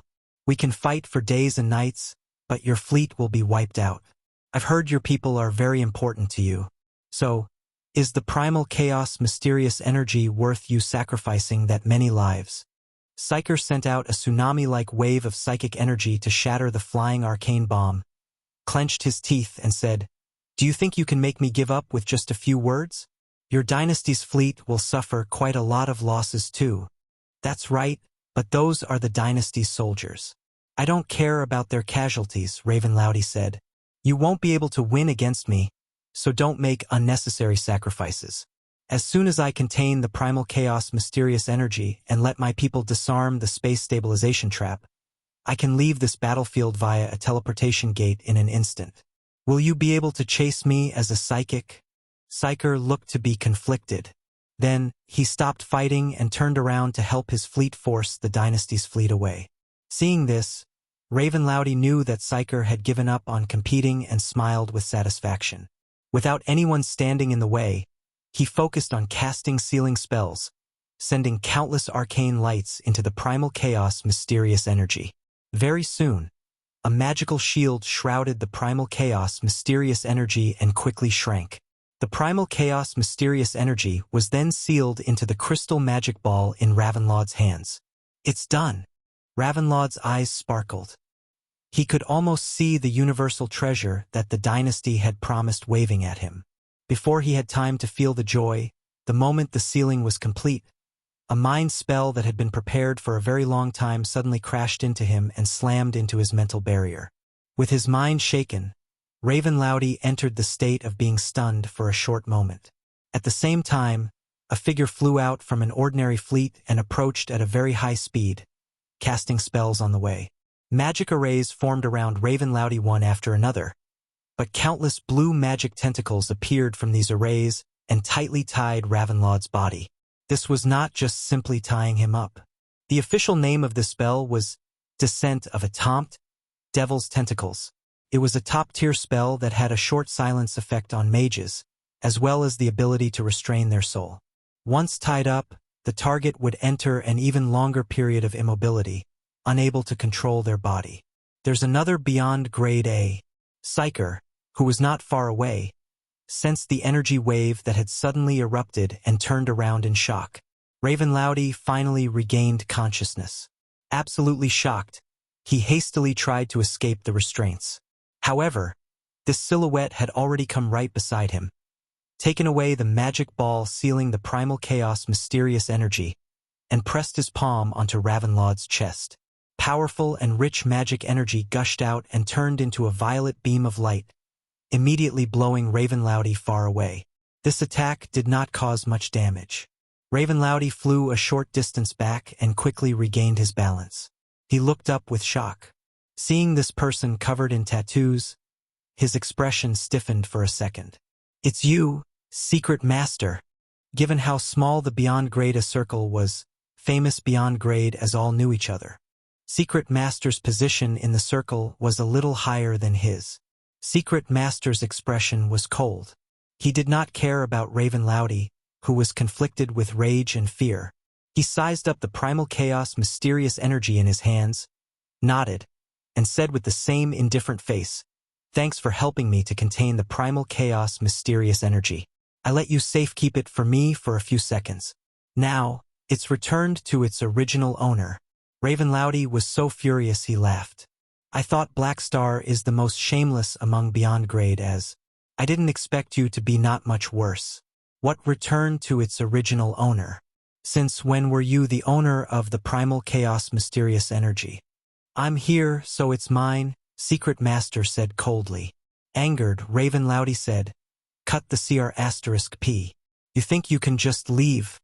With the opportunity to gain a universal treasure right before his eyes, even if Secret Master was stronger, Ravenlouty would not give up easily. Secret Master glanced at him and said with a poker face, "I can leave whenever I want." The moment his sentence ended, a huge crack suddenly appeared on the space stabilization traps in the area, and some of the devices even exploded.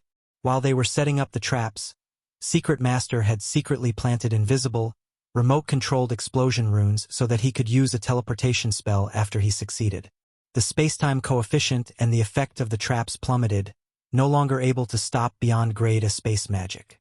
Ravenloud's expression changed drastically as he immediately understood what Secret Master's plan was. He quickly started to channel spells to restrict Secret Master's teleportation. However, Secret Master was even quicker. He had prepared the fundamentals of the teleportation gate well in advance, so it activated instantly. A blue vortex appeared right beside him. Seeing Ravenlouty fast approaching, Secret Master was completely calm. "Till next time, Rahim." Suddenly, he felt his hand become heavier.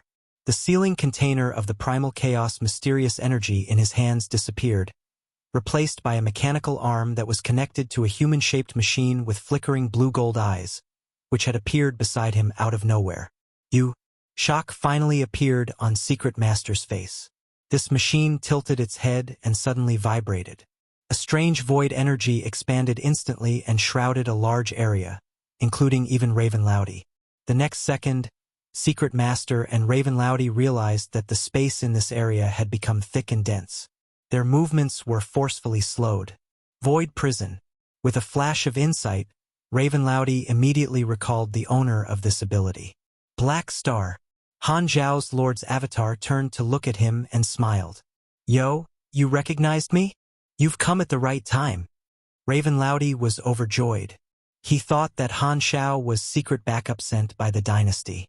Han Zhao saw through what he was thinking immediately and shook his head. "I'm not here for the dynasty."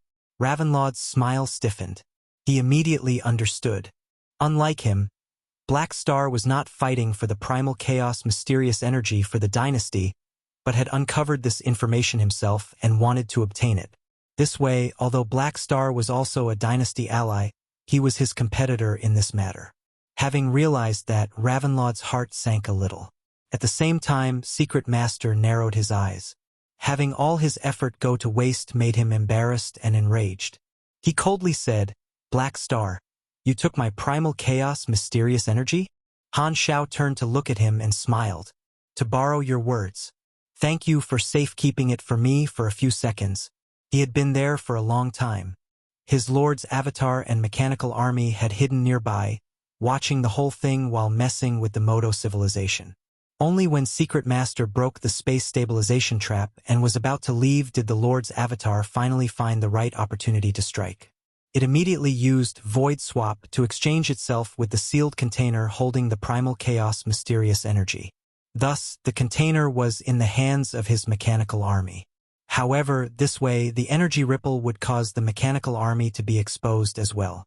To avoid the two of them from chasing after the mechanical army, he had used his lord's avatar to activate Void Prison immediately to restrain Secret Master and Raven Loudy, while the mechanical army could leave with the primal chaos mysterious energy. Once they returned to the safe area, it would be a complete success. As the mantis stalked the cicada, it was unaware of the Oriole behind it. Secret Master thought that he was the Oriole, but he did not know that Han Shao had hidden even deeper than him. The only problem is, Han Shao turned to look at Psyker, who was far away. This guy was not in the range of the Void Prison, so he could chase if he wanted to. Noticing Han Zhao's stare, Psyker's expression looked as if he had just fallen into a pile of feces.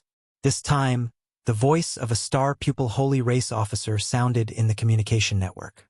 Leader, we have detected a mechanical army that has suddenly appeared. It is escorting the primal chaos mysterious energy and fleeing at high speed. Shall we chase after it? No, retreat. Having seen Han Shao, Psyker backed away without hesitation. He did not want to have a direct conflict with Black Star at this time. Most importantly, even if Black Star's mechanical army had no Lord's avatar in it, he felt that he still might not be able to win. Han Shao could not help but scratch his head and laugh in his mind. He's this smart. He then looked at Secret Master, who had a troubled look and was full of hostility, and stretched his neck. I shall take the primal chaos mysterious energy with a smile. If you're not happy about that, how about I give your bones a good stretch? Chapter 1033, Secret Master. I have never seen someone this unlucky. Chapter 1033, Secret Master. I have never seen someone this unlucky. Faced with Han Zhao's tease, Secret Master's face sank, and he was too lazy to respond. His eyes looked past Han Shao at the streams of light heading away from the edge of the battlefield. Very soon, the exposed mechanical army separated some of its units to escort the primal chaos mysterious energy and disappeared from sight. His mood slipped from the top of the mountain to the bottom. He wanted to chase after it, but Black Star's Lord's avatar stood in his way and gave off a vibe that made him subconsciously uptight. He knew that as soon as he did anything, he would inevitably face a storm of attacks. Secret Master's eyes refocused on Han Shao, who was before him, carefully sizing him up. He then said with a somewhat interested but mostly unsatisfied tone, Black Star, this should be the second time we've met, right? Including the meeting of the gods, it is indeed the second time. Han Shao nodded. Humph, then we're quite fated, Secret Master said word by word. He was irritated and angry about the primal chaos mysterious energy getting stolen, but everyone was there to fight for it, so it all depended on their strength. It belonged to anyone who could obtain it. He could accuse Han Shao of nothing. He really wanted the primal chaos mysterious energy. Although it had been taken away by Black Star, there was no need to make too much of a fuss. They were both famous people in the universe. If he could not get the primal chaos mysterious energy, so be it. If he made it a bigger deal than it would not look good for anyone, nor was it necessary. However, there was no way he would just retreat like that. He had to fight back in some way. Secret Master did not want to watch Han Shao easily get away. It would look like he was afraid of Han Shao. He had shame, unlike that Seven Eyes beside him who was already used to it. He secretly tried a teleportation spell and realized that it was restricted by the Void Prison. When this area is no longer locked, there's still a chance to catch up to the primal chaos mysterious energy through teleportation and snatch it back. Secret Master thought as he adjusted his mood, putting his focus on the current situation and suppressing his anger. His expression returned to being cold, and he started chatting. By the way, I've always been curious about you. Although we did not have much contact in the past, I've always had a strong impression of you. Strong in what way? Han Shao did not mind wasting time. It was what he wanted too. Your deeds are spread all across the universe. In my eyes, you're a careerist with a grand plan, as well as an opportunist. Luck is a very big reason you were able to build what you've built today. It helped you choose the right opportunities and brought you the chance to develop this quickly. You're a lucky man. Hearing his words, Han Shao could not help but glance at Secret Master a few more times. This is the first time anyone has ever said I'm lucky. You've probably got the wrong person. Nonetheless, he could understand why Secret Master had this kind of impression of him. To the outside world, his rise was extremely quick and fierce, as well as smooth. There were so many opportunities that seemed to have just fallen onto his laps, which all looked like it was because of his luck. However, these opportunities were created by him instead of this luck, all because he was familiar with the direction the world would take and had information about the future that no one else had. But no one would ever know that. I guess you can say that I'm lucky, Han Xiao agreed as a joke. Hee hee. But from today onward, your luck ends. Magic runes appeared in the depths of Secret Master's pupils. You should have heard my nickname. I can control someone's luck. Seeing his confidence, Han Xiao felt strange, but continued to cooperate with his performance. Are you trying to reduce my luck permanently? Secret Master snorted. You took what's mine. You'll have to pay for it. Actually, he was not very willing to mess with Han Xiao. After all, after the meeting of the gods, Han Xiao's position was rather special within the Beyond Grade A circle. As a neutral Beyond Grade A, it was best not to mess with him if there was no need. However, he could not put up with this, even just for the sake of saving his own face. Therefore, he decided to use his best trick to slightly punish Han Xiao. So, it still came to speaking with fists. Han Xiao had expected this. He did not think that Secret Master would let this go easily. The next moment, blinding magical blue light shone from Secret Master's body. They all say you're good at fighting. Let me see how strong you are personally. The magic energy in his body gushed out like a roaring tide, erupting in an instant. Boom! Han Xiao's Lord's avatar was washed away by the exploding magical energy and was pushed back some distance. Secret Master took the opportunity to back away, trying to increase the distance between Han Xiao and himself. However, after the enhancement of God's trait transformation, the effect of Void Prison was stronger and slowed down the people in it even more. This ability could not differentiate friend or foe, but Han Xiao, who had Void Race talents, could move freely within. He realized very soon that he was not able to get away from Han Xiao no matter how much he backed off, so he decided to just not move at all. He started to cast spells continuously like a spell cannon. In order to snatch the Primal Chaos mysterious energy, the Lord's avatar had used Void Swap to swap places with the sealing container, which led to it being isolated and only being able to fight with Secret Master alone. The mechanical army was on the way. Bang! Beams of blue magical energy dragged along lightning trails and rocketed toward Han Xiao continuously, shattering into sparks on the Lord's avatar's shield. Without the mechanical army, Han Xiao clearly had a firepower problem. Therefore, he decided to charge forward against the sea of spells and close the distance while Secret Master could not back away. After this promotion, his strength and dexterity attributes could be considered high even among Beyond Grade as, when facing a mage with his Lord's avatar, close-range combat instead became the better option for him. While one side stood in place, the other approached extremely quickly. The distance between them shortened in no time. In Han Xiao's eyes, Secret Master's huge face was getting closer. Eat my rocket head, but activating critical strike abilities, Han Xiao smashed his head directly forward. Clank! His metal forehead landed right on Secret Master's head through his magic shield. Secret Master felt a buzzing in his head immediately, like someone was ringing a bell in his head. He hastily regained focus.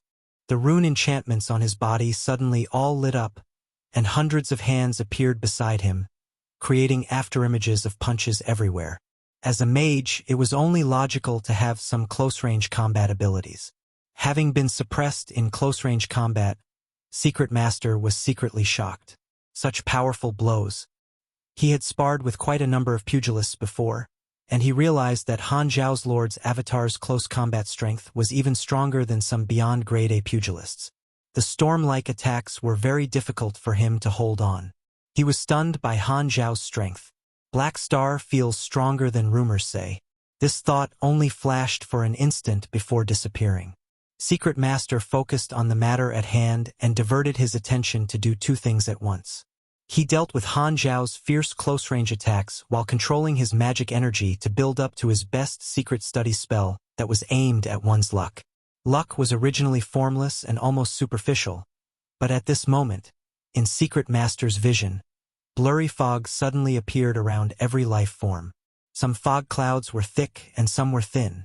This was Secret Master's unique spell. It combined the study of the soul, mind, foresight, fortune-telling, and many more magic fields. He was successfully able to quantify the target's luck.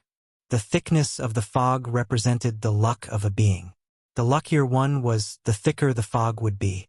Those protagonist-type charters who had luck glows usually had the thickest fog. Let me see how strong your luck is. Secret Master had made up his mind to reduce Han Zhao's luck. When he looked closely, he was completely stupefied. Usually beyond grade as were very lucky people. For them to reach this territory at the top of the universe, there was at least a minimum to how unlucky they could be. Black Star's luck should have been exceptionally strong. He should have been covered in thick fog. However, the real situation was the complete opposite. The fog around Black Star was so thin that it was almost non-existent. Secret Master had observed countless people before, but this was the first time he had ever seen someone this unlucky. He could hardly believe his own eyes. Phoebnovel.com. It doesn't make sense. How can a beyond grade A's luck be this way? How can someone this unlucky become a beyond grade A? Secret Master was completely stunned. Initially, he wanted to damage Black Star's luck, but now that he looked at it, can this guy's luck even be decrease? Secret Master's many unique spells revolved around indirectly dealing large amounts of spiritual damage through decreasing the target's luck, but facing Han Zhao, he realized that his trump card seemed useless. For an instant, he lost concentration and immediately showed flaws mid-combat. Han Zhao did not care about his internal thoughts at all and seized the opportunity. Bang, bang, bang. Lightning-fast punches landed on Secret Master's body quickly, sending in waves of impact. Being badly beaten up, many defensive runes on Secret Master's body shattered. Feeling the pain, Secret Master did not dare let himself get distracted again. He took a defensive stance and held on under Han Zhao's attacks. While the two of them fought intensely, Raven Loudy, who was also included in the range of the Void Prison, felt conflicted. Normally, Raven Loudy would help the dynasty's ally, but now, Black Star was also a competitor who was fighting for the primal chaos mysterious energy. I can only complete the mission and gain a universal treasure if I take the primal chaos mysterious energy back from Han Zhao's hands. After some thought, Raven Loudy made his decision and started to cast spells to cancel out the effects of the Void Prison. Sensing the disturbance, Han Zhao turned around and gave Raven Loudy a death stare. Don't look at me. I'm just executing the dynasty's mission. Raven Loudy noticed Han Zhao's stare and nervously replied. Then, he silently tried to break away from the Void Prison together with Secret Master. The next second, the Void Prison was broken. The space around returned to normal. While the two of them fought, Raven Loudy opened a teleportation gate immediately and disappeared, heading toward the mechanical army, which was escorting the primal chaos mysterious energy away. Seeing this, Secret Master wanted to do the same. However, the Lord's avatar prevented him from doing so. The rest of Han Zhao's machinery had now arrived.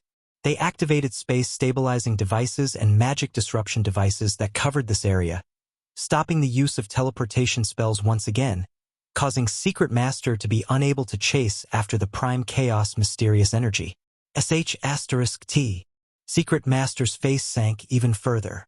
This situation basically meant that he was already eliminated from this competition. Furthermore, Secret Master could see that Black Star actually had a way to stop Raven Loudy too. Only, he purposely let Raven Loudy go but kept him there. He's targeting me specifically. That's too much. Seeing Secret Master's expression, Han Zhao chuckled. You noticed I've let Raven Loudy on purpose? I'm not targeting you but him. He had purposely let Raven Loudy go and given him a chance to chase after his mechanical army because he wanted to make Raven Loudy a target to showcase his fists. Due to the unhappiness last time, Han Zhao wanted to showcase more of his strength to the dynasty, but he did not want the outside world to know he had grown once again, in case the Mechanic Emperor sought him out again.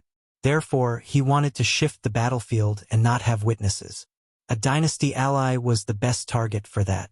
Compared to beating up enemies, beating up teammates seems better when creating a reputation. After all, after getting beaten up, his teammates still had to hide the information of the battle. Although the Lord's avatar stayed to hold Secret Master back, all the apostle weapons were in the escort team. With all that and the mechanical army, it would be strong enough even without him present. Diverting forces and fighting in multiple battles at the same time was the beyond grade A mechanic fighting method. Chapter 1034 Duel. Chapter 1034 Duel. Psyker was scared away by Black Star, Secret Master was held back by the Lord's avatar, and Ravenloudy teleported to chase after the mechanical army. The situation of the battle changed multiple times in a short period. The fleets of the other organizations present became mere onlookers. At this point, these organizations knew full well that the primal chaos mysterious energy would have nothing more to do with them. They were somewhat disappointed but not surprised. A few days back, when they realized that the dynasty and church had interfered in this, they knew that their chances were negligible. However, being able to confirm that the primal chaos mysterious energy had appeared in the Emerald Star Cluster, as well as having the opportunity to watch a battle between many beyond grade as most of them felt it was worth the trip. Although the primal chaos mysterious energy was taken away by Black Star, they did not disperse immediately but took out their snacks to watch the wrestling between Black Star and Secret Master. Only a few organizations who had yet to give up wanted to chase after the primal chaos mysterious energy, but they were stopped by the mechanical army. Looking at the dense psionic barrels, these people could only remain there with resignation. While the Lord's avatar led the mechanical army to fight Secret Master, the dynasty's fleet responded as well and immediately reported Black Star's interference in this battle. This got to the man in charge of this operation, an upper echelon of the dynasty's Hawk faction, Bekarodi. Black Star is there too, and he got it far away in the remote command center inside the dynasty's territory. Bekarodi's eyes opened so wide that they almost popped out. He was shocked and enraged. His Excellency Ravenloudy is already chasing after it. He will probably have a direct conflict with Black Star. What should we do? The fleet's commander asked cautiously. Hearing this, Bekarodi frowned heavily. He was filled with hesitation. He felt that this matter was very difficult to deal with. Black Star was an important ally to the dynasty. Usually, the two sides should avoid conflict as much as possible. However, before this, the dynasty did not know that Black Star would interfere with this, which made Bekarodi rather worried. With the dynasty's control of the Flickering world, somehow they did not notice that Black Star had sent a team out to that place. This showed that the Black Star army had secretly built quite a number of things in the Flickering world by making use of the dynasty's support. Bekarodi felt that in situations like this, Black Star should be the one to take a step back first. However, Black Star clearly saw that the dynasty was involved, yet he still took part in the battle. To Bekarodi, this was Black Star not giving the dynasty's face, which made a Hawk faction upper echelon like him rather unhappy. Undoubtedly, he felt that the situation was all Black Star's fault, so he was in a dilemma. Should he continue the operation while taking the risk of offending Black Star or back off and give up the plan? Sir, should we contact the ruler? While pondering, his subordinate's voice pulled Bekarodi out of his train of thought. He paused, then said with a deep voice, "Don't notify the ruler yet. Contact Black Star first. I'll talk to him." He knew that Ernrel liked Black Star, so he did not want to notify her. He could only control the mission if he dealt with it himself. The command center called up Black Star's number. It rang 3 times before it was picked up. Han Zhao's face appeared on the screen with a meaningful smile. "Not bad. Not bad. You contacted me earlier than I expected." Bekarodi's eyes twitched. He suppressed his anger, forced out a smile, and said, "Black Star.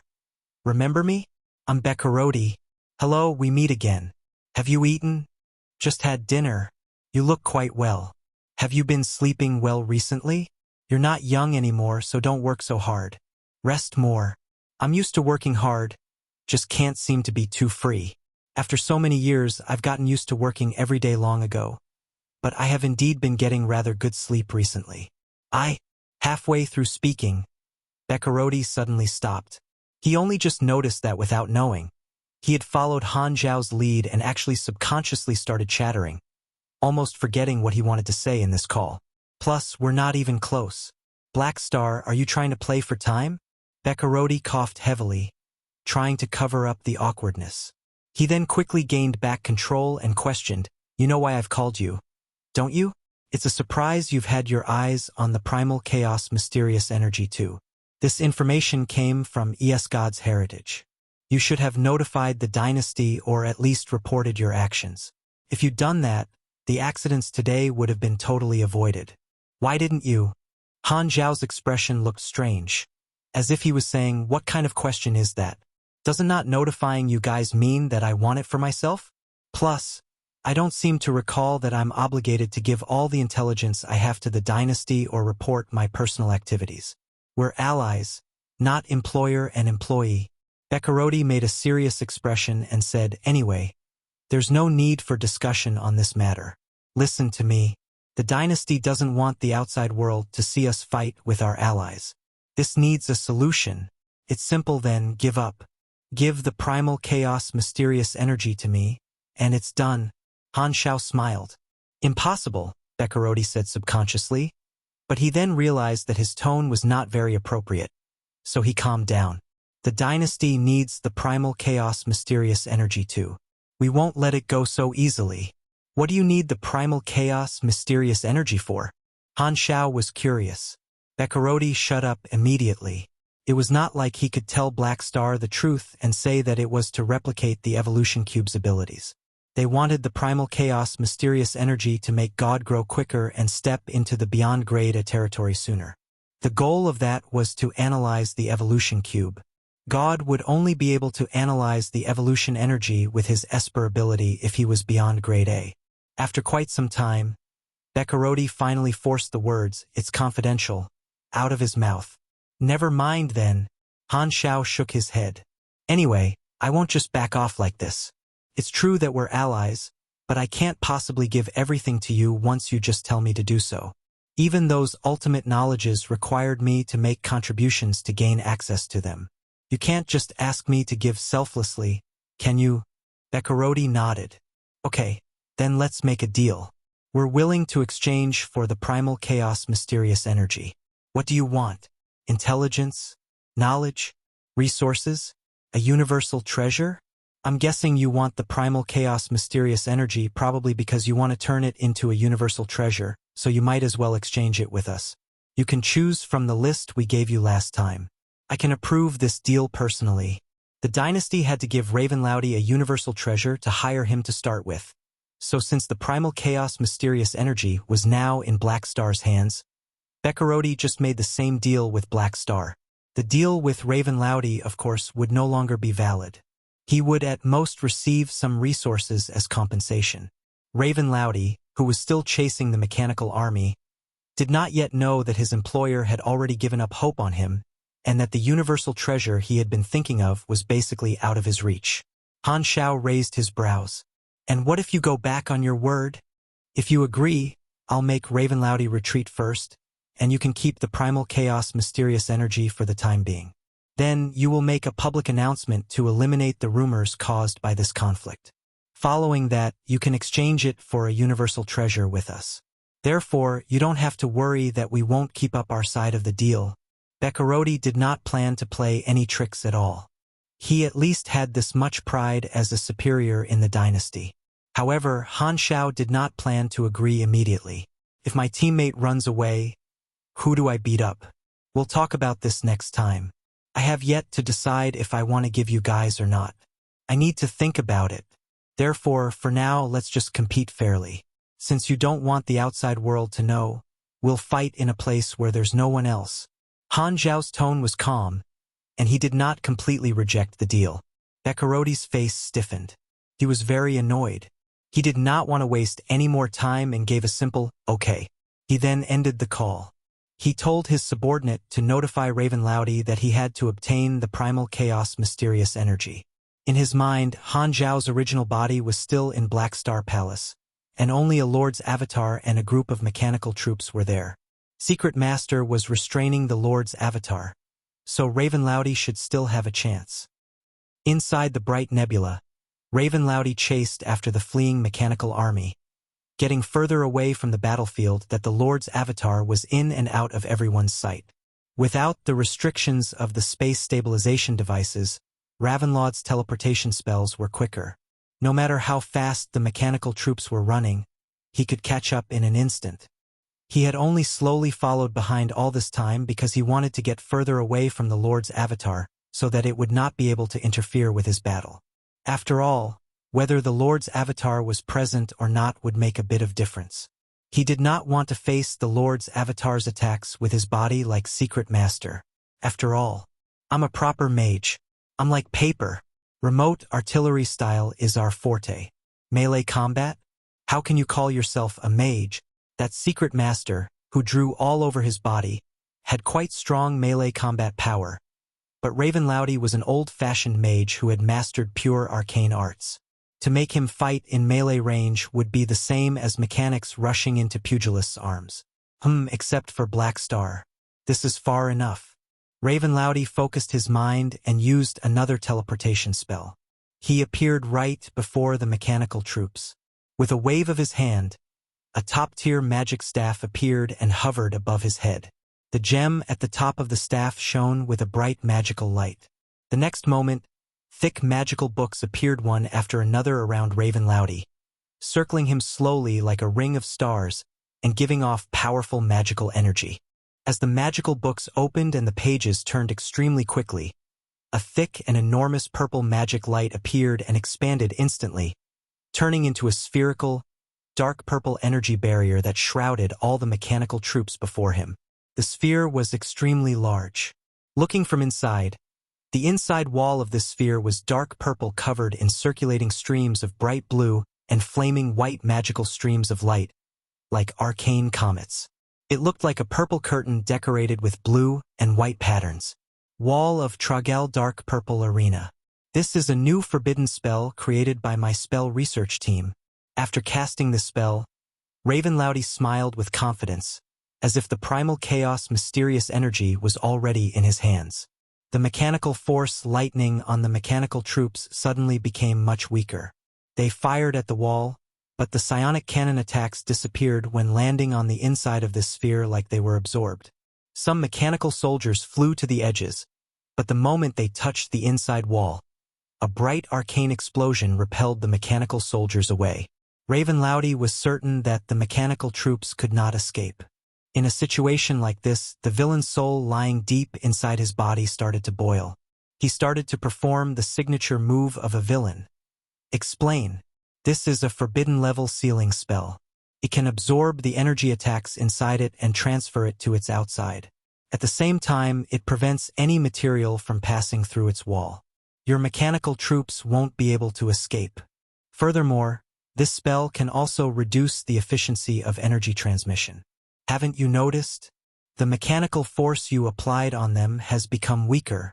He was having a good time talking, but the mechanical troops ignored him and continued to physically attack the inside wall, getting repelled away time after time.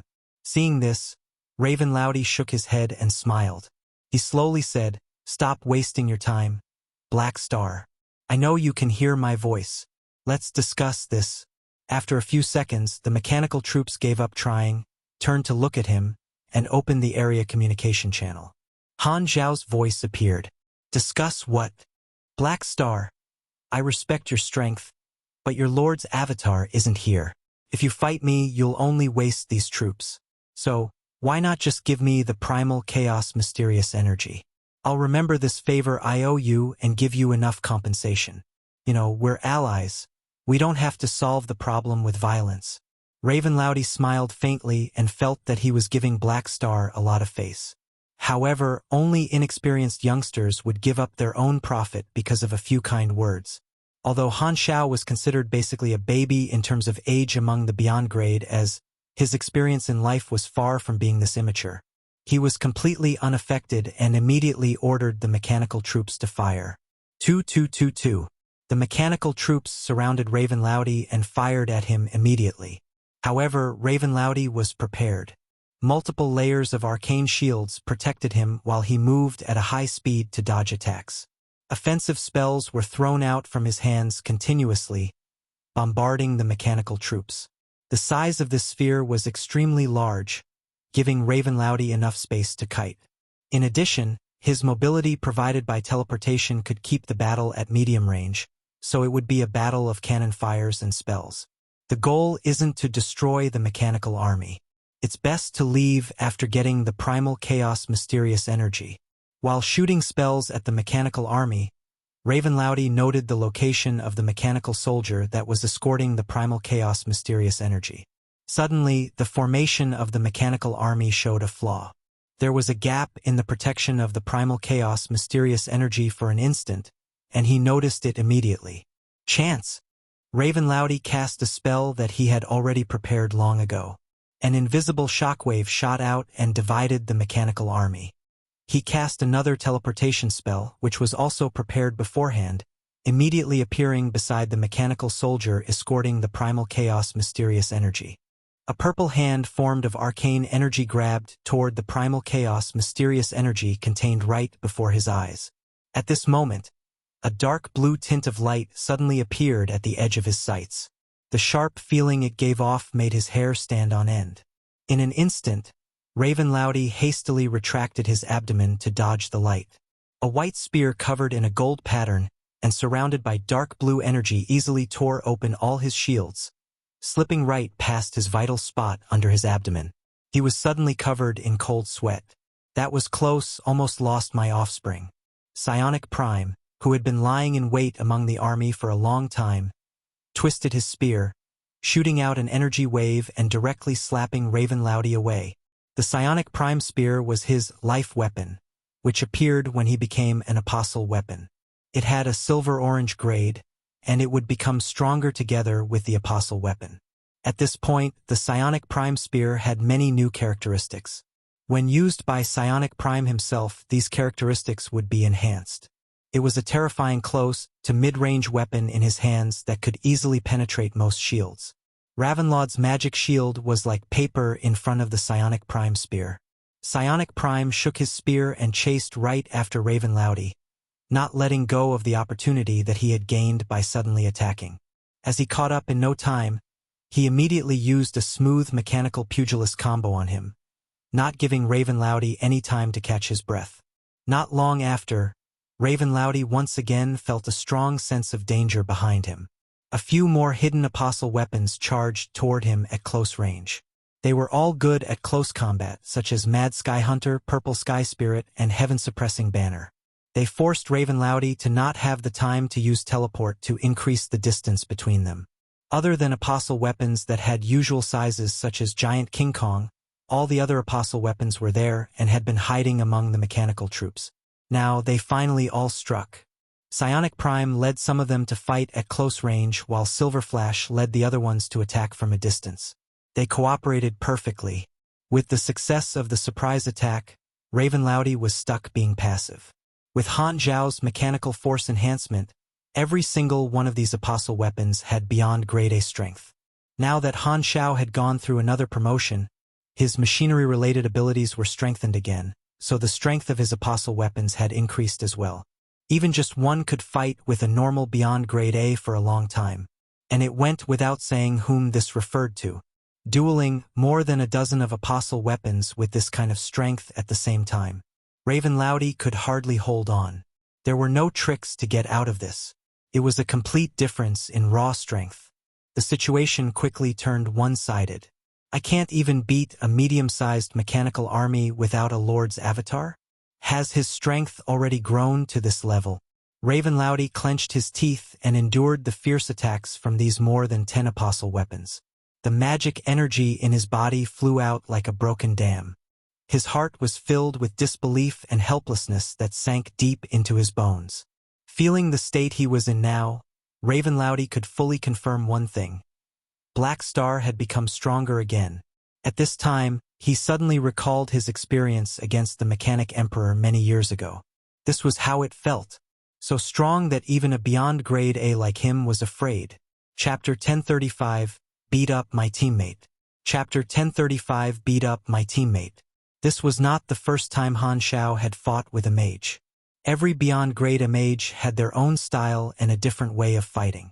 Raven Loudy was one of the ancient ones. Although, due to his limited potential, he had already reached the top of his strength and would not be able to become a peak beyond grade A. In his long life, he had learned countless spells. The Arcane Institute under his command was an organization used to study and invent new spells for him. In this fight, he had showcased his extremely broad knowledge in the study of magic. As an ancient one as well, Dragon King Milizau's style had very clear differences. Milizau's focused on the powerful dragon magic spells, fighting with raw strength in a straightforward style, while Raven Loudy had endless spells to swiftly deal with all kinds of situations. Every beyond grade A had their specialty. Facing such a disadvantageous situation, although Raven Loudy was suppressed by the apostle weapons, he gradually used his ever-changing spell combos to give himself some breathing space, which was followed up by a combo he had prepared for a very long time. With a flash of the gem on his staff, silk-like rings made of runes appeared around him. Purple arcane energy started spinning and quickly expanded into a tornado. The violent energy blew the nearby apostle weapons away, creating a short opportunity to cast more spells. Raven Loudy was in the storm eye. With the change of his hand sign, the arcane storm swiftly condensed into thousands of magic arrows hovering around him. The highly concentrated arcane energy almost looked solid, as if they had turned into transparent purple crystals. Secret ability: Arcane Nova Arrow Rain. The purple crystal-like arrows shot out in all directions into the mechanical army, causing clusters of bright purple arcane energy explosions. Boom, boom, boom, boom. Impact wave rippled and expanded, blowing away tons of mechanical soldiers. At the same time, the vibration of magic particles caused many mechanical soldiers to become immobilized. This ability had both damage and control effects in a large range. Raven Loudy did not stop there. He waved his hand. A magic book suddenly appeared and flipped open. All of its shining pages danced and turned into a circular turning light belt, creating a white secondary dimension entrance that expanded rapidly behind him. The entrance was expanding to several thousand meters wide. An enormous quadrangle tower tip that looked like it was made of crystal extended out from the tunnel, slowly showing its full appearance. It was clearly a magnificent magic building. High-grade arcane spell. Mage Pagoda summoning. He's summoning his Mage Pagoda. Stop him. Psionic Prime's eyes flickered. He stopped himself from being blown away and charged forward once again. The Mage Pagoda was the core equipment of high-level mages. A mage with and without the Mage Pagoda would be on two completely different levels. A mage would only reach full strength when fighting alongside the Mage Pagoda. For example, Austin's Palace of Hidden Spells was a gold-grade Mage Pagoda, which not only gave him extremely powerful enhancements but also exceptional mobility. The cost of Mage Pagodas that could be stored in a secondary dimension and summoned anytime was extremely expensive. Usually, when a mage summoned their Mage Pagoda, it meant that they had decided to stand their ground and fight on that spot. This was because most Mage Pagodas did not have as strong teleportation powers as the Palace of Hidden Spells. A Mage Pagoda was a trump card. Since it had been summoned, it meant that Raven Loudy was no longer holding back. He was going all out. Black Star, you're indeed stronger than me. But it won't be that easy to defeat me. Raven Loudy bit his lip. His pride as a beyond grade A was harmed, and his will to fight was flaming. The mechanical army immediately activated the space stabilization device. However, inside the dark purple arena, the thick magic energy weakened its effects. Raven Loudy was also doing all he could to keep the summoning portal stable. The Mage Pagoda extended out bit by bit. Silver Flash and the mechanical army shifted the target of the long-range attacks to the Mage Pagoda. Large defensive runes appeared on the Mage Pagoda to protect it, like a translucent purple light energy shield. It stopped the bombardment and vibrated non-stop as explosions and sparks erupted on its surface. Raven Loudy used his magic energy at maximum capacity. Dark purple light glowed from his body. In the process of summoning the Mage Pagoda, his mobility would be reduced tremendously. The thick layers of arcane shields protected his casting from being interrupted. Suddenly, the space behind him rippled. Mad Sky Hunter, who had a short-distance teleportation ability, teleported right inside the shields. With his sharp blades and teeth, he pounced right at Raven Loudy. In the blink of an eye, Raven Loudy hastily turned his body, and Mad Sky Hunter slid past. The arcane energy slapped Mad Sky Hunter away. He then looked down. His ribs and the side of his leg were slashed right open with deep wounds. He could see his flesh moving inside, trying to close the wounds. Before he could do anything else, Psionic Prime appeared. His spear stabbed forward as fast as a meteor, leaving only afterimages behind. The Psionic Prime spear's ability to penetrate shields was a major counter to him. The summoning was near its end. In order to block this attack, he had to cast spells and stop the summoning. Raven Loudy clenched his teeth and decided to just not dodge it. He had to summon the Mage Pagoda even at the price of being injured. Whoosh! As usual, the shield was penetrated with ease, and the spear stabbed right into Ravenlaud's chest. The taste of blood gushed up his throat. Raven Loudy ignored it and completed the last part of the summoning spell. Descend! Boom! The entire Mage Pagoda was finally summoned. It released an extremely powerful magic energy impact wave that stirred up a tornado, blowing all the mechanical soldiers away onto the inside wall of the dark purple arena, including the apostle weapons, damaging them twice. This was a tall crystal tower. Its base was an enormous disc. Overall, it looked like an enlarged chess piece. Colorful magic streams flowed within the crystal, and countless runes and magic arrays formed a slowly spinning sphere-shaped barrier that shrouded the Mage Pagoda. Raven Loudy coughed a few times, casually created a light green healing magical sphere, and stuffed it into the penetrating wound made by Psionic Prime to stop the bleeding. Then he flew into the Mage Pagoda, connecting his own magic energy with the energy core of the Mage Pagoda. Only then were they fully linked. The next second, rows of black holes appeared at the bottom of the Mage Pagoda. Tons of magic puppets and colossi swarmed out. Right after, teleportation tunnels appeared all around, and countless monsters were summoned, charging toward the mechanical army. Psionic Prime swung and spun the spear in his hands, shooting out waves of light, easily slashing the colossi and monsters in his way in half, creating empty areas in the pile of enemies. At this time, Ravenlaud's voice sounded in the entire arena like thunder. Since you desire battle, enjoy it to the end. Come, Black Star, a beyond grade A mage at full performance. I can't disappoint the Lord's trust.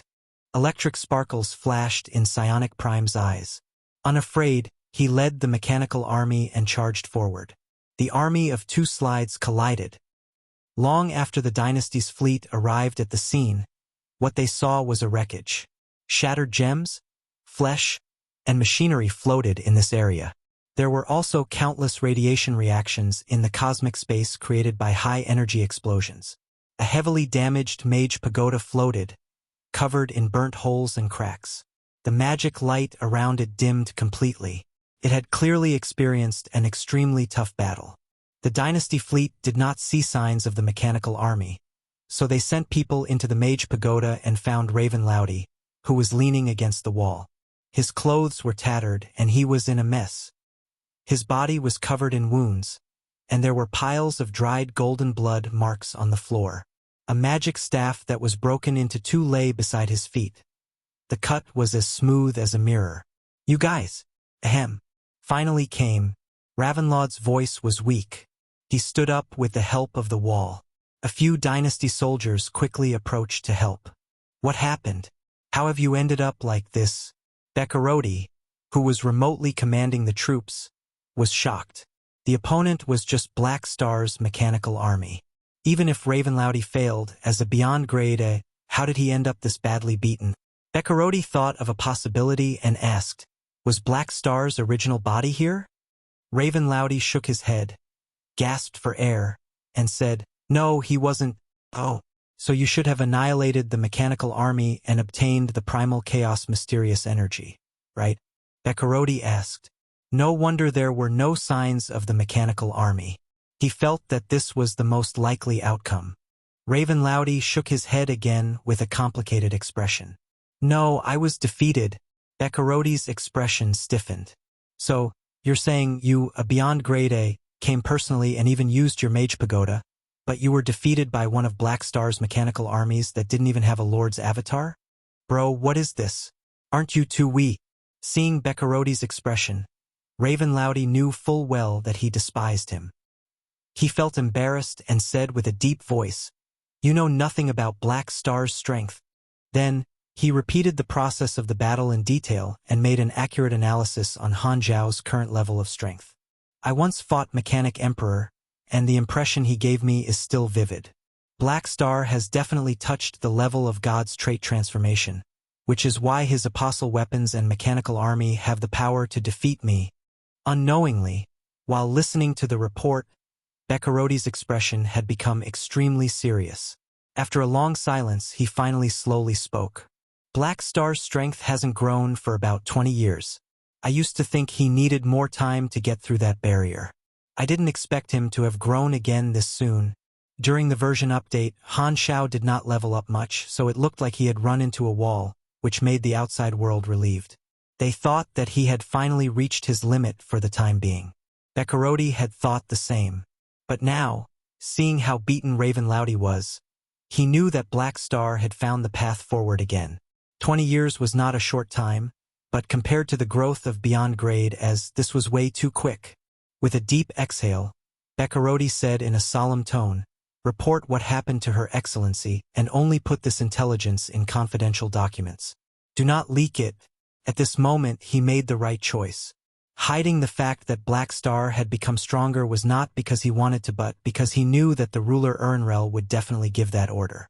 Although Bekaroti did not like Black Star, he knew that hiding the strength of the dynasty's allies was beneficial for the dynasty. Even though his precious primal chaos mysterious energy had been snatched away, he still had to suck it up and clean up after Black Star. Retreat. With resignation, Bekaroti ended the operation. "Our deal." Raven Loudy spoke and hinted at the mess with his eyes. His meaning was clear. "I gave my all. At least compensate me for it. The dynasty will compensate you for the repair fees of your mage pagoda and your colossi. As for the universal treasure, sorry you did not complete the mission, so I can't give it to you. Those are the rules," Bekaroti said with a poker face. He did not want to speak of this matter anymore and ended the communication. Raven Loudy clenched his teeth with anger. Not only was his mage pagoda broken, but his colossuses were also all destroyed, and he was beaten up. Plus, the universal treasure that he had been looking forward to was gone as well. It was a complete loss. Raven Loudy rubbed his face. "I took this heavy beating for nothing. Black Star, you asterisk shoal. We're allies, but you really didn't hold back. Remember this? I'll get you back for this one day. The tyrant was bullied by Black Star before. I'll go find him." He was only angry because he was beaten up by Han Xiao. As for losing the universal treasure, he did not blame Han Xiao for it. Without Black Star, Secret Master would most likely have gotten it. He was still sensible in this respect. "But I'm still so angry." Back at the initial battlefield, the Lord's Avatar and the mechanical army were still fighting intensely with Secret Master. Frueval.com. At this time, the Lord's Avatar suddenly paused. The army stopped firing and backed away. Secret Master frowned. He held the magic axe in his hands and did not throw it out. "Why did you stop?" Han Xiao waved his hand. "I've got it. There's no need to fight anymore. But if you still are not satisfied, I can continue accompanying you." Secret Master went silent. He had already been stalled for way too long. He had lost track of the primal chaos mysterious energy long ago, so there would be no way to chase after it. He initially wanted to teach Han Xiao a lesson with his secret luck spell, but this guy turned out to be the unluckiest person he had ever seen. His luck could not have been any worse. According to any fortune-telling, he should have died young. Therefore, technically, he should have died long ago, but he became someone this powerful and strong. To be honest, Secret Master actually felt a little respect for Han Xiao. To be able to come this far with such a tragic fate, he had to give him his respect. Since anything related to luck was useless to Black Star, Secret Master could only put up with it. After all, even if he tore the Lord's Avatar apart, it would not cause too much damage to Black Star. Not to mention the fact that he could not even tear it apart. You've won today. Secret Master gave Han Shao a meaningful look. He then sent a voice message with mind energy to Han Shao alone. Since you're unlucky to a pitiful level, I'll give you a heads up. Garuten might be plotting something against you. Han Shao was stunned for a moment. You're warning me? Are you this kind-hearted? Humph. Secret Master did not reply. He turned around and returned to his spaceship, departing with his fleet. Watching Secret Master leave, Han Shao thought those words. Han Shao remembered that both Secret Master and Garuten were protectors of the Galactic black market, so they should be in the same faction. He had destroyed Secret Master's plan to get the primal chaos mysterious energy, yet he had warned him and sold Garuten out. Looks like there are internal conflicts between the protectors of the Galactic black market too. Could it be that the fewer the protectors, the more profit each one gets? Han Shao pondered. As the battle between the two of them ended, the rubbernecking organizations also scattered. To most organizations, although they did not gain anything, they had taken part in a major event, so it was worth it. With first-hand information, they would have plenty of chances to brag about it in the future. The Moto civilization, however, became the biggest loser of this incident. They did not even touch the tip of the primal chaos mysterious energy, and more than 80% of their calamity-grade elites had died for it. What a tragedy! Han Shao expressed his sympathy. As the fight for the primal chaos mysterious energy came to an end and all the irrelevant people left, he could finally take a look at this treasure. Chapter 1036. Buy one get one free. Chapter 1036. Buy one get one free? A mechanical army had just arrived at a desolate planet outside the star zone through hyperdrive. A white desert with no end in sight covered the planet. Psionic Prime led the others and slowly landed on the ground. There was a small black dot hovering 1 meter above ground. It was a divine mechanical throne. Han Zhao's original body sat right on it with his eyes closed, focused on controlling the Lord's avatar and the remote troops. Blue-gold lightning sparked around his body and disappeared when more than a meter away from him, entering into the quantum infinite distance transmission channel to enhance his troops afar. The army stepped onto the ground, and Han Shao opened his eyes at the same time. Welcome back. Lord, we have not failed you. Psionic Prime walked at the front. He stamped the spear onto the ground, took out the magical container that sealed the Psionic Prime spear, and offered it up with both hands. Han Shao looked over. Inside the translucent crystal ball was the primal chaos mysterious energy that was sealed, shrunk countless times. It was like red fog that kept changing its shape. Well done. Han Shao grabbed the magic ball and toyed with it a bit. He then looked at the troops before him. This army had battled Raven Loudy and his peak strength. Their victory did not come easy. Tons of normal troops had been destroyed. Almost every mechanical soldier had wounds on their body, and the exterior armor of many of them had cracked open, showing their insides that were flickering with electric sparks. Among the 10 or so apostle weapons, for were paralyzed by Raven Loudy and brought before Han Shao by the others, lying on the ground and unable to move. Han Shao had to repair them himself for them to recover. Apostle weapons had the ability to repair themselves, but there was a limit. Once the damage they suffered exceeded a certain extent, or their Tinder energy lowered beyond the warning line, they would enter a paralyzed or hibernation state. These 4 apostle weapons were all melee combat soldiers. Although they did not die at Ravenlaud's hands, they had taken tons of damage. You've done a good job. Han Shao nodded. He raised his palm. 4 silvery white nanoparticles flew out and fused into these 4 apostle weapons. Their bodies shivered, and their exterior damage started to slowly recover. Leave them like this for the time being. I'll have to give them a full repair inside the secondary dimension factory for them to fully recover. Han Shao then stared at Psionic Prime and smiled. So, have you anything learned? Psionic Prime nodded. Our neurons and memory storage collected all the combat data. The database for fighting with Beyond Grade as has new examples and is more comprehensive. The next time we fight with Raven Loudy or another Beyond Grade A mage, we'll be able to design more targeted strategies to decrease damage incurred and increase efficiency. Apostle weapons were all mechanical lives with growth potential. Their learning ability was very powerful. The fighting process with all kinds of strong opponents would become part of the Apostle weapons combat experience that would make them stronger, or even acquire special combat techniques. Very good. This is the first time you guys have defeated a Beyond Grade A at his fullest without the help of a Lord's avatar. I'm very satisfied with the results. Han Shao gave them a few compliments. Then, he let the machinery set up space stabilization traps and shattered the magic ball with his hand. Ravenloudy had only just sealed the primal chaos mysterious energy when it was snatched away by Secret Master. So there was no time to set any magic arrays or whatnot. Brute force was all it took to break the container. Nonetheless, only Beyond Grade as would be able to break something like this so easily. Calamity grades would not be able to. Kacha! The crystal magic ball exploded and turned to dust. Boom! The moment the primal chaos mysterious energy came out from the ball, it instantly expanded and wanted to escape to the secondary dimension. However, the mechanical army had set up the trap so it could not escape.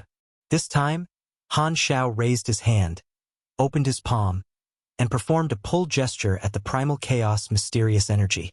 Whoosh! A powerful absorption force erupted from his hand.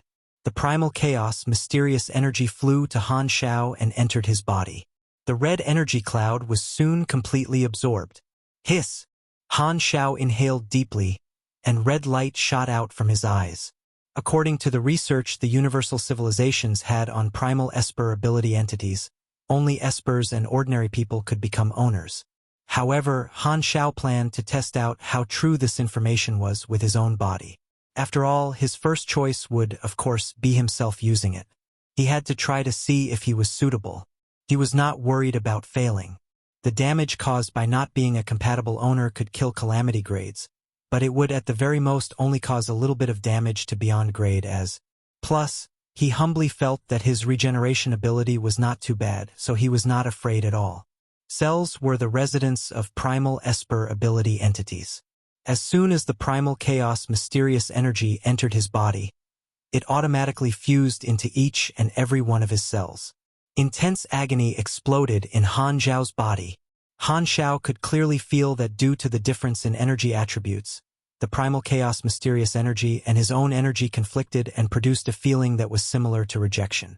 The more primal chaos mysterious energy his cells absorbed, the more intense the pain became. However, compared to the pain he went through during promotions, this was child's play. Han Shao frowned slightly, opened the status bar in the interface, and looked at it. Your body has been invaded by a primal Esper ability entity. Due to repelling energy attributes, you're receiving 30,000 to 50,000 erosive damage every second. You have entered the cell suppression, energy conflict type, state. Due to energy erosion, the cells that provide you energy are suppressed. Minus 30% health, energy, and stamina recovery efficiency. You have entered the slightly weakened state. The energy erosion has made your body weak. Minus 15% all attributes. Minus 15% maximum health and energy. You need to use extra energy to suppress the primal Esper ability entity. Your maximum energy has been reduced by 40% temporarily. Huh. That's a ton of debuffs. Han Zhao's mouth twitched. His original plan was that even if he turned out to be unsuitable, he could try to forcefully endure the load brought by the primal chaos mysterious energy with his regeneration ability, so he would be able to use the primal chaos mysterious energy. However, when he saw all these debuffs, he knew that this would not work. Looks like I won't be able to become the owner. Han Shao shook his head. The energy in his body vibrated and immediately pushed out the primal chaos mysterious energy, which made him feel refreshed instantly. All the debuffs from earlier disappeared. Before the primal chaos mysterious energy could do anything, Han Shao took out a containing device for energy entities that had the appearance of a 70-centimeter long pipe. This middle was yellow nanoglass. Without saying a word, he contained the primal chaos mysterious energy once again. Seeing the mini primal chaos mysterious energy inside bashing left and right but not able to pass through the specially made energy restraining field, Han Shao shook the pipe and made the primal chaos mysterious energy roll over a few times. He chuckled. Although I can't become the owner with my technology, it won't be hard to make use of the primal chaos mysterious energy. Mages conceal it in a special colossus and turn it into a fighting puppet.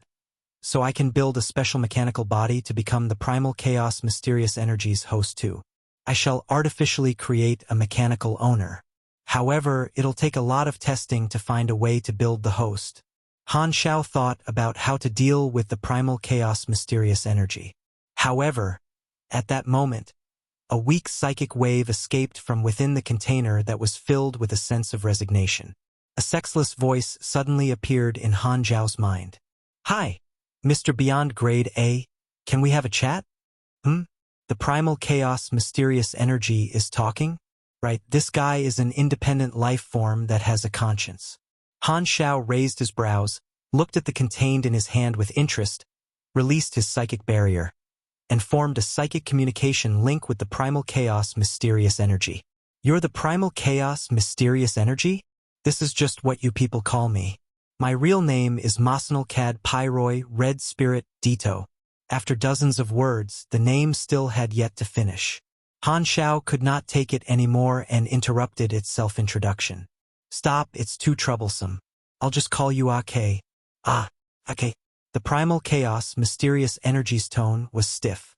Probably had never heard such a nice nickname before. "Don't mind the details.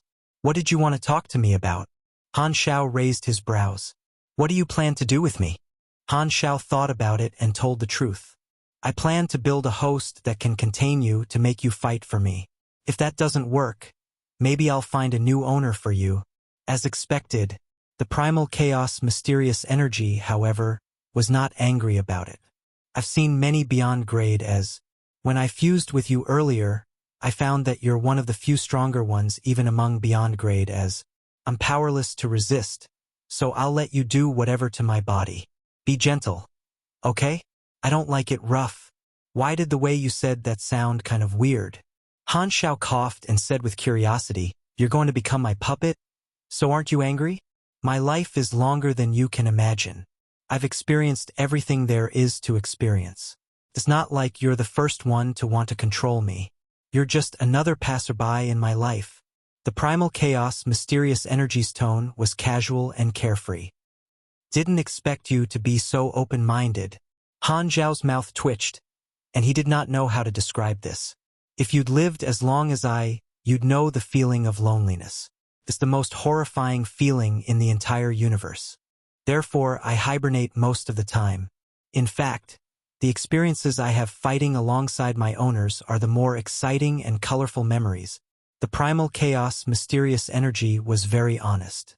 As an ancient primal chaos mysterious energy that spent most of its time sleeping, he had no need to hide his real thoughts. Han Xiao suddenly thought of what had happened to Evans not long ago and asked, "So, you actually are eager to find an owner?" "During my hibernation, I let my subbodies find compatible candidates everywhere, and when the day comes that I'm interested in it, I'll find an owner to start a new adventure." Han Zhao's cheeks twitched. What's going on with the world? Even Esper abilities look for spare tires. Tui. Bad Esper ability. However, this explained what had happened to Evans. It was a story of a side chick becoming the main chick. There are way too many things wrong with this. "You're so cooperative now, so why did you try to escape just now?" "I like to be on the controlling side, but I can still enjoy being on the passive side," the primal chaos mysterious energy replied. Han Xiao rolled his eyes. "So, basically, it's because you have no choice but to cooperate because..." He initially thought that the primal chaos mysterious energy would resist and fight to its death, but to his surprise, the truth was so refreshing and novel. However, it made sense when he thought about it. For an energy entity that had lived this long, few things probably mattered. It definitely resisted when it was caught the first time, but once one let that bottom line be crossed, one would start to fall into an endless abyss. Han Xiao somewhat understood why the primal chaos mysterious energy was like this. It was ancient indeed, but without enough strength. How ancient it was did not matter. As someone once said, if you cannot fight it, enjoy it. As time passed on, the primal chaos mysterious energy slowly developed this personality of not caring about anything. This time, The primal chaos mysterious energy actively started a new conversation and asked, "It's been so long since I awakened. What's the situation in the universe now? What major events have happened in the past years? Who are you? Tell me, tell me. Since you're so cooperative, I'll tell you." Han Xiao shook his head. Through the psychic link, he quickly transmitted tons of data to the primal chaos mysterious energy. The primal chaos mysterious energy sensed the data joyfully. "Looks like while I was asleep, quite a number of big things have happened in the universe. I recall that when I fell asleep, the beyond grade as were not the ones existing now, and there were not this many of them. So, how long did you sleep for?" Han Xiao asked. "Hundreds of years? 1,000 years? Sai, why would I remember that? Time is meaningless to me." The primal chaos mysterious energy sighed and said in a fond, reminiscent tone, "Before the birth of beyond grade as us primal esper ability entities still existed. Not to toot my own horn, but think about it. In the era when individual powers had yet to reach the beyond grade realm, we represented peak strength. Countless people yearned for our power. Our era only ended when beyond grade as appeared. Primal esper ability entities were extremely ancient. They definitely had a glorious history in the distant past. They might even have been the protagonists of some era. This seemed to be a group of people with quite a lot of stories to tell." Han Xiao suddenly thought of something. "Then, do you know where the other primal esper ability entities are? So much time has passed. I lost track of where they went long ago." This time, primal chaos mysterious energy paused. He then suddenly changed his tone, which became motivated and energetic. "However, I might know where one guy is. If you're interested, I can help you capture him." "Why are you suddenly so excited?" Han Xiao responded doubtfully. "Could it be that you like to beat up your teammates too? Truthfully, that guy is my arch-enemy. I've never liked him. We fought every day long ago, and countless owners died. If you're interested, I'm very willing to help," the primal chaos mysterious energy said with anticipation. Han Xiao was a little surprised to hear this. Not only did he capture the primal chaos mysterious energy, but he now got a surprise gift. Buy one get one free? Damn, I didn't even bring fight in here.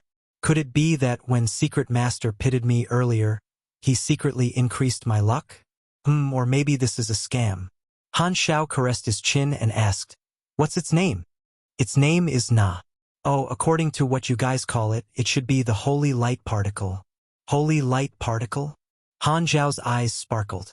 This was a familiar name too. In his previous life, it served the same host as the primal chaos mysterious energy. It was Evan's second esper ability. As a crucial character in the ES God storyline, Evans had quite a number of protagonist-type opportunities. The primal chaos mysterious energy wanted him to help it take back the part of its body that ES God had taken away. So it helped Evans become stronger at all costs. It probably had told him about the Holy Light Particle like it did Han Xiao. Evans, however, had a very unique body, which shockingly happened to be compatible with the Holy Light Particle too. The two primal esper ability entities somehow achieved an agreement, let go of their past beef, and decided to share their owner.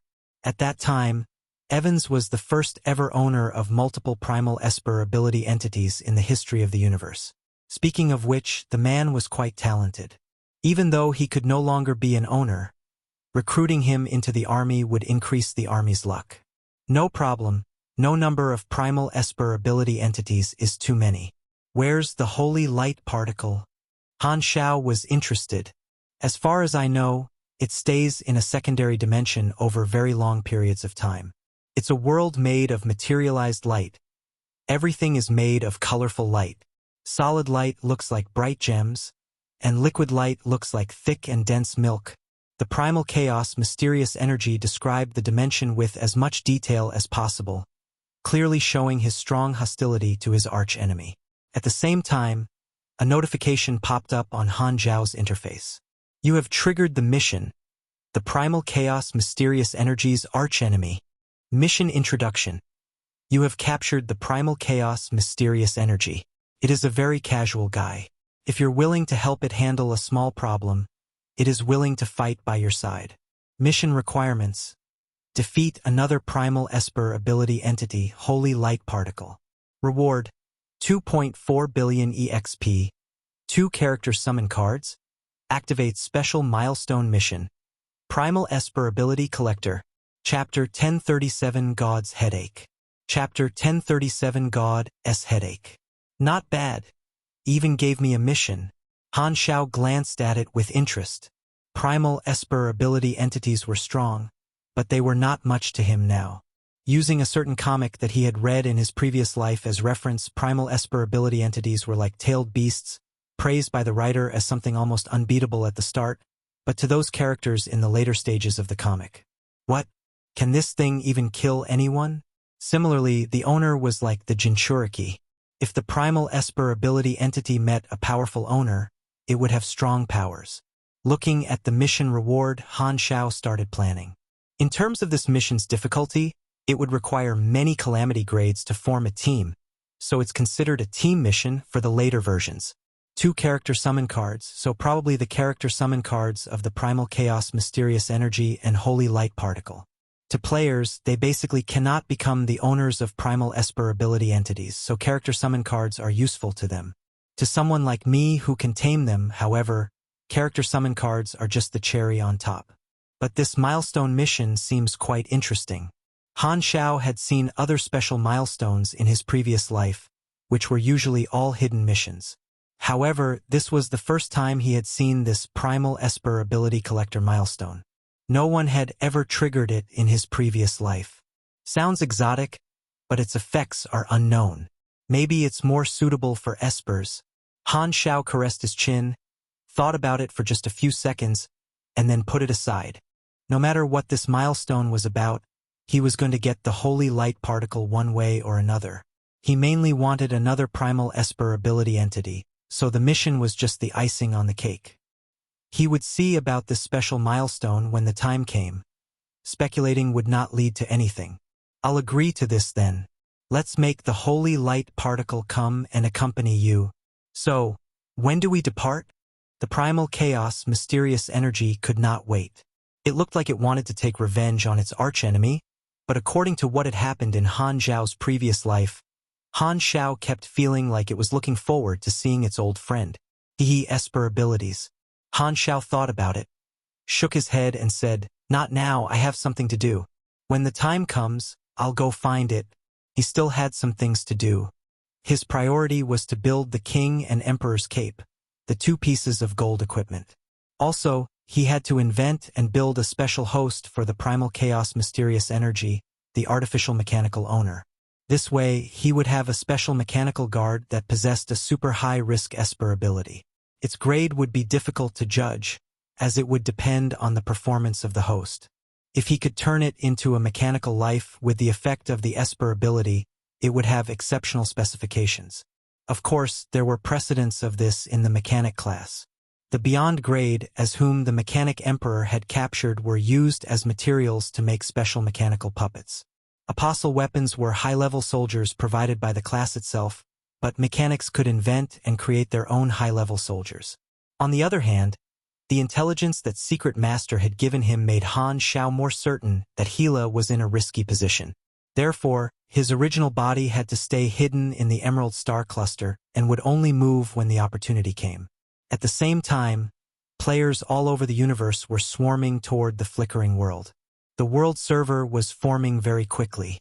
According to Han Zhao's knowledge about the players, although he was having a great time harvesting leaks, due to how much the army players stood out, they might become the target of the players from the other factions. He had to stay there and see the direction of things. Due to the existence of the Black Star Army, the players in the Flickering world would, of course, take different actions compared to his previous life. Hence, he had to improvise and adapt. Compared to the importance of these things, capturing the Holy Light Particle would have to be postponed. Not to mention the fact that he had to travel to a secondary dimension to carry out this mission, as well as find out which secondary dimension the Holy Light Particle was in. Alright, I'll wait. The Primal Chaos Mysterious Energy did not mind. It was not in a hurry. It understood that Black Star was its master, not an owner or tool like those before. The only thing it was sad about was that it might be sealed in a lifeless mechanical body and not be able to communicate with anyone, which would be a lot less fun than playing with its owner. Sigh. I only found a perfect compatible owner not long ago. Sadly, I won't be able to enter him. Han Shao cut off the psionic link, put the primal chaos mysterious energy into his pocket, and stood up. He stowed the divine mechanical throne away, summoned his ride, and headed back with Psionic Prime and the others. As dust settled around the ownership of the primal chaos mysterious energy, all the participants who retreated did not keep it a secret. They quickly posted the recording of the event, which became the top news in just a few hours. The primal chaos mysterious energy appeared, fell into Black Star's hands. The changes in the flickering world affected the entire universe. The news about the primal chaos mysterious energy appearing in the free competition zone and falling into Black Star's hands quickly spread across the various star fields. The Galactic residents did not know much about primal esperability entities, but the super high-risk esperability list was famous. Furthermore, the news mentioned the two popular terms, Flickering World and Black Star. There was even the recording of the battle venue. Hence, this news becoming a hot topic at countless dinner tables was not uncommon. A few hours after this news, the production company of Wayne Cards made an announcement, expressing that they would be making the new Primal Chaos Mysterious Energy card and potentially adding it to the Black Star Army's faction card set. Furthermore, they would be considering introducing the Primal Esper Ability Entity set card. The way they rode the hype train was astonishing. The players who liked to surf the internet saw this news too. While shocked, they learned the new concept of Primal Esper Ability Entities. However, the popularity of this news mainly revolved around the Primal Chaos Mysterious Energy. Black Star had done way too many astonishing things. Compared to the major events in the past, this was not that big a deal. The countless galactic residents and players were used to it. We knew how incredible Black Star is long ago. This is just a basic occurrence, so sit down. At a certain military base of the dynasty, in a very crowded and noisy bar that was filled with loud laughter and cheers, the atmosphere was joyous. All the guests there were soldiers and officers wearing the dynasty's uniform. This military base mainly functioned as a training ground. Many dynasty soldiers accepted training there. As it was a half-closed base, it had internal entertainment venues, mainly bars. In the current era, the civilizations would not be too strict with the super soldiers. They had quite good privileges and benefits. Even when training in an isolated base, they could still enjoy life to a certain extent. Many super key training camps were training there too, which consisted of those who were on the list of people the dynasty wanted to focus on training. God was one of them. A group of key training students were sitting at the bar. They were all calamity grades. They drank joyfully and chattered with each other. God was among them. He held his glass with a calm smile on his face, occasionally saying a few words, looking like he was quite sociable. It was a friendly atmosphere. He got the most attention among all the training students. The Esper ability he possessed had an extremely bright future. Hence, he had always been famous in the training camp. Someone shook his head and said with a smile, "Among us, the one who has the highest chance of breaking through the beyond grade limit is you, God. It's so hard to compete. Maybe we will all become your subordinates in the future. We'll need you to take care of us then. By the way, if you become a beyond grade A, what position do you plan to take on? You probably won't make it as the ruler's guard, and the dynasty most likely won't send you out, so you'll probably be the commander of a certain army," someone else said. "It's whatever for me," God smiled. His identity would be a direct beyond grade A of the dynasty, so his development direction would be different from the allies. He could be a part of the dynasty's core authority like Claudia. Someone laughed and jokingly said, "According to past conventions, we'll likely join your team. Sai, we might as well cheer for our future boss. You're not going anywhere today before you get drunk." God smiled and accepted the passion of his comrades. While the atmosphere was exciting, God suddenly caught a glimpse of the news that was playing on the virtual screen on the bar's wall. His face quickly stiffened, and his smile disappeared. His abnormal response surprised his comrades. They looked over following his sight and saw that the screen was playing the news about the primal chaos mysterious energy being snatched away by Black Star. Yo! Black Star did something again. Incredible. No wonder he's the next pillar the dynasty has chosen. A few years ago, when I accepted the changes of the evolution cube, I met him up close and almost could not stop myself from wanting to ask him for an autograph. Luckily, he's the dynasty's ally instead of the Federation or the Church. It's a blessing for the dynasty. The others could not help but start chatting about this topic. Everyone there admired the strong.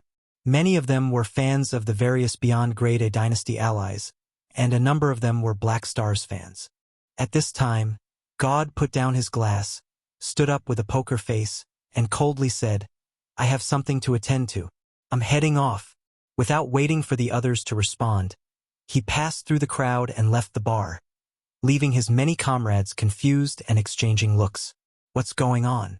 What happened? God left the bar, quickly returned to his room, took out his communicator, and contacted Beccaroti. After it rang for quite a while, the other side finally picked up. God instantly questioned, "You told me to wait for the good news. Is this the good news you spoke of?" Beccaroti stayed silent for a few seconds before finally slowly replying. Black Star's interference was unexpected. The primal chaos mysterious energy is indeed in his hands now. So, what do you plan to do? God was expressionless. "I'll try to save this. See if we can exchange something for the primal chaos mysterious energy." God stayed silent and did not ask what was going to happen if that did not work. The dynasty was willing to give the primal chaos mysterious energy to him for him to make full use of his Esper ability and help him become a Beyond Grade A sooner. Then, he would be able to analyze the principles of the evolution energy. Without the primal chaos mysterious energy, the dynasty would still wait for him to slowly grow. However, to God, this meant that he had lost a powerful source of strength. Without the various special abilities of the primal chaos mysterious energy, the specialized plan he had made for himself would be severely messed up, and he would not reach his strongest form. This meant that his future maximum strength was directly reduced. Black Star won't be able to use the primal chaos mysterious energy himself. As long as we take out enough chips, he'll be willing to exchange it. It's not impossible. Beccaroti was still analyzing the situation when God spoke and interrupted him. "Let's keep to that then. Notify me when there's any progress." Then, God hung up the call and frowned slightly. He was in an extremely bad mood and did not bother wasting his time with Beccaroti. He knew that the chance of regaining the primal chaos mysterious energy was thin. The dynasty would not overpay for a primal Esper ability entity that was not completely necessary, and Black Star was a piece of *T who would never make a losing deal. From what he knew about these two sides, the odds of making the deal were infinitely close to zero. God shook his head and crossed out the primal chaos mysterious energy in his mind. With the power he had now, he had absolutely no way to interfere with the fight for the primal chaos mysterious energy. The only way was to borrow the dynasty's forces, and the dynasty had failed. Hence, he had no other options, and there was nothing he could do about it. He had yet to fulfill his potential, while Black Star's forces became stronger and stronger. Since the primal chaos mysterious energy was gone, he could only let it be. It was far from time to mess with Black Star. "I thought that with the dynasty taking part, this would be in the bag, but you ruined it. Now I have to adjust my growth plan. TSK. Black Star. Oh, Black Star, you really give me a lot of trouble." God was in a very bad mood. Outside the remote communication room of the Moto Civilization's Emerald Star Cluster stronghold, two soldiers who were stationed there were whispering. "How long has it been since the commander and the inspector went in?" "Probably almost an hour. Looks like the three kings have summoned them. I wonder when they will come out." "Hey, the gate's opening. Stand properly." The gate of the room slid open. The two guards quickly stood straight, stopped talking, and looked straight forward, acting diligent. However, their eyes uncontrollably shifted to glance at Commander Roddick and Inspector Lagos. Roddick's face looked like he was on the verge of exploding, while Lagos looked borderline depressed. as the sacrifice of tens of calamity-grade elites was completely meaningless. They had earned a thunderous scolding from the three kings of Moto, as well as their direct bosses. Their image among the upper echelons fell to rock bottom. Although he was just executing the mission given by the people above and the death of tens of calamity grades was not his fault, he could do nothing but take the blame. He was so furious that he had almost exploded. Lagos had no way of comforting him. He asked hesitantly, "Our high-level combatants have suffered heavy losses. Like the three kings said earlier, that cannot occur. What do you plan to do?" "It's all because of Black Star." Roddick clenched his fists tightly and said with rage, "If we continue to be this passive, Black Star will ruthlessly bite off our forces. Without solving this problem once and for all, similar things will keep happening. If we could stop Black Star, we would have." Lagos smiled bitterly with resignation and asked, "So, what idea do you have?" "If we could kill Black Star," Roddick was murmuring. He then turned around and immediately saw Lagos's unamused expression. So he swallowed what he was going to say next. He thought about it and said, "By ourselves, there's no way we can fight Black Star, so we can only borrow external forces. If we cause the Black Star army a lot of trouble and make them have no time to deal with us, maybe we can mitigate the current situation. For example?" Roddick opened his mouth and felt helpless. If something like this was so easy to think of, how could they have ended up in this situation? If they did not make some gigantic contributions, their promotion would probably never come. Chapter 1038 Recruit Men. Chapter 1038 Recruit Men. In a certain area inside the Emerald Star Cluster, the exploration fleet of a small financial group was flying. Organizations like this were not strong enough to occupy resource-rich planets. They could only gain profit through normal exploration or getting hired. This was very common in the current Flickering world. This fleet mainly consisted of exploration ships and transportation ships. As a fleet used for expeditions other than the necessary crews on every ship, there were also extra people who lived in a travel ship that was specially used to transport people. This ship mainly had life facilities inside. The number of people it could hold far exceeded functional spaceships such as exploration ships. Most staff who did not have crew duties stayed there usually. This long-term travel ship was like a portable space station. It was bigger than even the industrial transportation ships in the team. It took care of manpower logistics, food supplies, and entertainment facilities. With how intense the competition was in the Flickering world, without daily benefits, it would be very tough to hire anyone. As a commercial financial group, their crew could not be considered truly loyal, so the treatment they got was one of the important factors that attracted more employees. The hall of the space station was a multifunctional entertainment social venue. There were entertainment facilities and all kinds of stores where the crew could spend money. The hall was on the bottommost floor, and above it were bridges made of transparent materials. The people in the hall could see the people above them walking by when looking up. Overall, it looked like a crowded and prosperous business square. In one area of the hall was the staff canteen, which was boisterous and noisy. Staff from all positions could be seen there. At the edge of the canteen, Evans sat at a table by himself, slowly eating his meal. His eyes were hardly open, staring down at the table and daydreaming. He was still wearing the yellow protective suit, but with the helmet open now. He looked ordinary and common like every typical ground crew member. In fact, 99% of the people who took this job were ordinary people. They were the staff at the lowest level of the financial group. At the tables around him, other ground crew workers filled the seats, chattering while eating, sometimes bursting into laughter. Occasionally, some people's eyes darted past Evans, but they did not stop and ignored him completely. Evans was used to this. Ground crew members were mostly normal people. Their work efficiency was not high, and many of them liked to slack off. Comparatively, he was hardworking and never lazed around, often completing his tasks beyond the minimum requirements. Therefore, he was always publicly praised by the team's manager and even received some bonuses. Due to his attitude, some of his colleagues started to urge others to isolate him, maybe because they were jealous, or maybe because they did not like an ex-convict who had just left prison. Gradually, more and more people stopped interacting with him. Being boycotted, Evans did not mind it at all. He had never liked socializing with colleagues to begin with. After spending many years in prison, he had learned not to care about what others thought.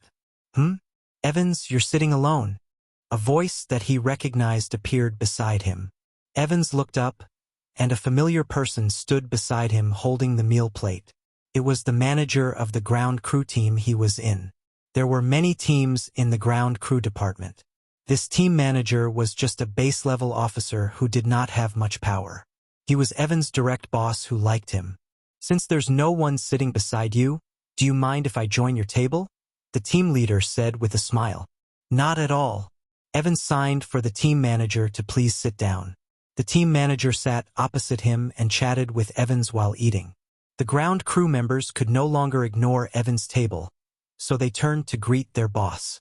"Manager, you don't have to help me for this," Evans softly said with resignation. "I really don't care about being disliked by others. That won't do. What happens if you delay your work because of a bad mood? The quota of our team might have to rely on you to be completed." The team manager shrugged. Evans smiled bitterly. This manager was a normal person and a kind one at that. Because of his high work efficiency, the manager took extra care of him and was very friendly. After gulping down the meal, Evans bade farewell to the manager, who was still eating, before standing up with the empty plate in his hands. He then went to the recycling window of the canteen and threw the plate in. At this time, a few people in mechanical suits walked into the canteen. They were all bottom-level mercenaries, and their faces did not look normal. There was a slight redness from excitement. They were walking in Evans' direction and attracted his attention. "Supers. Looks like they've consumed some kind of stimulation drug and are high." Evans gave a few more looks to these people, and as he was just about to pass them by and leave the canteen, he suddenly heard the voice of a mercenary increase amid their conversation. One of them seemed very emotional. "You don't believe I've invented a new way to use my Esper ability. I'll show you then." Right after he said that, this excited mercenary clenched his hand. The air around him gathered and formed an invisible wind sphere. It then smashed right into the ground below him. The sphere of wind exploded and turned into tiny blades of wind that scattered and spread everywhere. The financial group had a rule that the powers of supers were not allowed to be used in public areas. If discovered, punishments ranged from paying a fine to being fired. However, these grade D mercenaries who had just used mind stimulation drugs were in a state of overexcitement and had completely lost their senses. They totally forgot about this rule. The people around panicked. The floor was filled with traces of slash marks, and the staff around backed away hastily. As the power of this sphere of wind was limited, the others were not really injured. Evans, however, was the closest to it. He was blown away by the wind pressure, and his protective suit was cut open in many places. A tint of bright red appeared in everyone's eyes. "Someone's wounded." Many people immediately moved to Rubberneck. The staff of the ground crew squeezed in too, but when they saw that Evans was the one who was wounded, their footsteps stopped as they hesitated over whether they should help him up or not. While they were hesitating, the team manager already quickly walked up and helped Evans up before looking at his wound. "Where are you wounded?" "Let me see. Just a small wound. I'm okay." Evans tightened his face, but the twitch at the edge of his eyes showed that the wounds were quite painful. The wind blades had slashed open more than 10 wounds on his body, all of which were bleeding. Very soon, the protective suit was dyed red. A few patrol guards heard the fuss and ran over. "What's going on?"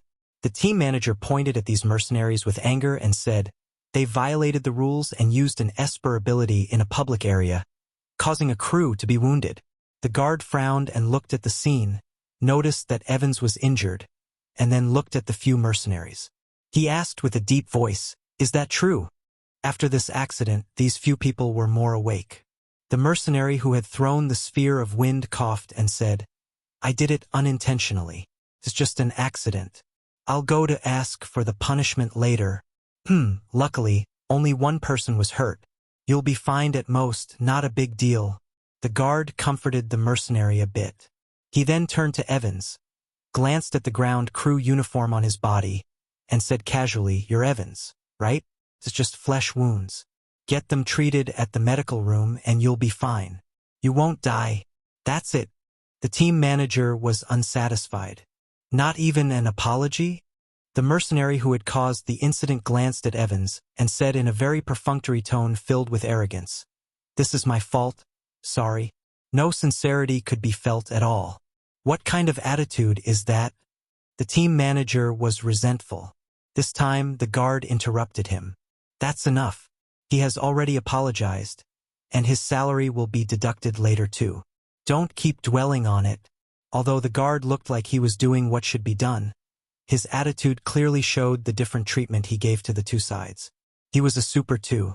Seeing that this mercenary had only accidentally wounded a normal ground worker, he did not think it was a big deal. To him, although this mercenary had made a mistake, as long as he was willing to take the punishment, it would be best to give him some comfort.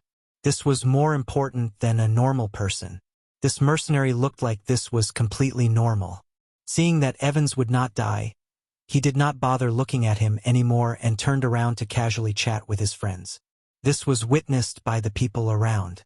Many normal people had complicated expressions on their faces. Most supers did not care about how affected ordinary people, and the ordinary people knew that very well. Even though the other party apologized and accepted the punishment, he still did not care at all. Seeing this, most present felt a flame burning in their chest. Supers having privileges was a rule silently accepted in the entire universe, and there was nothing they could do about that. This time, Evans pulled the team manager a little and stood up by pressing on his knees. Blood dripped onto the floor, splashing around everywhere. He endured the pain and said, "It's okay.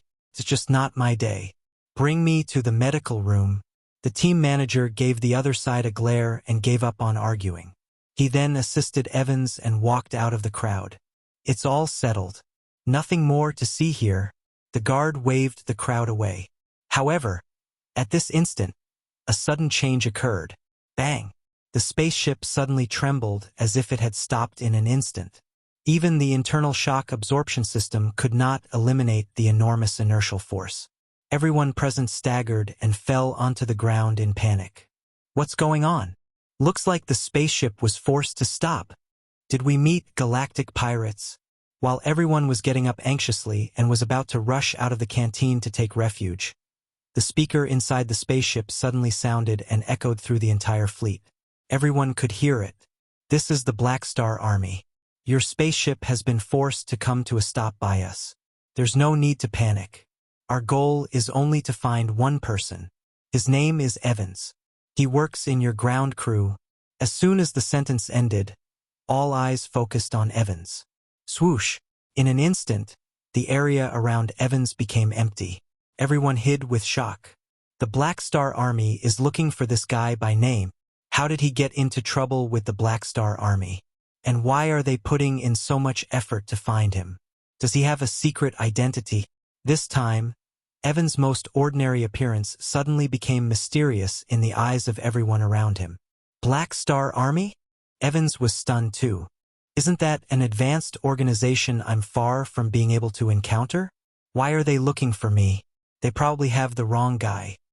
He turned to look at the team manager, but the team manager had let go of his hand long ago and hid to the side with fear on his face. Evans was just about to say something when he suddenly realized that these guards and mercenaries had walked toward him and surrounded him. "What are you doing?" "Preventing you from escaping. Since the Black Star Army wants to see you, you shall wait here," a guard said coldly. Evans clenched his teeth.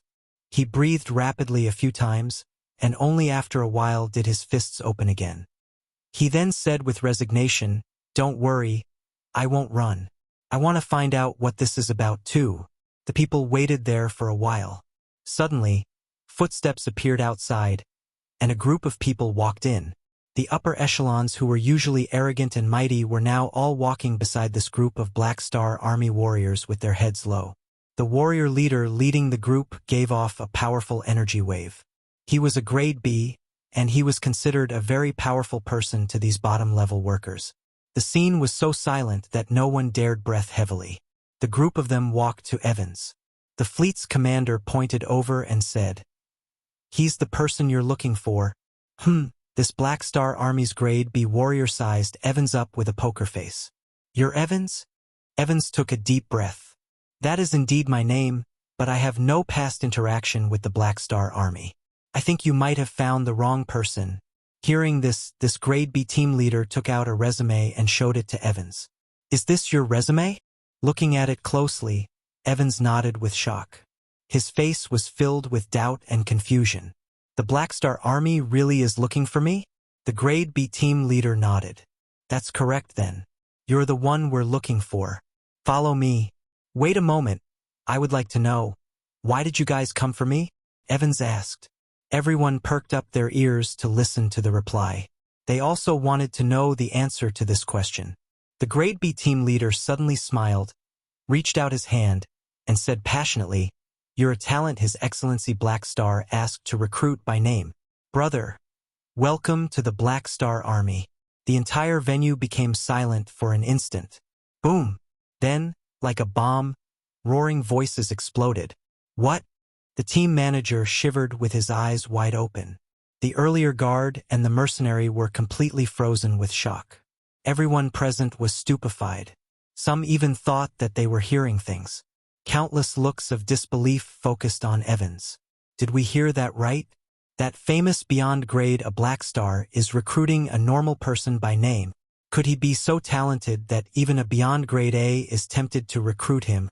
He's definitely been hiding his talents, which is why we did not notice it all this time." You really can't judge a book by its cover. Admiration appeared in everyone's eyes. That was especially so for the colleagues who isolated Evans. They were filled with regret and hastily looked down covered in sweat, worried about being noticed by Evans. "Recruit? Me?" Evans was stupefied. At this instant, he fell into a deep state of self-doubt. What's so incredible about me that even a beyond grade A is interested in me? Could it be that it's really like what I fantasized about when I was young? That my body has sealed the power of the evil universe overlord, the master of destruction, Black Devil. Fruobnovel.com. At the same time, inside a mysterious base in a distant ancient star desert, a few silhouettes were discussing the news about the appearance of the primal chaos mysterious energy inside the private conference room. Another primal Esper ability entity has appeared. It's the primal chaos mysterious energy. We have to find a way to get it. It has fallen into Black Star's hands. Black Star is a beyond grade A who rose in the past few decades. His growth speed is astonishing. He won't be easy to deal with. Black Star can live for a very long time, but we don't have so much time to wait. The primal Esper ability entities are the keys to open the third sanctum. They must be obtained. Let's make use of the products we've invented in recent years. The primal chaos mysterious energy is an important material for fusion. We must get it. Sadly, Esgod's body is in the Crimson Dynasty's hands. Otherwise, his Esper ability would be the best tool. Speaking of which, things on Thousand Shadows side are almost maturing. We can expect to harvest it after some time. Before the promised date arrives, we have to finish preparing the awakening ceremony. The honor of the primordial ones shall never wither. Chapter 1039, Esgod's Destined Arch-Enemy. Chapter 1039 Esgod, Destined Arch-Enemy. Thousand Shadows territory was situated in the abyss of Star's Shadow Realm. The black gaseous planet was still hovering beside the Shadow Realm like a black satellite, covered in thick streams of black energy that occasionally formed wave-like tides. A spaceship stopped beside the dark satellite, and the hatch opened. Calamity-grade shadows pushed the various prisoners they had captured from different star fields down with a poker face. The prisoners were mostly Calamity grades. There were also low-grade supers with special abilities. These prisoners were covered in restraining devices and were extremely weak. They had no power to fight back at all. The scene looked like cooking dumplings. Every time someone fell onto the surface of this dark satellite, there would be one wave of black energy engulfing it. The next second, that person would disappear. This was how Thousand Shadows servants replenished shadows for him. There were close to 1,000 prisoners in this batch, and they were all consumed by the planet-sized Thousand Shadows. At this time, the space beside the spaceship suddenly rippled. A blurry silhouette suddenly appeared. It was wearing a hooded black robe and did not show its face or body. The edges of the silhouette looked like flames, as if it was emitting gas. Overall, it looked like a black cloud.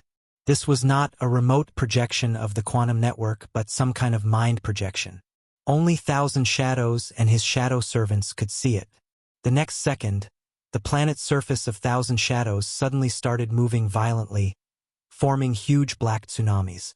Very soon, a face appeared on the planet's surface, just eyes, nose, and mouth formed by energy vortexes. It was opening its mouth wide as if it was roaring. Two invisible psychic waves were released from both sides and formed a psychic communication link. How's the progress? How long is the transformation going to take? The blurry silhouette spoke first. I don't know. Thousand Shadows is very persistent. How conscious is he? Not very. I obtained control of his body long ago and inherited all of his memories. As soon as I completely consume his last bit of conscience, it will dramatically increase the speed of the transformation. Make it as quick as possible. You're a core factor of our plan. We've tried many methods in these years. In the end, we discovered that, in order to open the third sanctum, it can only be done with Esper abilities. Therefore, you're the foundation of our fusion ceremony, the vessel to contain the other primal Esper ability entities. Don't worry. Back then, Thousand Shadows wanted to live for eternity and vitalized me using your technology. Humph, this greedy guy brought this upon himself. He exceeded the limits of his physical body, but he suffered damage from it. You guys have given me life and independence. When I transform into a true primal Esper ability entity, I will be able to help you. When the plan is complete, we promise you freedom. After that, the blurry silhouette disappeared without a trace. The surface of the dark planet slowly returned to normal after the face disappeared. The news about the appearance of the primal chaos mysterious energy only remained as the hot topic for a few days. In the current flickering world, conflicts were abound, so the popularity of the news shifted very rapidly. Very soon, there was other news that attracted the attention of the Galactic residents and the various organizations. As the final winner of the competition, Black Star's mechanical army also received a certain amount of attention. However, it quickly disappeared without a trace, and its whereabouts were not known to the outside world. At this moment, Han Zhao's invisible spaceship was hidden nearby Gila's territory in the Emerald Star Cluster. He was currently calling Ames. So that's the situation. I invited you over as a guest to protect Gila. Make it look like I'm in my base to make the hidden enemies let their guards down, and have you help protect the base and look after Aurora. Therefore, I really did not stand you up on purpose. Han Zhao's tone was filled with resignation. On the screen, Ames was playing with a small green force field sphere with her eyelids hanging low. Despite her calm tone, it gave off a strange vibe of danger. Fruobnovel.com. If you'd told me directly, I would have helped you too. Do you not trust me? How could that be? Didn't you want to see Aurora after she advanced? Well, now you've seen her. Plus, when I invited you, I didn't say anything about me wanting to see you. Han Xiao scratched his head and joked. I didn't say it directly mainly because I wanted to be polite. I know that as long as I ask, you definitely will agree. After all, I'm already so strong now. I'm worried you might think I'm ordering you. You didn't order me, sure, but I feel like you're using me. Doesn't that seem worse? Ames narrowed her eyes. A green tint flashed across her eyes. Hey, that's not true at all. With the relationship we have, using the term use is exaggerating it. Han Xiao waved. Is that so? You've used me many times in the past. Ames smiled ever so faintly. That's in the past. Things are different now. Our two organizations are intertwined. We're a family. As family, well, it's normal to occasionally joke around. Tisk, who's your family? Shameless. Ames frowned slightly. Seeing this, Han Xiao smiled and teased her. Hihi. Did you really want to see me so badly? Do you want me to go back and accompany you? Who wants to see you? Ames paused, deactivated the force field, and casually said, Stay there to protect my student then. Do you need me to go over to help? No need. Because I'm too weak? Ames raised her brows slightly. Ahem, of course not. It's mainly because another thing needs your help. You have to stay in Black Star Palace and act as if I'm there too. Since it's for my student, I shall cooperate with your show. But don't be in a rush to thank me. We have yet to settle the matter of you tricking me. All right, when I return, how about I accompany you on a sightseeing trip in a secondary dimension? Han Xiao raised his brows.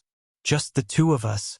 I'll have to capture the holy light particle in a secondary dimension too, killing two birds with one stone. I'm so brilliant. Okay. It's decided then. Ames had no objections.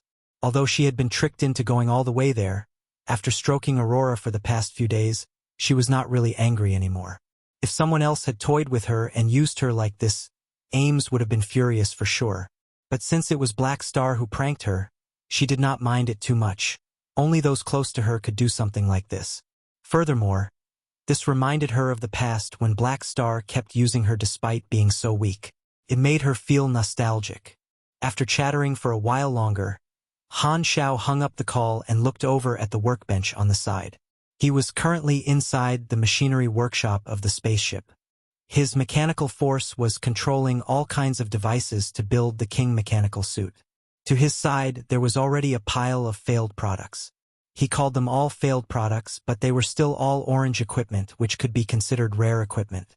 Unfortunately, they did not reach the universal treasure level. Not only were their performances tremendously weaker, but they also had none of the incredible effects they were supposed to have. Plus, the cost was horrifyingly expensive. To him, these were undoubtedly failures. After putting his communicator away, Han Xiao could finally focus on building this attempt at the King right in front of him. The spirit instrument talent on his interface constantly glowed. This talent would only be activated when building universal treasures. However, when Han Xiao was more than halfway done, Philip suddenly appeared and reported that some of the mechanical soldiers had already returned with Evans. Bring him over then. Han Xiao's eyes sparkled. After a while, the gate of the machinery workshop opened. A few mechanical soldiers escorted a man in. It was Evans.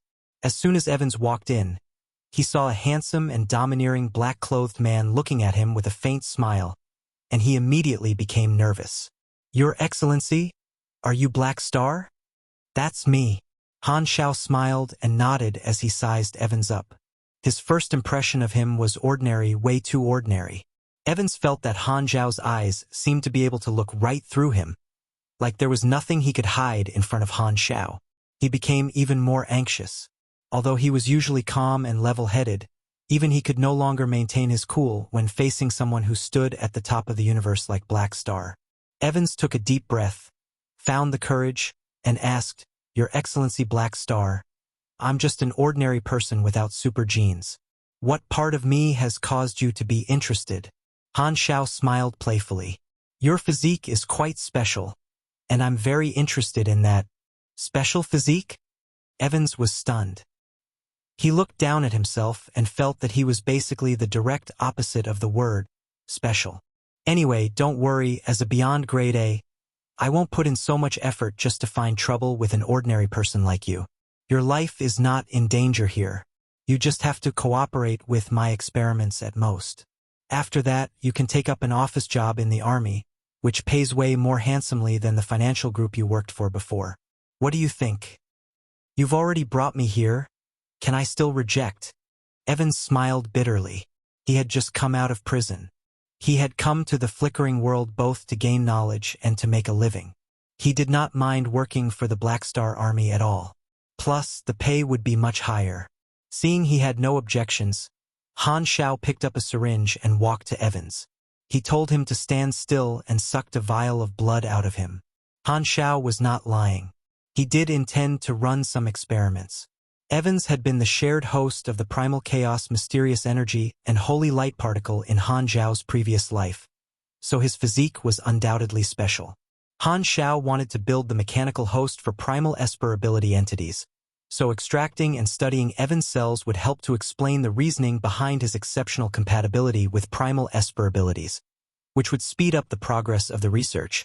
On the other hand, Han Xiao also dealt damage to Evans by punching the needle into his body, so the combat information was triggered as well. The great mechanic Han's eyes sparkled as he opened the interface to see Evan's attributes. The attribute interface of an ordinary person was very simple. Only two special talents attracted Han Zhao's attention. One was medium luck glow, meaning he was a protagonist-type character, and it was only medium because while Evans obtained power, he also had a new archenemy, yes God. The other special talent was called highest grade Esper ability affinity physique, and its effects were all related to the Esper class. It drastically increased his compatibility with primal Esper ability entities. At the same time, when being attacked by Espers, it provided a certain chance to recover some of his health and energy. Plus, the difficulty of cultivating and exploring his own Esper ability decreased drastically, while the power of his Esper ability would be increased drastically. It even passively increased the potential of Esper abilities by 1 grade. No wonder he could possess 2 primal Esper abilities. This talent is basically the perfect mechanical sense of the Esper class. Its effects are way too incredible. Han Xiao was astounded. Usually, those with such talents should all be able to awaken as Espers, but sadly, Evans was an ordinary person. What a waste of this tal. Wait a minute, that's not right. If he has this talent, how can he not have super genes? Something must be wrong. Han Xiao suddenly turned around with very bright eyes. With Evans having an unwilling expression on his face, Han Xiao told him to take off all his clothes. He then obediently underwent a detailed full-body check. Evans was broken in the past. Of course, he had no way to check his super gene in some high-level facilities. Therefore, Han Xiao thought something might have been overlooked. And with this check, he really found something. Han Xiao looked at the report and frowned. What is it? Evans wore his clothes back and was a little nervous. It's not that you don't have super genes. I don't know who did the check for you, but they did not check thoroughly enough.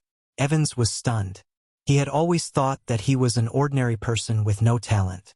Never did he expect to have someone tell him today that he actually had talent. Even though he had gotten used to the identity of an ordinary person, he was still full of shock. But don't get excited too early. Han Xiao waved and spoke slowly. There's something wrong with your super genes. It seems to be suppressed by some kind of drug. After so many years, your super genes have shrunk so much that it's almost impossible to be detected, so the chance of your super genes awakening is close to 0. This was an active man. Did you have any enemies growing up? Evans barely suppressed the boiling emotions in his heart and started seriously searching through his memories. He then said with uncertainty, I accepted super gene detection when I was 10. If someone did something like this, it must have been before I was 10. But how could I have made enemies when I was that young? Because of my family? But I only have a normal family. How could this be? His expression kept changing. He could live with not having any talent, but only today did he know that he initially had talent, but it was destroyed by someone when he was young. His talent was not the only thing that was destroyed, but his life in the last few decades too. Evans had initially already accepted his fate, but now, the flames of wrath burned violently in his heart. Clap, clap. Suddenly, Han Xiao clapped and interrupted his thoughts. All right, don't think about it if you can't figure it out. You can research it in the future. Let's talk about a more important matter. I might have a way to help you awaken. Evan's entire body shivered. He suppressed his excitement and asked, what do I have to give in return? Simple. I initially thought you're just an ordinary person. But if you can awaken your Esper ability, just fight for me. Han Xiao paused, smiled, and slowly said, I've researched you. When you were an ordinary person like you have always been, to protect your friends, you found a way to kill a low-grade super. Not every ordinary person has guts like you. You have fighting talent. You once refused to accept your fate, and the many years spent in the prison extinguished your passion. But now you might have a chance to be reborn. I only hope you don't waste it. Okay, Evans replied firmly. His eyes were filled with perseverance. The vibe he gave off became completely different from when he had already accepted his fate. Like a sharp sword buried in dust that has been finally dug up and cleaned off the rust. Seeing this, Han Xiao took out a bottle of life force potion made by Aurora. Evan's symptom was that his super genes had shrunk and lost all activity. As long as enough life energy was injected, they would recover. The life force potion was the perfect medicine for this. Han Xiao injected just 1/10 of the golden medicine into Evan's body so that he would not end up having overflowing life force. Buzz. The next moment, Evan started glowing and releasing strong vitality energy from all over his body. This glow lasted many minutes before dimming down. Evans closed his eyes and stood at the same place, but he felt completely different. He could not be any healthier. All the damage incurred from his many years in prison and the rest of his life had all disappeared. How do you feel? Like I've been reborn. Evans opened his eyes. The gold light in his eyes finally dissipated.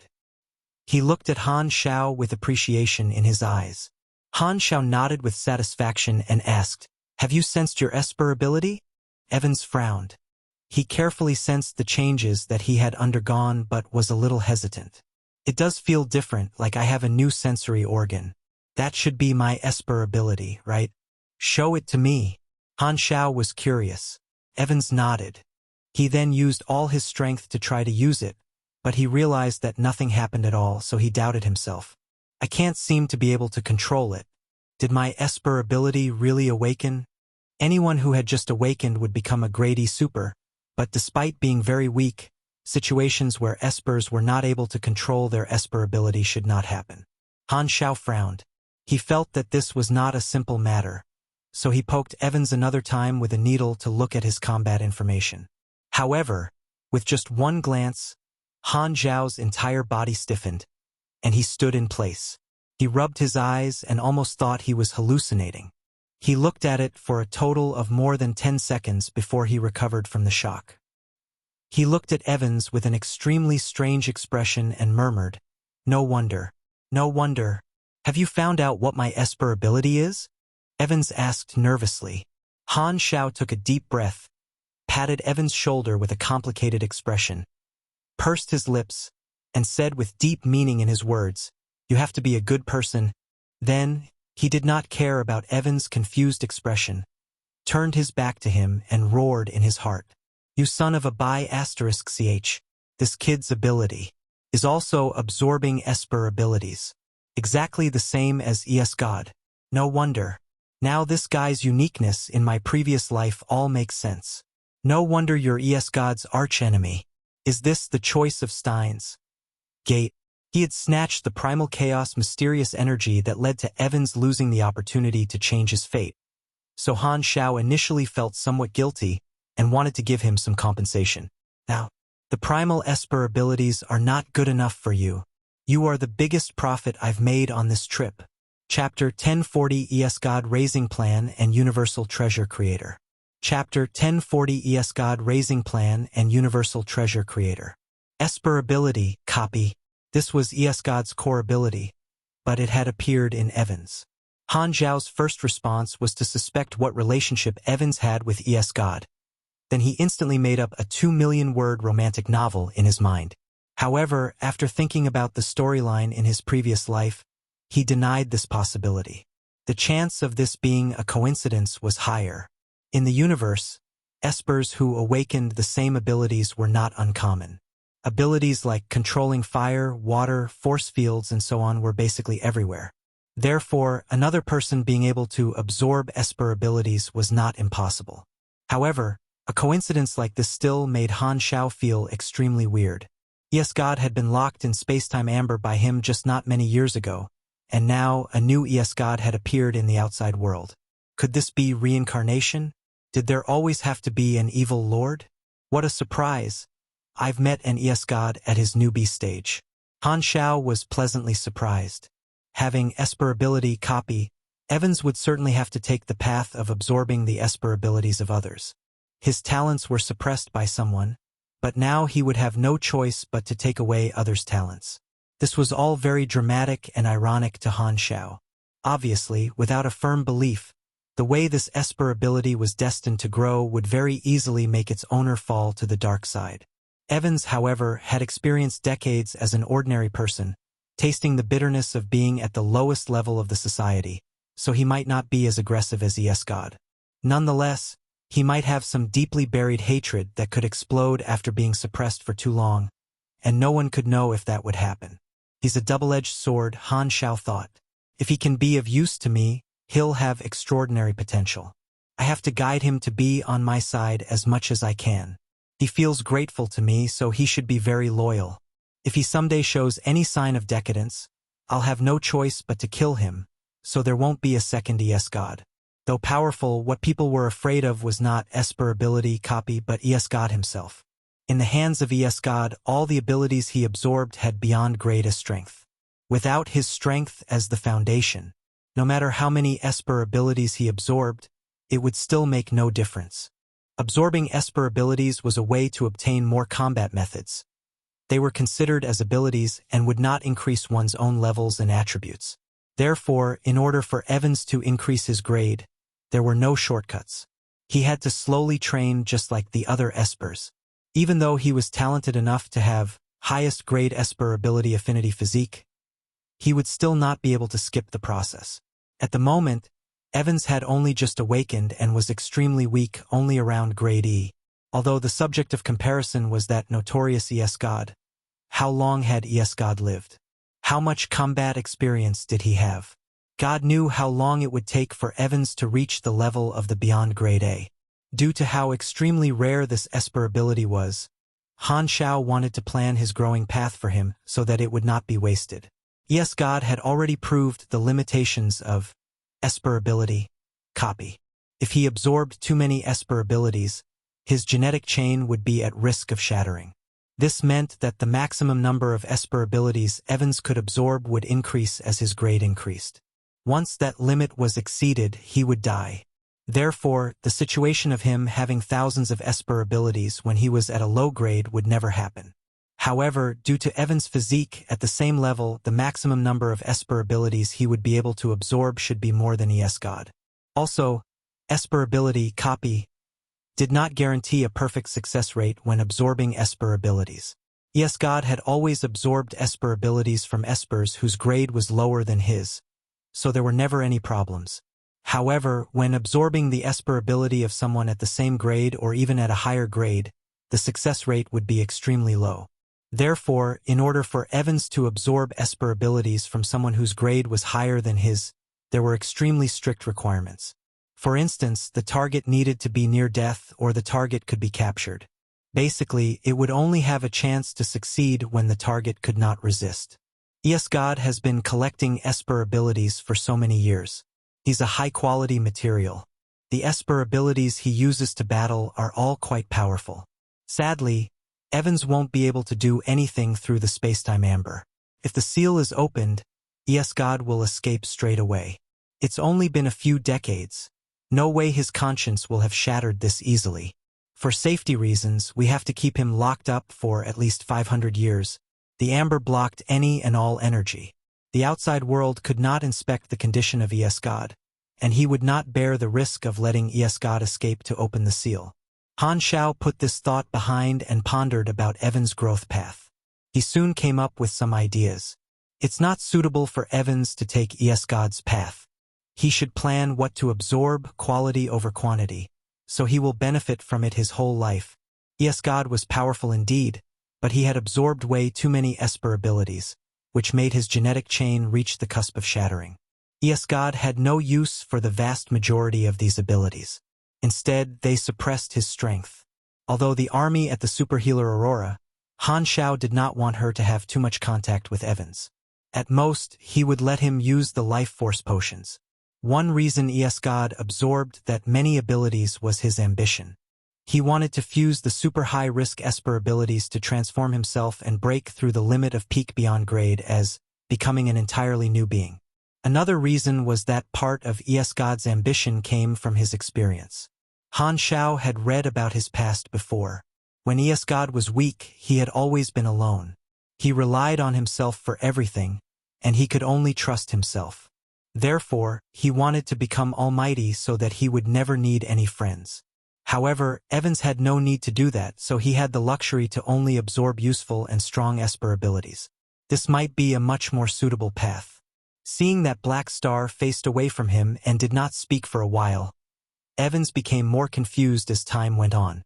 Finally, he asked, "Your Excellency Black Star, Han Shao regained his focus. He turned around and patted Evan's shoulder. Your ability can absorb the Esper abilities of others. This is an ability with a lot of potential. As Han Shao explained the ability, Evans then understood his own power but frowned. I don't really like this kind of Esper ability. Evans looked conflicted. His talent had been suppressed for decades, so he did not like the Esper ability that took away others' talents. Han Shao uncontrollably rolled his eyes in his mind. You think you're buying groceries in the market? So picky. The great mechanic Han then coughed and said with a friendly tone, Don't worry. Since you're now my man, I'll guide your path. I won't allow you to absorb abilities from others whenever you want, so you don't have to be troubled. No one will force you to walk the path of a criminal. But at the same time, I hope you can resist the temptation. Don't have the thought of wanting to make someone else's Esper ability your own when you see how good it is. Don't walk the wrong path because of a moment's temptation. Yes, God is the perfect lesson. He fell to evil, caused crimes everywhere, and created countless enemies. In the end, he was still locked up by the group of us and lost his freedom. Therefore, learn from his mistakes. Keep a low profile like me. Understood. Hearing Black Star's lecture, Evans nodded. He had heard of the notorious Yes God. Despite having the same ability, he was not the same type of person. He warned himself in his heart to never forget where his heart was and never fall to the side of evil like Yes God.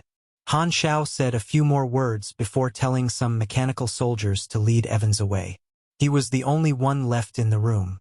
He touched his chin and murmured, This guy's ability is worth raising.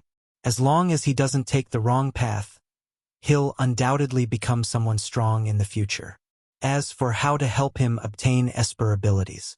To me, this should be the easiest part. Han Shao chuckled. In his previous life, Yes God had tried absorbing the player's Esper abilities, so Han Shao understood that. It was possible. Although the players could revive, their bodies were made of existing materials. Other than having strange limitations and turning into light after dying, they would still bleed and get injured from normal battles. Only the way this was displayed to them would be all kinds of debuffs. In version 1.0, there were even organizations that tried to dissect the players. Although, due to their health, not long into the dissection, the players turned into light. Nonetheless, the blood samples collected were no different from normal beings. If an Esper class player was absorbed by Yes God, he would lose his Esper ability too, entering the state of ability frozen. All abilities related to his Esper ability would become gray and unusable. This state was fixed and permanent. No ability could get rid of it, just like how the NPC's Esper abilities were taken away. However, when this player died and respawned, his status would be refreshed, and he would regain his Esper ability. This was related to the mechanisms of Esper ability copy. The process of this ability could be simply explained as snatch, analyze, genetic chain construction, fixation, storage. After snatching an Esper ability copy would break it down and analyze it, then store this ability in the owner's body in a genetic chain. What constructed these genetic chains was a special matter produced by Esper ability copy, which was considered the material produced by the owner of this ability himself. Hence, it would not disappear as the players disappeared, just as Yes God would not lose his abilities when the original owner of the ability died. Therefore, in Han Zhao's previous life, a phenomenon where the players sold their bodies to Yes God in exchange for money appeared. This was something that had never happened before, and it led to the three universal civilizations having no choice but to come up with a special policy stating that if Immortals actively gave their Esper abilities to Yes God, they would be seen as wanted criminals. Of course, the players had all kinds of tricks to get past this policy, so this policy rarely had any effect. Of course, Yes God was no philanthropist. Due to the limitations of his genetic chain, he would only absorb the abilities he was interested in. Otherwise, he would not absorb the player's Esper abilities even if they came right to his doorstep to sacrifice themselves. Also, this action of the players caused a hilarious misunderstanding. At the start, Yes God thought that this was the three universal civilizations' plot to purposely send people over to die to make his genetic chain shatter. After killing many players, only then did he finally notice that these people were sincerely there to commit suicide, to give him Esper abilities. At that time, Even the ever-so-calm god had been completely astonished, which led to him saying one of his signature sentences among the players. "If I'd met you people earlier, I might have been able to become a good person." Thinking about that, Han Shao uncontrollably grinned. "So, I don't even have to do much to help him get Esper abilities. All I have to do is give out a mission to the Esper class players, offering a high enough reward, and people will come forward themselves. This way, the millions of Esper players would be the largest material inventory. Furthermore, no one would die. It was legal. Although he had given Evans the clear path of choosing quality over quantity, with so many materials, he could slowly peak the Esper abilities that complemented each other and form all kinds of strategies, achieving the most perfect combos. Having this thought, Han Shao was completely thrilled. At this time, a new plan was born in his head. Philip, yes, fruibnovel.com. Sketch up a new plan. The content is to record the various Esper abilities of all the Esper Immortals under the army's command. Then, according to the effects of these Esper abilities, simulate all kinds of tactical combos that can be put together. Set the minimum to 2 Esper abilities, and set the maximum to 10 Esper abilities for the time being. Mark this plan with the highest level of confidentiality. Also, don't mention Evan's existence. Okay, this will only occupy a little bit of my memory. What's the name of the plan? Don't have to name it. Just give it a serial number. Han Shao really wanted to name it something like God Raising Plan, but he thought about it and gave up that idea. Although his database would basically never be hacked again, Han Shao still chose to be low profile about this. He had already made up his mind that before Evans matured, he needed to hide him as a secret weapon. Speaking of which, I have the Evolution Cube and the Spacetime Amber, and the army has Gila and Aurora. It's indeed a little too conspicuous. If I even tell anyone I'm planning to create a second god. TSK, the enemies will probably all want to rob me. Thinking of that, even Han Shao shivered controllably. He then rested for a while to digest all these emotions before getting back to the work he was doing earlier, continuing to build the King mechanical suit that was more than halfway done. He did not know whether it was because of the incredible luck Evans had left in the room or not, but when Han Shao completed the last process and at the instant the King mechanical suit was complete, a notification suddenly popped up on the interface.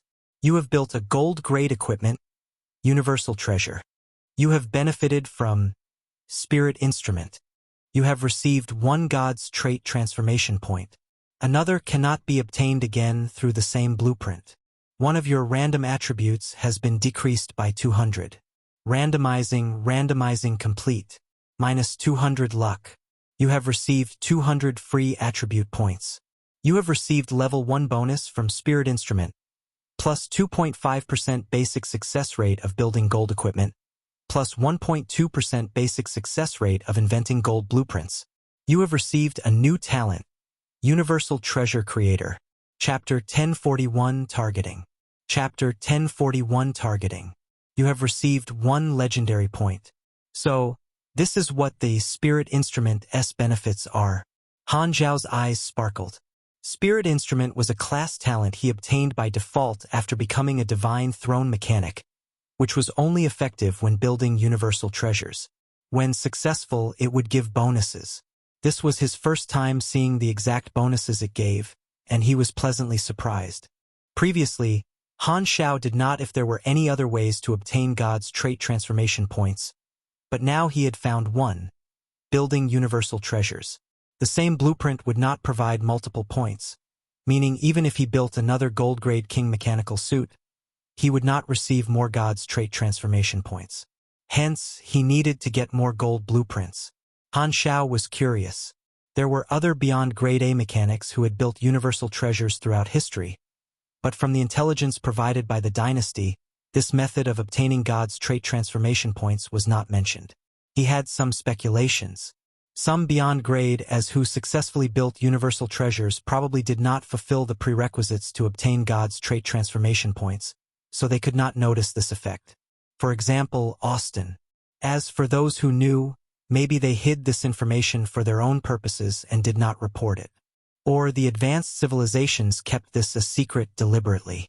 It could even be that he was the only one who could obtain God's trait transformation points through this method because the other beyond grade as did not have the interface. Of course, it could also be that the dynasty did not know about this but the other two universal civilizations did. After all, the three universal civilizations were not a family. They would not share their secrets. The problems I'm facing now at this level are finally touching the blind spots of the universal civilizations. Makes sense. The dynasty doesn't know about the first sanctum too. Han Shao shook his head. I still have the Emperor's Cape blueprint in my hands. If I'm able to build it, I'll obtain another God's trait transformation point. Indeed, becoming stronger through building things is the best way for mechanics. As for the randomly decreased attribute points that were changed into free attribute points, it was similar to resetting attributes. After every level up, race evolution, or promotion, all attributes would automatically be increased. This would shift some of the attribute points in less important attributes to the main attribute, slowly making him stronger, which was quite useful. Han Shao felt that this could be triggered repeatedly but probably had a limit. Maybe the number of points reduced and given was related to the difficulty of building the universal treasure. The more difficult it was, the more points would be affected. Furthermore, following the logic of the increased cost of blueprint gambling, if he built the same universal treasure multiple times, the points should decrease slowly too. For example, King reset 200 of his attribute points the first time, but the second time might be less than 200. By the way, this time it actually decreased my luck. Han Shao opened the attribute interface and looked at his luck, which turned from a stick to an egg. His mouth twitched uncontrollably. In his previous life, players with the subclass Gambler had tested that the lowest the luck attribute could go was 0. It was the bottom line. To gamblers, it meant this put them at an unbeatable spot. He previously only had 1 luck, which had decreased to 0, and then he obtained 200 free attribute points. So, I basically netted 199 attribute point. I don't know if this is lucky or unlucky. Han Shao was speechless. Although it was an amazing deal, he could not smile. Tears were running in his belly. Sometimes, you only realize how precious something is when you have already lost it. Brother, I can't do without you. Cannot be 0. The great mechanic Han clenched his teeth and solemnly pressed on the plus button beside his luck attribute. +1. The next moment, the value of his luck attribute returned to that noble, pure, magnificent, and holy one. Han Shao almost felt like his soul had ascended. Actually, Han Shao was mainly worried that if his luck was 0, the next time an attribute reset came, luck would not be considered in the range of attributes. He looked depressed, but he was actually overjoyed and wanted it to happen to him more. In addition to what I have in my interface, I now have 2,248 free attribute points. My endurance is now more than 11,700. And as long as it exceeds 15,000, I will be able to obtain 1 more God's trait transformation point through the next promotion. Let's save it for now. Suppressing his excitement, Han Shao looked at his attributes interface, pondered a while, and used the 1 God's trait transformation point on God's trait transformation, machinery. Machinery and void represented his main class and species. The transformation paths of these two should be mostly the same for everyone. Through testing, the former enhanced his mechanic abilities, and the latter strengthened his racial talents and gave him bonus attributes. Since he now had Spirit Instrument as a method to obtain God's trait transformation points, he would have to invent more gold blueprints, which would require strong mechanic abilities. Not only did the main class path increase his basic machinery affinity and ability strength, it also slightly enhanced the effects of his various mechanic abilities. The next moment, his cells operated at full capacity. His energy waves increased drastically, and electric sparks appeared from all over his body. His flesh and bones were both itching and hurting, which made him narrow his eyes a little. God's trait transformation, machinery, 2/ Stage 1, plus 1000 machinery affinity, plus 20% ability power. The basic effects of all mechanic class abilities are slightly enhanced. Stage 2, new plus 15% building, enhancing, repairing abilities, plus 1% machinery affinity for every 30 INT. Main branch ability effects enhanced, virtual branch. Not bad. Han Xiao scratched his chin. He felt like this was not as good as the first enhancement. It might be that the first stage was like a welcoming gift and was an exception, while the later stages would keep getting better. Then, he looked at the new talent, Universal Treasure Creator. Its introduction was that building a universal treasure meant that he had touched a certain new level. Its effect was plus 10% machinery creation performance, plus 1 level to all machinery abilities, plus 4% basic success rate of building gold equipment, and plus 2% basic success rate of inventing gold blueprints. These effects were quite good, but Han Zhao's attention was attracted by the notification that came with this talent. You have obtained the talent, Universal Treasure Creator. You have fulfilled the requirement. You have received the First Sanctum ability fragment. This so-called the First Sanctum again. Freebnovel.com. An electric spark flashed past Han Zhao's eyes. He now had 2 ability fragments, and he still did not know what use they had, but since they were so difficult to obtain, it was definitely something important. Without any clues, there was no point in overthinking. Han Xiao put the thought away and looked at the legendary point given. Achievement Legendary Point, Universal Treasure Artisan. You have built a universal treasure. From this moment forth, you're one of the top artisans in the entire universe. You've become a master. The things you have built will be passed on as treasures in the future. Speaking of which, since I have the core technology, if I build more kings and sell them, I can make quite a lot of money. Han Xiao smiled at this thought. He was just thinking about it. There was no way he would exchange his trump card for money. He now had no interest in money. After making sure he had gone through all the new things he had obtained on the attributes interface, Han Xiao finally looked at the gold-grade King mechanical suit closely. At this point, it was not yet colored. The appearance of King was a magnificent full-cover style mechanical armor. The details on every piece of its plates were exceptionally exquisite, giving off the beauty of a top-class mechanical product. It was like a piece of art. A palm-sized triangular device was embedded on its chest and was glowing slightly. This was the King mechanical suit's only set attachment, Throne. As long as it was taken off, no matter where it was placed, the King would be able to instantly arrive at its place. Its effect was comparable to the multidimensional sky opening transportation device. Performance-wise, naturally, it was far superior to Orange equipment in every way. As equipment specially made for beyond Grade A mechanics, it provided a 1.075 multiplier to the wearer's total machinery affinity, as well as a 35% bonus to the effective area of mechanical force enhancement. It was a mechanical suit that was top-notch even among beyond Grade A equipment. Han Xiao immediately put it on like an old driver who had just bought a new car, tested it with excitement, and recorded the various parameters. Only then did he reluctantly stow it away.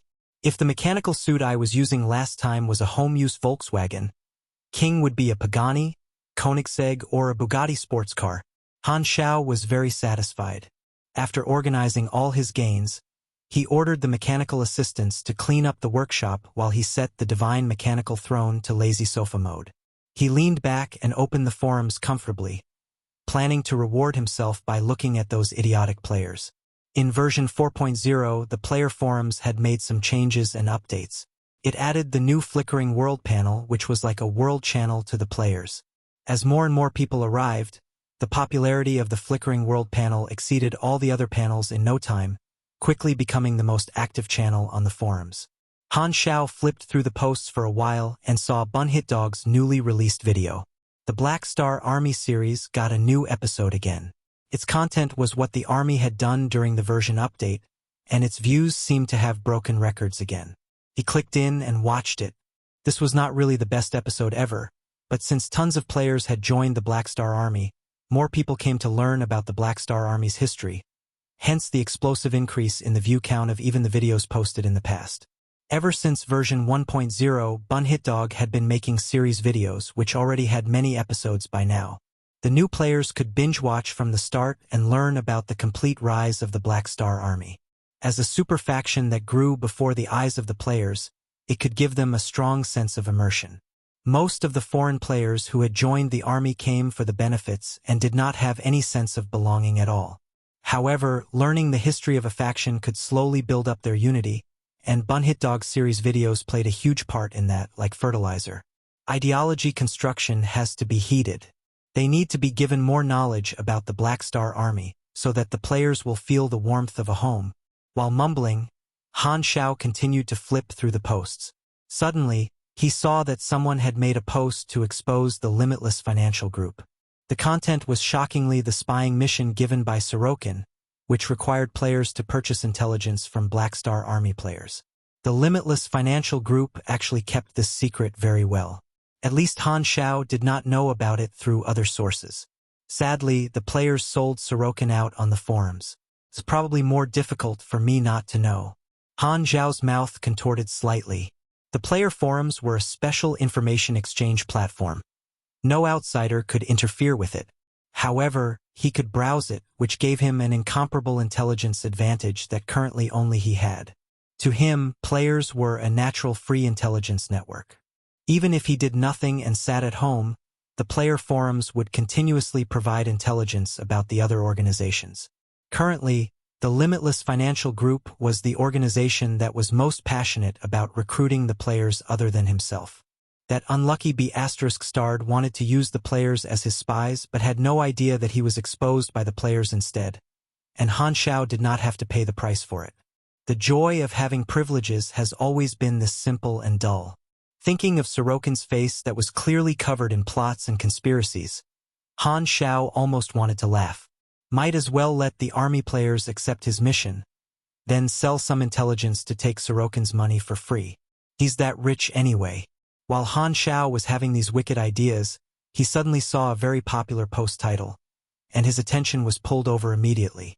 The army players' corpses have been camped time after time. Who is targeting the Black Star Army? Chapter 1042, Reappeared Shady Trick. Chapter 1042 Reappeared Shady Trick. Camping corpses was a task that required skill. To protect the players' fragile hearts, there were many ways to revive they could choose from. Revive on the spot, at the nearest city, nearest carrier, or special designated coordinates. They could even not revive and just go offline. Also, they could revive a maximum of 10 times every 6 days. Therefore, camping someone's corpse was pretty difficult. In his previous life, the fact that Han Xiao was okay despite being completely ruthless was mostly thanks to this kind of reviving method. However, even with so many difficulties, the players never got tired of camping the other players' corpses. The more common methods were kidnapping, forcing carriers to stop, and so on. In combat mode, there were restrictions to logging off for the players, and they would be punished for forcefully exiting the game. Hence the kidnapping method. They would bring the target to the nearest revive point and surround the target. Forcing carriers to stop made the player revive on the same spot whether they chose to revive on the spot or the nearest carrier. Nonetheless, none of these methods could perfectly deal with the reviving mechanism. Even if all locations were blocked off, the target had to be at least online and not log off. Hence, the only requirement for camping someone's corpse to succeed was that the target had a lot of pride. And from the ID of this pal who made the post, which was, "Daddy is proud, what are you going to do?" Han Xiao could clearly feel his unrestrained sense of manliness. In the post, this "Daddy is proud, what are you going to do?" who was an army player, explained what had happened to him. Just some time ago, I was doing a solo errand mission in the free competition zone and came to a transit planet. I met a group of stranger players from another organization, and the moment they saw me, they attacked me without saying anything and killed me. I asked them why, but they dared to tell me that they just didn't like my face. I don't know about the others, but there's no way I could put up with that. So, I revived on the spot and fought with them head-on, not intending to give up. These pieces of **T then actually really killed me time after time and finished all my revive counts for today. After that, they even private messaged me to mock me, F***CK. I was minding my own business, and out of nowhere, I got beat up. Who did I mess with? I've already posted the ID of these sons of by *cheese. My brothers, all of you are my fathers today. Please respond to my summon and help me greet their family. Let these *holes enjoy the bath of positive energy. Han Xiao looked at these IDs, which were clearly all American players of the demon race. He then continued reading the comments and realized that this post had already become a sea of joy. Fast horse. Shocking. Agitated dude calls people father at the scene. Degree winky face. Human hammer. Your daddy, will avenge you. Cold sister. Senior keyboard warrior of 30 years reporting for duty. I can't take it anymore. When it comes to scolding people, count on us. Other than these chaotic replies, there were also army players who were complaining about experiencing the same thing. It seemed this had happened to quite a lot of people. However, not everyone was so stubborn. More people were just attacked by a group of players from other organizations out of nowhere. Furthermore, it was not just the Americans. There were players from other countries too, and not all of them were guild members. It was almost like people were hunting the army players. Han Xiao pondered about the reasoning behind this. He felt that this was probably a butterfly effect he had caused. In his previous life, everyone was scattered without the Black Star Army. Now, the Black Star Army was the biggest player faction. The winds howl around the highest peaks. From the responses of the players, this most likely had nothing to do with NPC organizations and was completely initiated by the players. Maybe some people were hostile toward the army players, or maybe the foreign big guilds worked together secretly. There were only so many possibilities. Currently, tens of millions of players were swarming into the Flickering world and onto the universal stage. They started attracting the attention of all kinds of organizations. Tens of millions of people was just a droplet of water in the vast sea to a star field. But if they were all immortal grade B supers, it would be a force that could not be ignored. As a part of the universe's ecological system, the players' actions now would affect the others too. Han Zhao's intelligence network had shown that more and more organizations were beginning to study the players, and even more were trying to use the players. The three universal civilizations had also moved the recruitment and studying of players up the schedule. The fact that foreign players were willing to leave their own factions to join the Black Star Army attracted more attention as well. Many organizations were very curious about the source of influence Black Star had among the Immortals. Although Black Star was famous indeed, why was the top choice of so many Immortals the Black Star Army? They could not figure it out. However, many players joined other factions too, so although the situation surrounding the Black Star Army was interesting, it was not too big a deal. If Han Xiao really had all the players in his army, the dynasty would probably have come to his door to question him the very next day. The other organizations did not target the army, but their players actually started causing trouble first. Han Xiao carefully read all the replies and discovered that the biggest group of people who hunted his players were American, Japanese, and Korean players. Also, when they attacked the army players, they avoided killing any army soldiers, so it was clearly targeted at the players. Suddenly, he had a thought and started searching in the forums. As expected, he discovered some anonymous posts that were censored due to the aggressive language used, which were about the players of the other organizations bragging about killing army players and expressing that they were indeed targeting the Black Star Army. They were also very arrogant, mocking the Chinese players they killed by name. Interesting, so that's how they're going to play. Han Xiao suddenly understood the reasoning behind this. He was not unfamiliar with this method. This had happened among the players in the previous life too, also during version 4.0. This was a very shady method. The people behind this were undoubtedly the big clubs. Basically, they secretly gathered some of their local players to hunt the players of the target faction. Then, these players would be told to taunt and provoke as much as possible, as aggressively as possible on the forums, to trigger the rage of the target faction players, starting an insulting war. Afterward, they would then let people secretly guide the focus of the situation to race, nationality, and area discrimination, causing hatred. The goal of this was to control their local players' faction preference by creating collective hatred.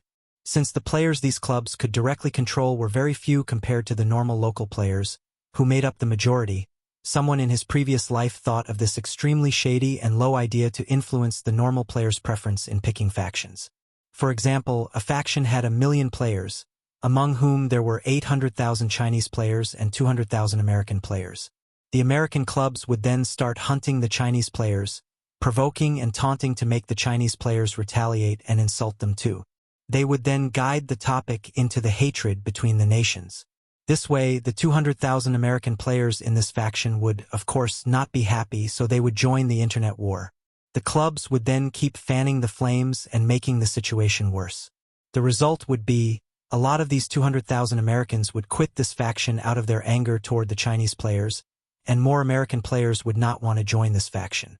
This was just one of the methods the big clubs used to manipulate the faction preference of their local players. They created hatred, and using that hatred, they increased the unity of the players of their country. The reason for this was very simple. The clubs did not want their local players to work for the factions that the clubs of the other countries were in. They only wanted their local players to work for the factions they were in. To normal players, the more players in one faction, the stronger the competition. But to clubs, local players represented cheap labor. Be it during normal developments or national wars, as long as the clubs made announcements, the normal players would most likely respond and become free manpower. Freebnol.com. Normal players wanted to enjoy the game freely, which the professional players had to respect too. However, clubs and official guilds were commercial organizations. Their goal was to gain achievements in the Pro League and make a profit. Therefore, after version 4.0 started in the previous life, with the Americans in the lead, some clubs started to manipulate their fans at all costs, using all sorts of dirty methods. This led to the forums environment becoming contaminated to a certain extent, so the mainstream factions of the clubs of the other countries would be weakened, and they would become stronger. Simply put, they were robbing leaks from others. Only clubs of a very few countries did not take part in such things, and the Chinese were one of them. The Chinese had always been united, and now that most of the Chinese players were in the Black Star Army, there was no need to use such shady methods at all. TSK, the first reappearance of this trick, and it's aimed at me. Plus, it's from the clubs of multiple countries. Han Xiao thought about it and understood what these clubs were thinking. It was basically because the foreign clubs did not want the army players' forces to keep getting bigger. Otherwise, the army would have too many advantages among the factions. Not only would that reduce the development space of the other faction, but it would also give the Chinese clubs free manpower, which was basically sending money to the enemies to these foreign clubs. Just as I expected, the army is too outstanding, so the Chinese clubs became targets. Although these foreign clubs are not targeting me, if I let them continue doing this, my leak farm might shrink. Han Xiao did not panic at all. Rather, he smiled. Isn't this a perfect opportunity to strengthen the sense of belonging of the new army members that is delivered to my doorsteps? Why were the Alliance and the Horde so united? One reason was their background story and the game setting, but the more direct reason was that the players of the two factions were fighting each other all the time. Creating a shared target, this was a great way to rapidly increase the sense of unity of a group. Discrimination is a factor in the real life. I indeed can't deal with that right now, but I can target those main factions that you foreign clubs are in. You're manipulating players through nationality differences, so I shall make use of the difference between factions. When the foreign clubs gather people to hunt the army players, their factions won't reward them. Therefore, to them, this is just a matter between the players. However, if I announce a bounty mission, stating that as long as the army players kill the players of your factions, they'll be rewarded, what will happen? At that point, your local normal players might even beat you up. How can those people secretly hired by the clubs compare with the 8 million warriors of our army? You wanted to play dirty? You asked for it. Hee hee. Since you people can't be satisfied with peacefully developing your forces and play these dirty tricks all day, let me add more wood to the fire and make your business more popular. Han Xiao grinned wickedly, sat up from the lazy throne, opened the faction interface, and started drafting the bounty mission. At the same time, on a private player chat channel, the high-position members of the professional clubs of many countries were online. Among these were America's Devil and Key, Japan's Hydra, Amaterasu and Werewolf, Korea's Kimchi and Triple Star Bomb, Italy's Classical and Pizza, and Southeast Asia's Red Bay, Island, and Titan. Many of the regular attendees of the international tournament were in this channel. At this time, the topic these people were discussing was indeed related to the Black Star Army. Just like Han Xiao guessed, as more and more players of the various countries changed factions and joined the Black Star Army, these guilds who were not planning to change their factions could not put up with it anymore. They secretly worked together and planned to restrain the Black Star Army's rapidly growing player base. The people on our side are moving according to plan. The public opinion part is still in preparation. The players' emotions need time to be developed, a high-ranking member of the Key Club said. The circumstances are actually beneficial to us. China has managed to win 2 consecutive years. This is their pride, and they have this sense of superiority, so the public opinion will not be tough to manipulate. Steer the topic in this direction, toward how the normal players of the various countries are targeted because the teams of their country did not achieve optimal results. Then let the Chinese players insult us. This way, more anger can be created. Actually, tricks like this are not difficult to see through. The players are quite smart. Don't worry, players will be players. Once it gets to their head, reasoning won't be important. The Pro League is a great conversation topic. It'll be easy to trigger their emotions. Let's hope it works. We're all in different factions. The biggest threat now is the Black Star Army. There are way too many players there. If we don't weaken them, the Chinese clubs will have way too big an advantage. It'll be best if we can isolate them. As for the stand of the Black Star Army, it was not within their consideration. To them, all of this was just between the players. The NPC factions were just the background. Chapter 1043. ILL put up a strong front and make you cry. Chapter 1043. ILL put up a strong front and make you cry. I'll god d** and burn down all your dreams. In the great hall of Black Star Palace, an emotional roar sounded as a white beam of light shone up. It transformed into a revived army player with the ID of Under the Soaring Clouds. Naturally, he came from China. The great hall had quite a few players coming and going, and hearing this loud exclamation, everyone turned to look at Under the Soaring Clouds. All they saw was him heaving hard with a look of resentment.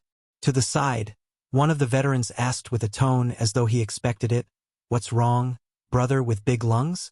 Why the anger? Who f*** ked you? I got squatted by a bunch of foreigners and they even ridiculed me. This is already the 3rd time. Under the Soaring Clouds was exasperated. It's now version 4.0, the world server. There are players from all sorts of factions outside now, and it can't be compared to back then when we were in the Shattered Star Ring. You have to watch out for your safety, the veteran advised before shaking his head and leaving. Under the Soaring Clouds' face was nasty to behold. He was a new player that only joined in version 3.0, and he was more of a casual player, not interested in PK at all. In the last version, the world server had not been opened yet, so as an army player, he was basically only meeting his own people whenever he went out, so he was rarely attacked by others. However, there was no security in the current version. He had done a couple of missions but was maliciously interfered with by players from other organizations. He struggled to get used to the huge gap between the 2 versions, so he felt that his gaming experience had drastically fallen. Looking around, he saw that players with foreign IDs were scattered around, basically newcomers who had only joined the army recently. Among them, a small group of players constantly scanned the coming and going army players, looking at him from time to time as well. This sort of performance was most likely from a spy sent by a foreign guild. Recently, there have been many squatting incidents, and this is probably the work of those spies. My whereabouts were revealed by them, which caused me to be squatted as well. Under the Soaring Clouds felt that this was likely, and he gritted his teeth in indignation. He disliked the foreign players who had recently joined, and he was not the only one. Many of the Chinese players had the same idea as him, as the previous versions were so much more comfortable to play in. Everyone belonged to the same country, but now, since there were more foreigners, they had to be aware of the lurking dangers in their external and internal environments, making many people sick and tired of playing. Under the Soaring Clouds belonged to the category of a new player, and he was unlike the veterans who had invested a lot of time into the army. Right now, he could not help but think about changing factions. I really don't want to encounter the mess of being squatted anymore. It really affects my mood. Just as he was about to act on his words, the communicators of every player in the room rang. The moving players all gave each other a strange look, collectively stopping as they lowered the heads to read the news. Under the Soaring Clouds also retrieved his communicator, and when he scanned the notification, he realized it was an internal announcement from the army, and there were 3 messages. Army Announcement 1, Newcomer Preferential Treatment Policy. Addressed to all soldiers of the army. Now is the period of the development in the Flickering world. Recently, we have recruited new warriors from the other star fields. In order to quickly integrate the newcomers into the army, we're re-enabling the policy of supporting the newcomers. Existing members can take the newcomers to perform missions, and both parties will obtain additional benefits. The army will give certain subsidies, which include but are not limited to ANAs, contribution points, ammo, and free repair opportunities. The full list can be seen in the appendix, expand/collapse. I hope everyone will actively help newcomers, no matter which star field they arrived from. As long as one has joined the Black Star Army, I hope we can all entrust each other with our backs in battle. Army Commander, Black Star. It turned out to be this policy. Under the soaring clouds had a shift in heart. In the previous version, the army recruited a bunch of Russian and Australian players in the Constellation Corridor. During that time, they also announced a similar policy, which was implemented for a period of time. After results were achieved, this welfare plan was temporarily frozen. The effect of this policy had been proven in the previous version.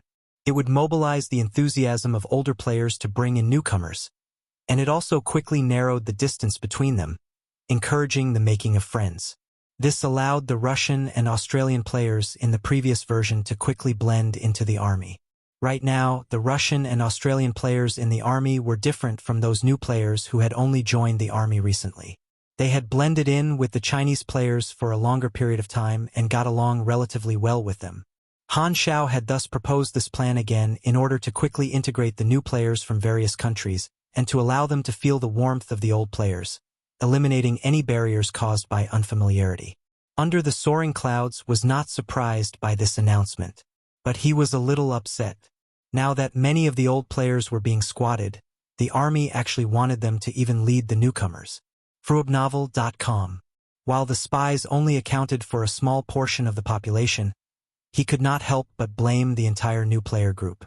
Thus, in his eyes, this plan sounded like the leader still choosing to help the bully even after he had shown signs of being bullied. The more he thought of it, the angrier he got. This is too much. Under the soaring clouds knew that the NPC could not be blamed, but he could not help sulking. As he scrolled down to the next messages, he suddenly jerked, and his eyes widened like saucers. Army Announcement 2. Organization Warning List. Recently, a large number of Immortals have reported to the upper echelons that while they were performing their missions, they were ambushed and killed by Immortals from other organizations. After a detailed investigation, we have found this to be true. We have compiled a list of organizations that are deliberately targeting our members. For details, please refer to Appendix List of Organizations, expand/collapse. Although Immortals do not fear death, their actions are regarded as a provocation to the Black Star Army. Thus, I am issuing a public warning to these organizations to restrain your Immortal subordinates before I declare war. Army Commander, Black Star. Army Announcement 3. Counterattack Permit. Until these organizations restrain their subordinates and put an end to the ambushes made to our Immortals, we will initiate counterattacks. I hereby inform all Immortals of the army that they can engage in retaliatory attacks against the above organizations, restricted only to their Immortals. It is not our style to be beaten and not fight back. In order to encourage this behavior, the army will subsidize additional supplies, which can be found in Appendix Reward List, expand/collapse. Repeated kills are allowed, and to receive rewards, you will need to use the Philip mini program to upload each battle video in exchange for the reward you are entitled to. Kills on the same person will not be awarded. At the same time, for those habitual offenders who have repeatedly attacked members of our army, a special pursuit order will be issued. Every time you kill a designated wanted person, you can exchange it for special reward. Please refer to Appendix Kill List, expand/collapse. Everyone, please remember those who offend me, Black Star, will be punished no matter the distance. Army Commander, Black Star. An uproar sounded as Under the Soaring Clouds finished reading the other two notifications, and many players got excited. Damn, what is this? The army actually moved. The PKs between players actually caused such a change in the faction. Haha, those dumb bitches. Squatting on us? Do you think our identity as army members is given for free? This is the feeling of having a backer. It's really good. Our army commander is truly domineering. TSK. Warning the other factions immediately. The recent squatting incidents had left the army players outraged. But it was because they did not have any teams. They could only count on themselves, praying that they would not meet any of those malicious players from the other factions.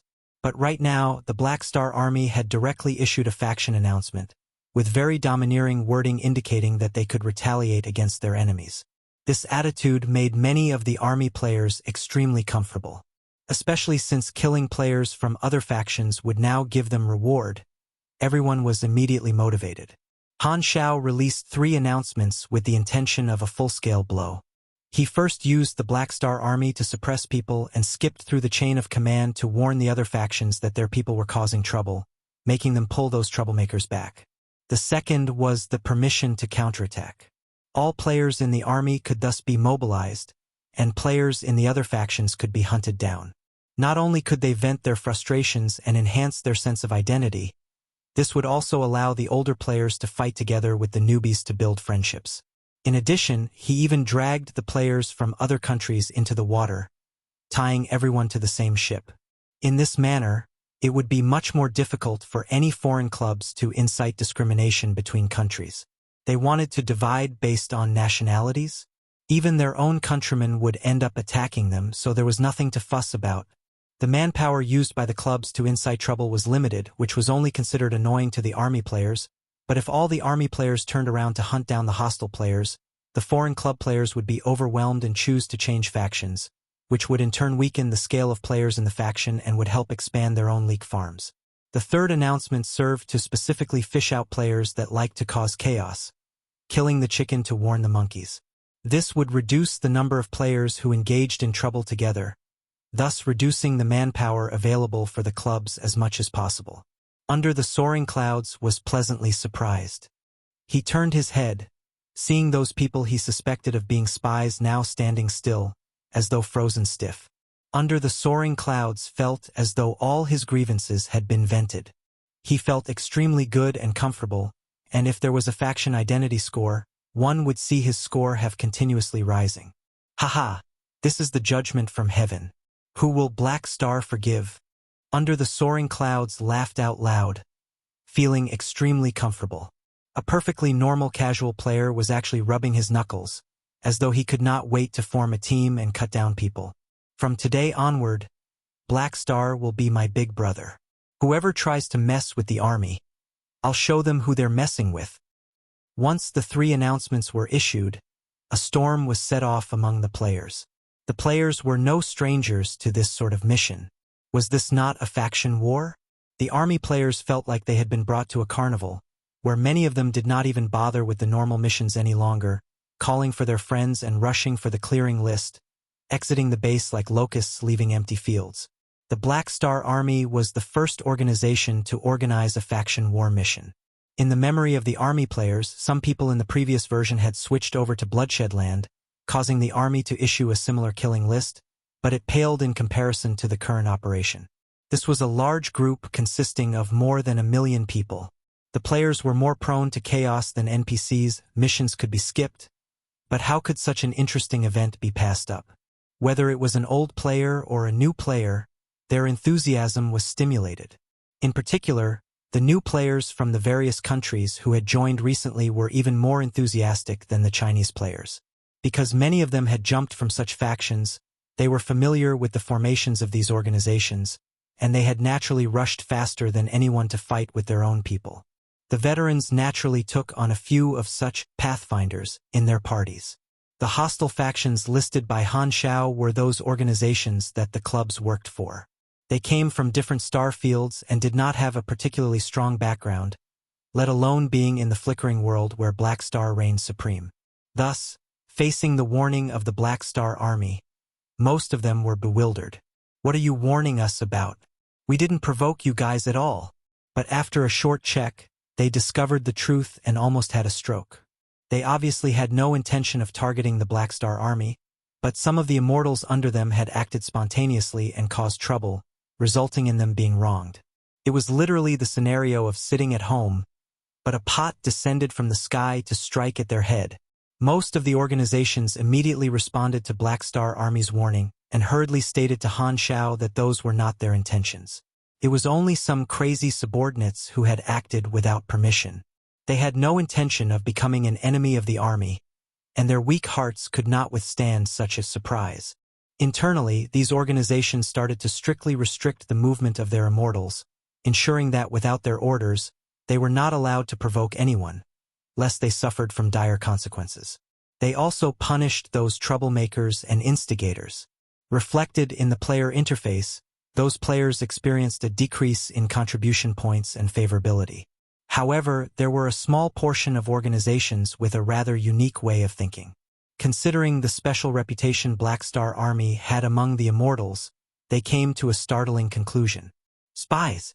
This group of troublemaking subordinates must have been spies sent over by the Black Star Army. The Black Star Army must have plans to swallow us, so they purposely got the spies to create trouble. That way, they will have a just cause to attack us. These smart Alecs began to brew their own conspiracy theories and decided not to fall for the evil plot. There were even a handful of organizations whose thought process was more refined, thinking that these immortals that caused trouble were neither their people nor the people of Black Star, but rather a third party. Their goal was to cause a conflict between them and the Black Star Army, thus acting as the fishermen that benefited in the fight between the Sandpiper and Clam. Anyway, regardless of whether this was a truth or not, the organizations already believed it to be so. And for the Limitless Financial Group, which was the keenest on recruiting the players, it had turned into an excellent target. Hearing this, Sorokin was in a mess. There was no problem. I really had such a plan, but I haven't even started implementing it. Could this be retribution? Han Zhao's announcement stirred up the situation and directly caused the entire player population in the world server to turn into chaos, and the foreign clubs were immediately forced into a corner by Han Zhao's triple attack. This is not right. Us players originally liked to PK, so why is it you as the NPC that reacted most strongly? We only attacked your Immortals troops, and you already made such a big hoo-ha. Do you even feel embarrassed? Their plan was hit hard right after it started, and they almost got destroyed because of it. In this situation, even if the plan could continue, it would be far from achieving their desired results. The executives of the clubs were also unable to do anything. If they fought a faction war, they would not be the ones suffering. Including all the affected factions, even if they could not beat the Black Star Army players, they would not lose too badly. They could even rally the ordinary players in their respective factions through this faction war. However, the factions they belonged to directly complied. Not only did they not allow a counterattack, they even restrained the players under their command. Since their superiors did not allow them to retaliate, the faction war could not take place. All they could do was withstand the enemy's attacks. The Black Star Army had encouraged their players and even released faction rewards.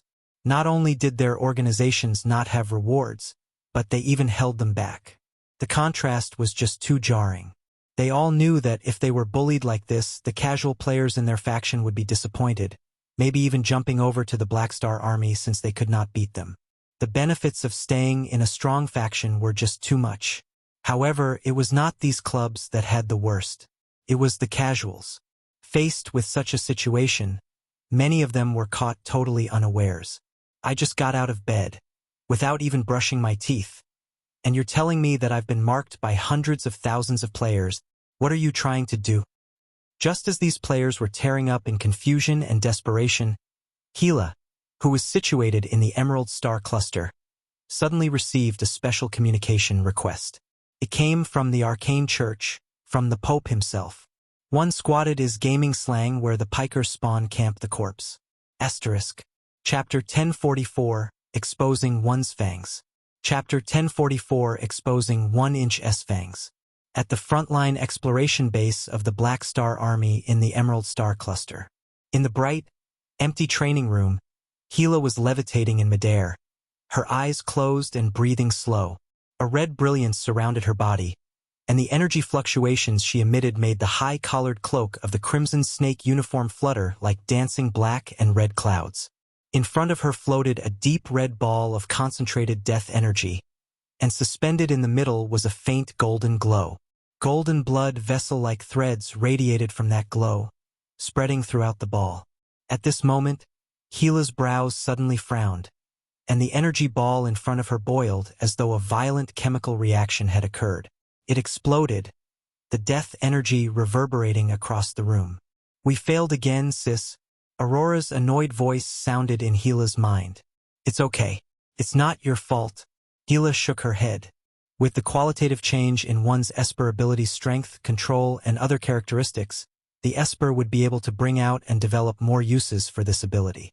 Because there existed an exclusive vitality link between the two, after Aurora entered the Calamity grade, this link was further strengthened, giving birth to a two-way telepathic channel for them to communicate with each other. As for the transmission of life energy, this was originally limited by the distance. Right now, their personal project was to develop an energy transmission channel that would ignore the factor of distance. However, they had not succeeded yet and were still looking for a method. Now that Aurora had entered the Calamity grade, Gila reckoned that she could protect herself. Thus, she no longer restricted Aurora, allowing her to utilize the abilities and life energy freely. Actually, the life link that ignores distance already has an embryonic form. The life energy is constantly emitted from my side, but it cannot be transmitted to yours. It's not a complete failure. Gila nodded. Actually, I did receive a small amount of life energy, but the energy loss is too severe, which limits me to only receiving 1/10,000th of it. The way I see it, most of your energy seems to be absorbed by an unknown secondary dimension, and that secondary dimension has a weak connection with me, which is why I could feel its presence. Is that so? I didn't feel anything. Aurora was surprised. I only sensed this when I advanced to the Beyond Grade A realm. I think that if we wish to complete the link, we need to first solve this obstacle. I previously sent my death energy into this secondary dimension, but once it entered, it was cut off from me entirely. I'm afraid I'll need to find time to go there in person. I always feel that it has some secret related to us. Call it the intuition of a Beyond Grade A. As she spoke, Gila shook her head and lifted her finger. There was a bright golden light floating on her fingertip, about the size of a peanut. This was the life energy she had obtained from Aurora. With just her eyes, she manipulated the sesame-sized particles of death energy into this cluster of life energy, and the next moment, a brilliant light flashed as the two energies melted together. The red and golden light spots merged into a light spot with the color of orange gold. "Sis, did you succeed?" "Nope. I'm still exploring the ratio needed to successful fusion. Right now, I can only merge this small amount of energy." Gila lightly breathed out. She had tried to fuse their energies a long time ago, but due to their lack of control over their Esper abilities, they had never succeeded. At that time, they had thought that it was a conflict in their energy natures that caused this. However, now that Gila was in the Beyond Grade A realm and Aurora had also entered the Calamity grade, Gila reattempted the combination, only to find out that their energies were actually combinable, but they were unstable and required powerful manipulation abilities to maintain the balance. After the fusion, it would turn into an orangey gold light cluster with different characteristics. Although the healing and killing effects were still present, these two characteristics were not strengthened but in fact weakened. Gila had not yet studied the special effects the fused energy would have. At this moment, a communication request sounded. Beep beep. A virtual screen appeared, and the vice captain's image popped up. The shock on his face had not faded as he said, "Your Excellency, the Pope of the Arcane Church wishes to speak to you. Should I transfer the call over?" Gila's pupils shrank. For someone seated at the very top to come knocking, Gila thought it was surprising. She thought for a while before saying, "Transfer it." Very quickly, the screen in front of her changed to the shadow of the Pope. The three universal civilizations often had their leaders appear in the news, so Gila naturally knew who he was. Thus, her expression was indifferent as she spoke. "May I know your intention in looking for me?" Because of the conflict between the Arcane Church and the Black Star Army, Gila did not bother showing much respect. The Pope did not bother beating around the bush either. "I would like to invite you to join our Arcane Church. The leader of a universal civilization actually came to personally invite me," I'm really flattered. If Black Star was here, that's what he would say. Gila remained impassive. But I'm not him, the Pope slowly continued. We've looked into you, and you're someone who values and pursues strength. The Arcane Church can help to give you incredible strength. It's all right. I reject your offer. Gila did not even wish to listen on and refused flatly. So long as you join as an ally, you can state any conditions. Not interested, the Pope paused, expressionless. The reason you insist on following Black Star? Is it because of your own personal feelings? Nothing to do with you, the Pope nodded. My offer will stand. If you happen to have a change in heart, the Arcane Church will forever welcome you with open arms. He then ended the communication. Looking at the darkened screen, Gila could not help but frown. The Arcane Church's Pope had personally appeared, which meant that he had more sincerity than the Crimson Dynasty. However, this could be because of their relationship as enemies, which would require him to step up if he wanted to poach her. If it was an ordinary beyond grade A that had received such a treatment, they would likely have accepted it on the spot. However, she would not consider leaving the Black Star Army for the time being. Thus, no matter how good the offer, she did not hesitate to refuse. On the other end, there was a fleet of spaceships making their way toward the Black Star stronghold in the Emerald Star Cluster. The insignia of the fleet represented a small mercenary group, but it actually carried several beyond grade A combatants from the Arcane Church. Child of Light, Sagman glanced at his communicator. The Pope's intentions have been conveyed. The poaching has failed. We can begin our operation. The Arcane Church had long prepared both plans. During this time, the Beyond Grades had assembled, and if the Pope failed to persuade her, they would strike and eliminate Gila, preventing any mishaps in the future. The situation now is beneficial to us, as both the Dynasty and Black Star have yet to discover that we have assembled. It's best to do a quick battle and make no mistakes like before, Taylor said.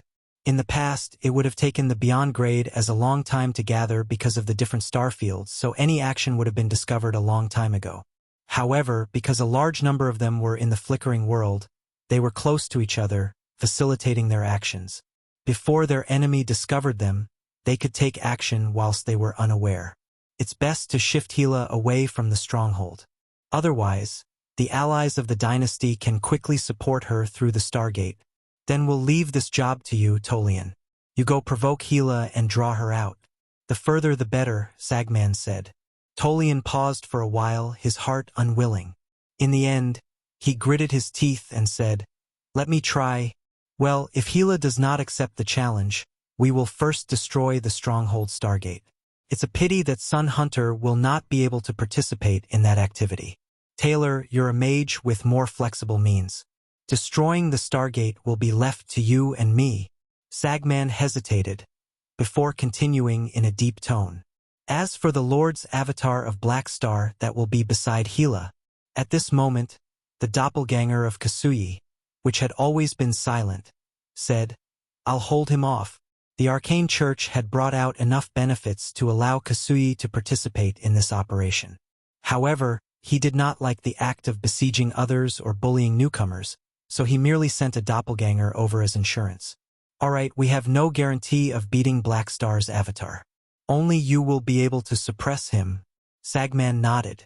It's a pity that His Excellency Wernos could not appear as well, or else killing Gila would only be a matter of seconds. Desolate beast, Mercer muttered. Stop imagining things. Wernos will never leave the Temple of God. He will not involve himself in vulgar mortal affairs. Taylor shook his head. The 6 of them present were Child of Light, Sagman, World Gate, Taylor, Desolate Beast, Mercer, Red Devil, Tolian, a doppelganger of Kasui, and a Lord's avatar of a mechanic. The nature of Kasui's doppelganger was similar to the Lord's avatar of the mechanic class, which carried a part of the body's combat power. It could not be compared to the quasi-beyond grade A doppelganger ability of ES God. Such a lineup just to deal with Gila, this was truly overkill. However, the difference between this and the battle at Planet Lighthouse was that the allies from the Dynasty were missing, and Black Star's true body would also not be present, which meant the absence of the spacetime amber. The Arcane Church thought that this situation was favorable, not to mention that their target was Gila, who was easier to deal with than the cockroach that was Black Star. Kasui's doppelganger turned his head away to look out of the porthole, declining to continue the conversation with the rest. Madison, you probably wouldn't make a move right. If Gila dies, Black Star will certainly go crazy. He's such a difficult choice this time. You're not suitable to act, and I understand, so let me take your place in this show. With me around, she will not die. Asterisk. Chapter 1045 Undercurrents.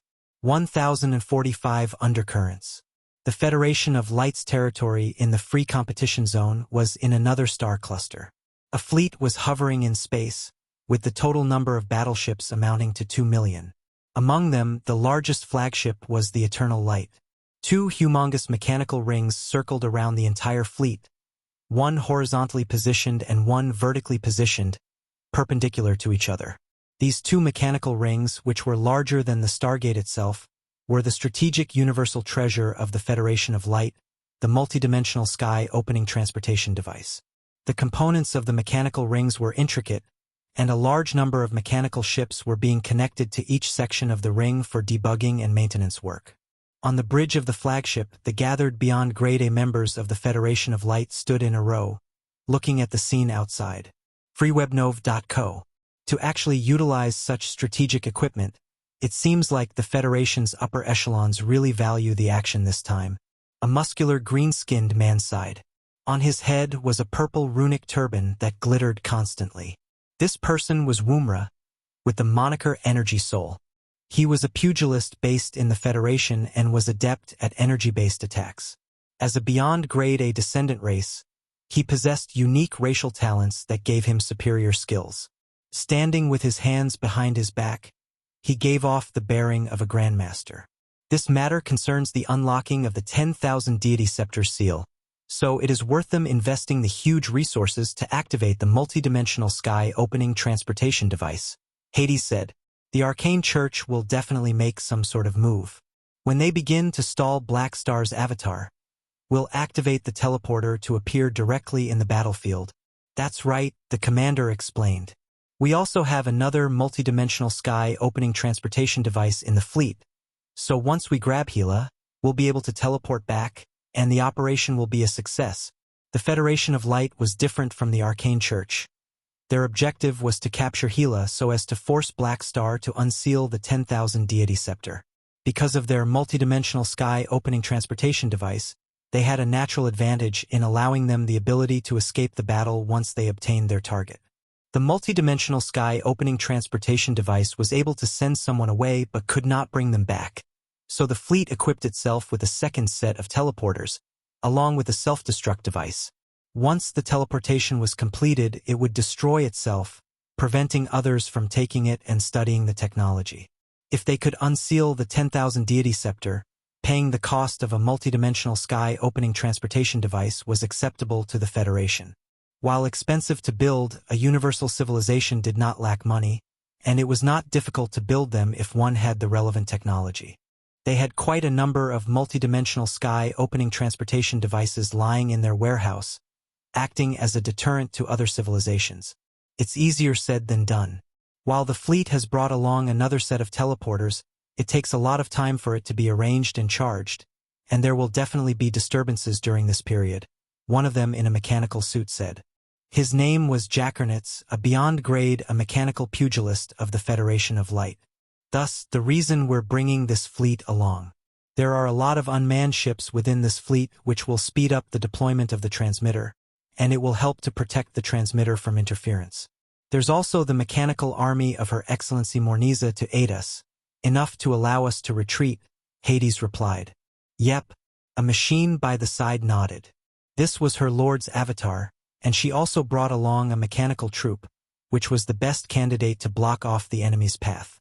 She would not feel regret even if all of them were completely destroyed.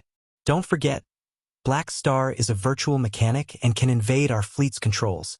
Romo and I will be responsible for the virtual defense remotely, and the main artificial intelligence of the Federation will also invest the majority of its computing power into the firewall. While Black Star is a pinnacle beyond grade a super, he can't break through our defense while being distracted by the fighting, Morniza explained. The Romo mentioned by her was a beyond grade of virtual mechanic from the Federation, responsible for guarding the quantum network and the main intelligence network of the Federation.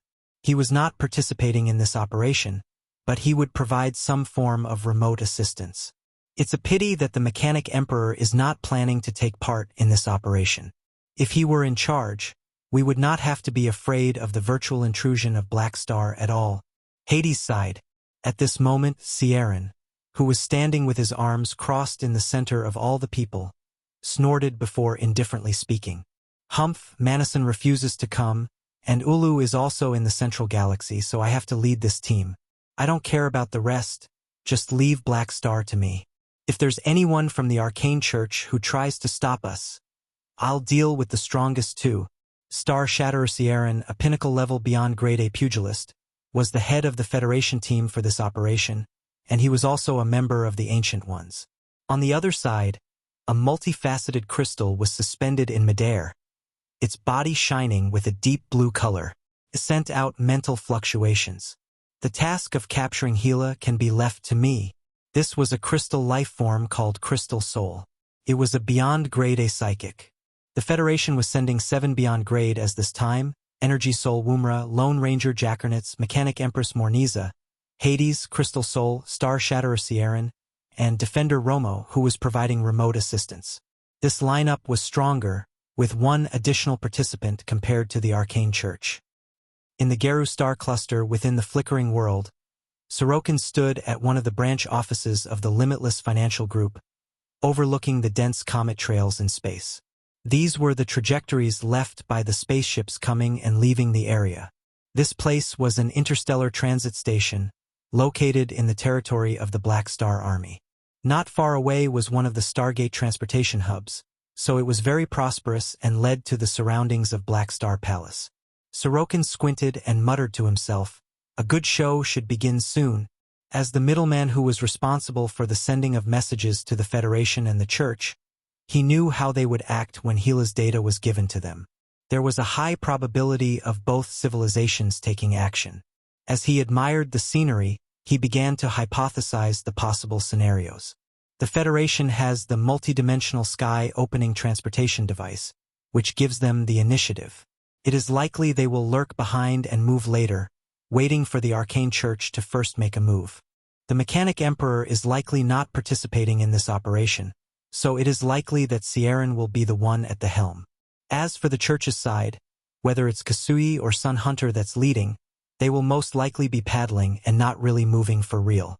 The meeting of the gods really affected quite a few people this time. Black Star. Just as he was speculating, a magic transportation door lit up in his room, and someone walked out.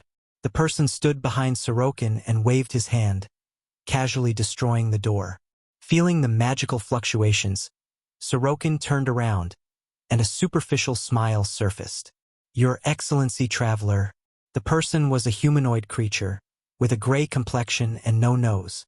He had yellow, crystal eyes, with vertical slit-like pupils, messy gray hair, and a gold ring. He only had 3 fingers on each hand, with one holding onto a staff that was twisted like a branch.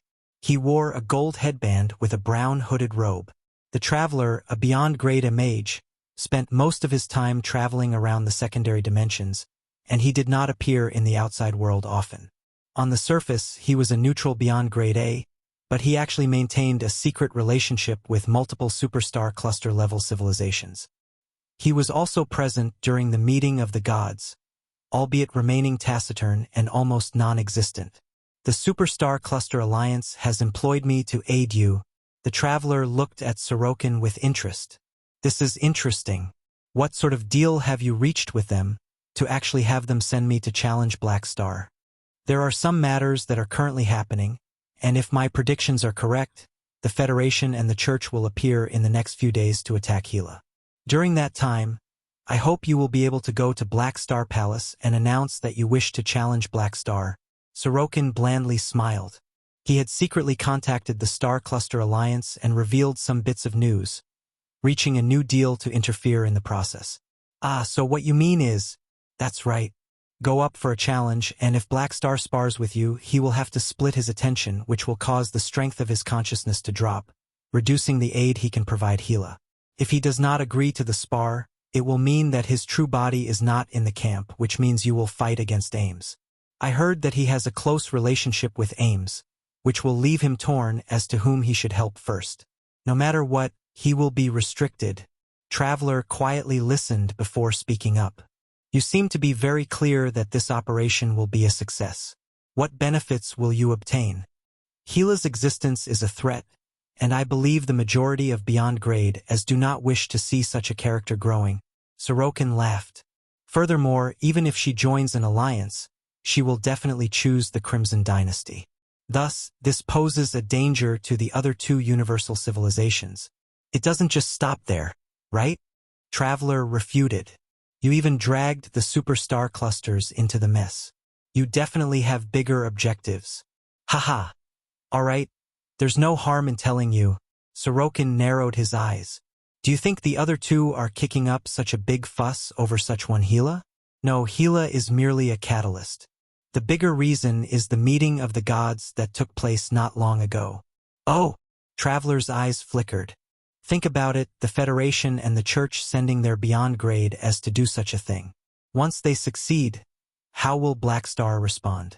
Both civilizations are trying to promote infighting among Beyond Grade as, if successful, then the meeting of the gods will only exist in name. Sorokin's mouth twisted up. But I dare to boldly guess that the aim of the Federation and the Church is to leave just one or two of the Beyond Grade A allies alive from this operation, using this grudge to fuel their hatred. Traveler frowned. It can't be, right?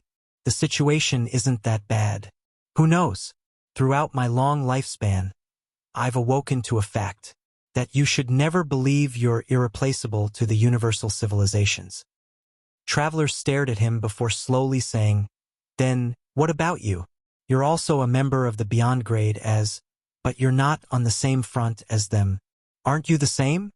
I'm justified, but you're a true neutral. If I really have to give a reason, it's just that I don't like the idea of having an individual rule supreme. I'm a businessman, and I believe in having a collective entity. I believe only in the market. Sorokin revealed an insincere smile. No matter how strong a Beyond Grade A is, they are still an individual. Only the diversification of civilizations will be able to make the cold universe flourish.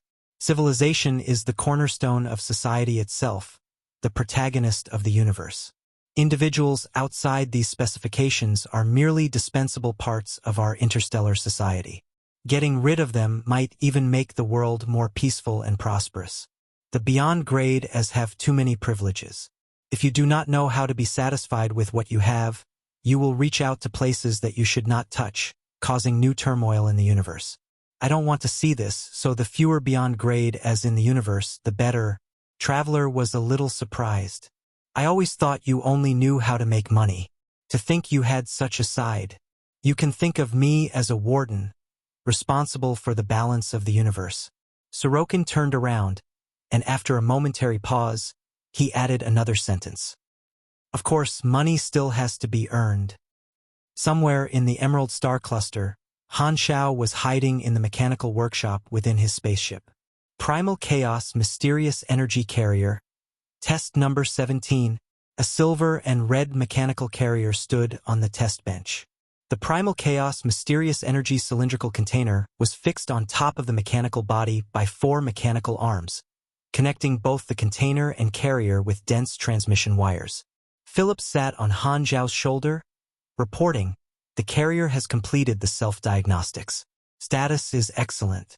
The state of Primal Chaos Mysterious Energy is currently well-behaved, and the connection is stable. Should we begin the energy transfer? Han Xiao nodded. Begin. The instruments activated when he spoke, and the Primal Chaos Mysterious Energy turned active, rushing into the mechanical carrier along the transmission wires. Buzz! The mechanical carrier jerked, its eyes lighting up with a red glow, becoming more and more glaring. Its body vibrated at a high frequency as it endured the load of the primal Esper ability entity. Han Xiao fully released his mechanical sense, staring closely at the carrier as he observed every detail. In his eyes, the violent primal chaos mysterious energy was gradually being constrained by the carrier and had begun to fuse with the special conversion components within the body. The function of this component was similar to that of the host cells to contain and refine the primal chaos mysterious energy. After a long period of time, the final speck of energy merged into the carrier. The carrier released a crimson-colored shockwave, creating a gale in the room. Fusion complete. Synchronization rate is 72%. Compatibility 75%. Load on the carrier is at 41%. Philip began reading out the results. Finally, it succeeded. Han Zhao's expression was joyful. The carrier could not even perform the first step of fusion before, but now it had finally merged with the primal chaos mysterious energy. While continuous optimization was required, this was a good start and could already be directly used in combat. The creation of the carrier for the primal chaos mysterious energy was different from that of the mechanical soldiers. Its technical requirements were extremely sophisticated, not only needing to integrate the primal chaos mysterious energy, but also to prevent it from seizing control of the body. Fortunately, Han Zhao had obtained the cell sample of Evans, which spared him from a lot of detours. Chapter 1046 Enemy Spotted. Chapter 1046 Enemy Spotted.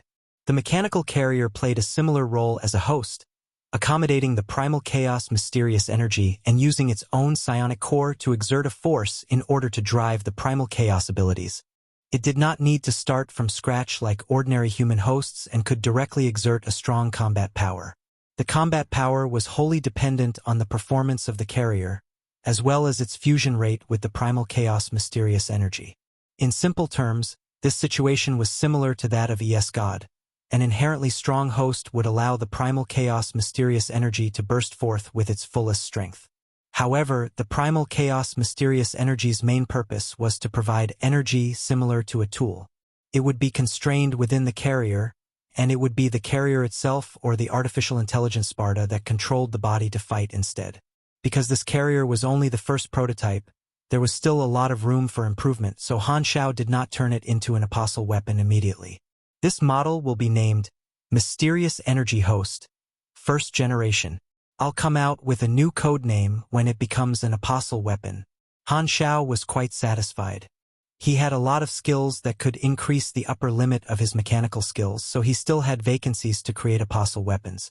Noted, The model name has been recorded, and its entry in the database is complete. Han Zhao nodded. He then sized up the carrier carefully before saying, "How do you feel?"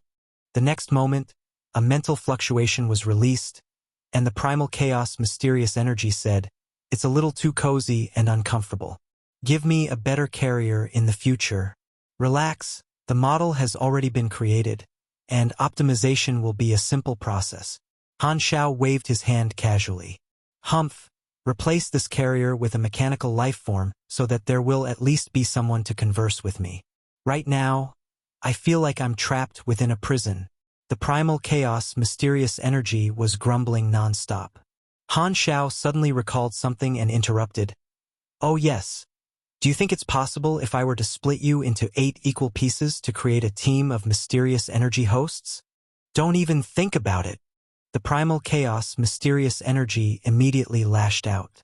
"I won't allow you to mutilate my body. So, loot, lie, not." What an intense reaction. Is it unbearable for your senses? Han Zhao was a little curious. He could not help but ask that upon thinking of ES God. It's equivalent to you dismembering a person and that person having to watch others use his body parts as weapons, playing with his body at will. Furthermore, the pain inflicted on the parts will still be transmitted back to the brain. So you tell me whether this is good or not. The primal chaos mysterious energy grumbled in dissatisfaction. Cough. Treat it as I never mentioned it. Thinking about it. Han Zhao realized that the scene was a little gruesome and coughed to hide his embarrassment. He pretended that nothing of the sort had been spoken. Next, he tested the combat power of the first-generation mysterious energy host, applying many scenarios that would require the usage of Esper abilities. The results only left him with satisfaction. As a super high-risk Esper ability, the primal chaos mysterious energy definitely had a plethora of abilities. It could strengthen itself, radiate the powerful dual attributes of psychic and spatial energies, and fly at high speed. It could even shuttle through secondary dimensions and extract energy directly from the planetary cores. Since it had yet to receive the bonuses offered by a mechanical lifeform and apostle weapon, its combat power was far lower than a beyond grade A, but once the mysterious energy host turned into an apostle weapon, it would likely become the most capable existence among the apostle weapons. Even Psionic Prime, who had been continuously evolving for many years, might not be its opponent. As long as the optimization is completed, the mysterious energy host will become my top fighter and might even defeat ordinary beyond grade as obtaining another strong helper in battle left Han Shao overjoyed. At this moment, Philip vibrated before saying, "Master, there's news from Black Star Palace. A beyond grade A has come knocking." "Who is it?" Han Zhao's eyes narrowed. Since it was Black Star Palace, who would dare go and lay their hands on his home base? This person's courage was really too great. With the resources he had poured into Black Star Palace, alongside the troops stationed there, one would require 2 beyond grade as to attack it in order to pose a threat. It's not an enemy. It's an ally of the dynasty Silver Shadow. Han Shao immediately jerked to a stop, his expression a little puzzled. Why did this guy come over to my base camp in secret to find me? Who's receiving him now? Did he mention his intentions? Ames has received him. He came here with a gift and would like to request for an opportunity to use the evolution cube. So, that's what this is, Han Shao figured. Previously, when he fought with Silver Shadow, he defeated him, thus robbing Silver Shadow of the chance to request to use the evolution cube. Thus, he had most likely been searching for bargaining chips that would allow him to do an exchange. What sort of presents did he bring for me? Han Shao was curious. It seems like he brought some rare blueprints and materials. I have no idea where he got them. Blueprints. That works. Han Shao had already decided to properly befriend this Uber, so when he asked about the bargaining chips, he had set the bar low. As long as he showed a favorable attitude, then he would lend Silver Shadow the evolution cube. In this regard, Han Zhao's style was to treat each individual differently. People like Heber, who were always annoying him, would not be able to borrow the evolution cube even if he gave the entire Bloodshed land to him. What a coincidence, to come precisely when my true body is not in the base. Han Shao tapped Philip's round face with his finger. So, where's the throne now? Reporting it has almost arrived at Black Star Palace. The ETA is in a few hours, Philip gurgled as he hugged Han Zhao's finger. Then let him converse up with Ames for the time being. I'll be there once the throne has arrived. With the king already crafted, Han Shao had gotten his mechanical army to secretly transport the warp point, throne, as well as Evans back to their main camp, Black Star Palace. It had already been some time since they did so, and with the exclusive Stargate passage of the Black Star Army, they took many shortcuts. They were already nearing Black Star Palace. The moment the throne arrived in his palace, he would be able to utilize the king to warp directly there.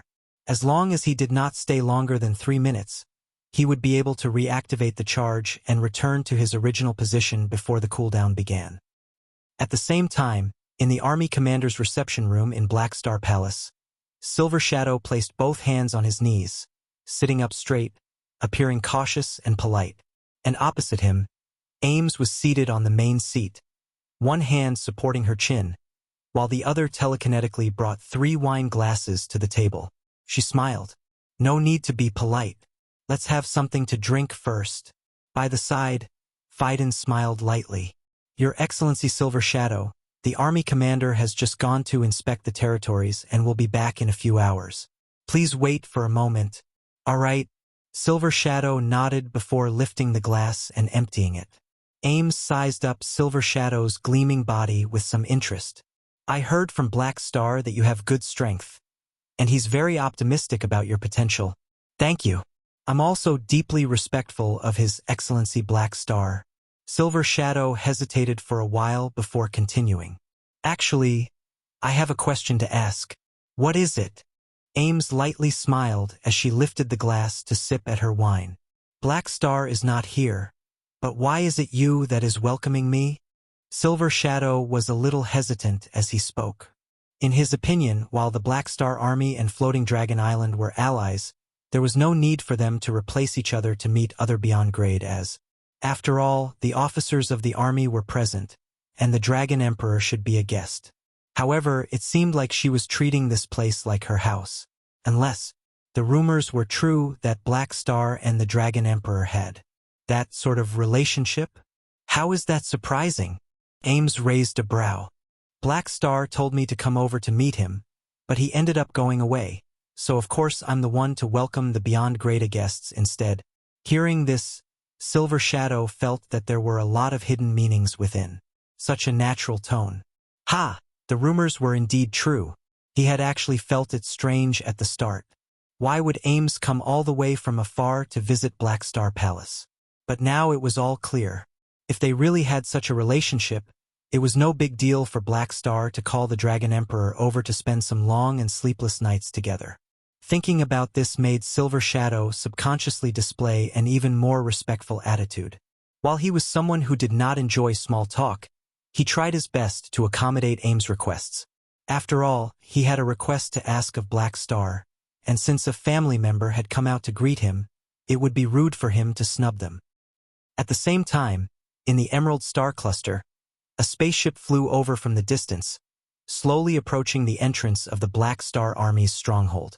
Seeing this, the defense force in outer space immediately separated two battleships, intercepting the ship and issuing a warning on the wide area channel.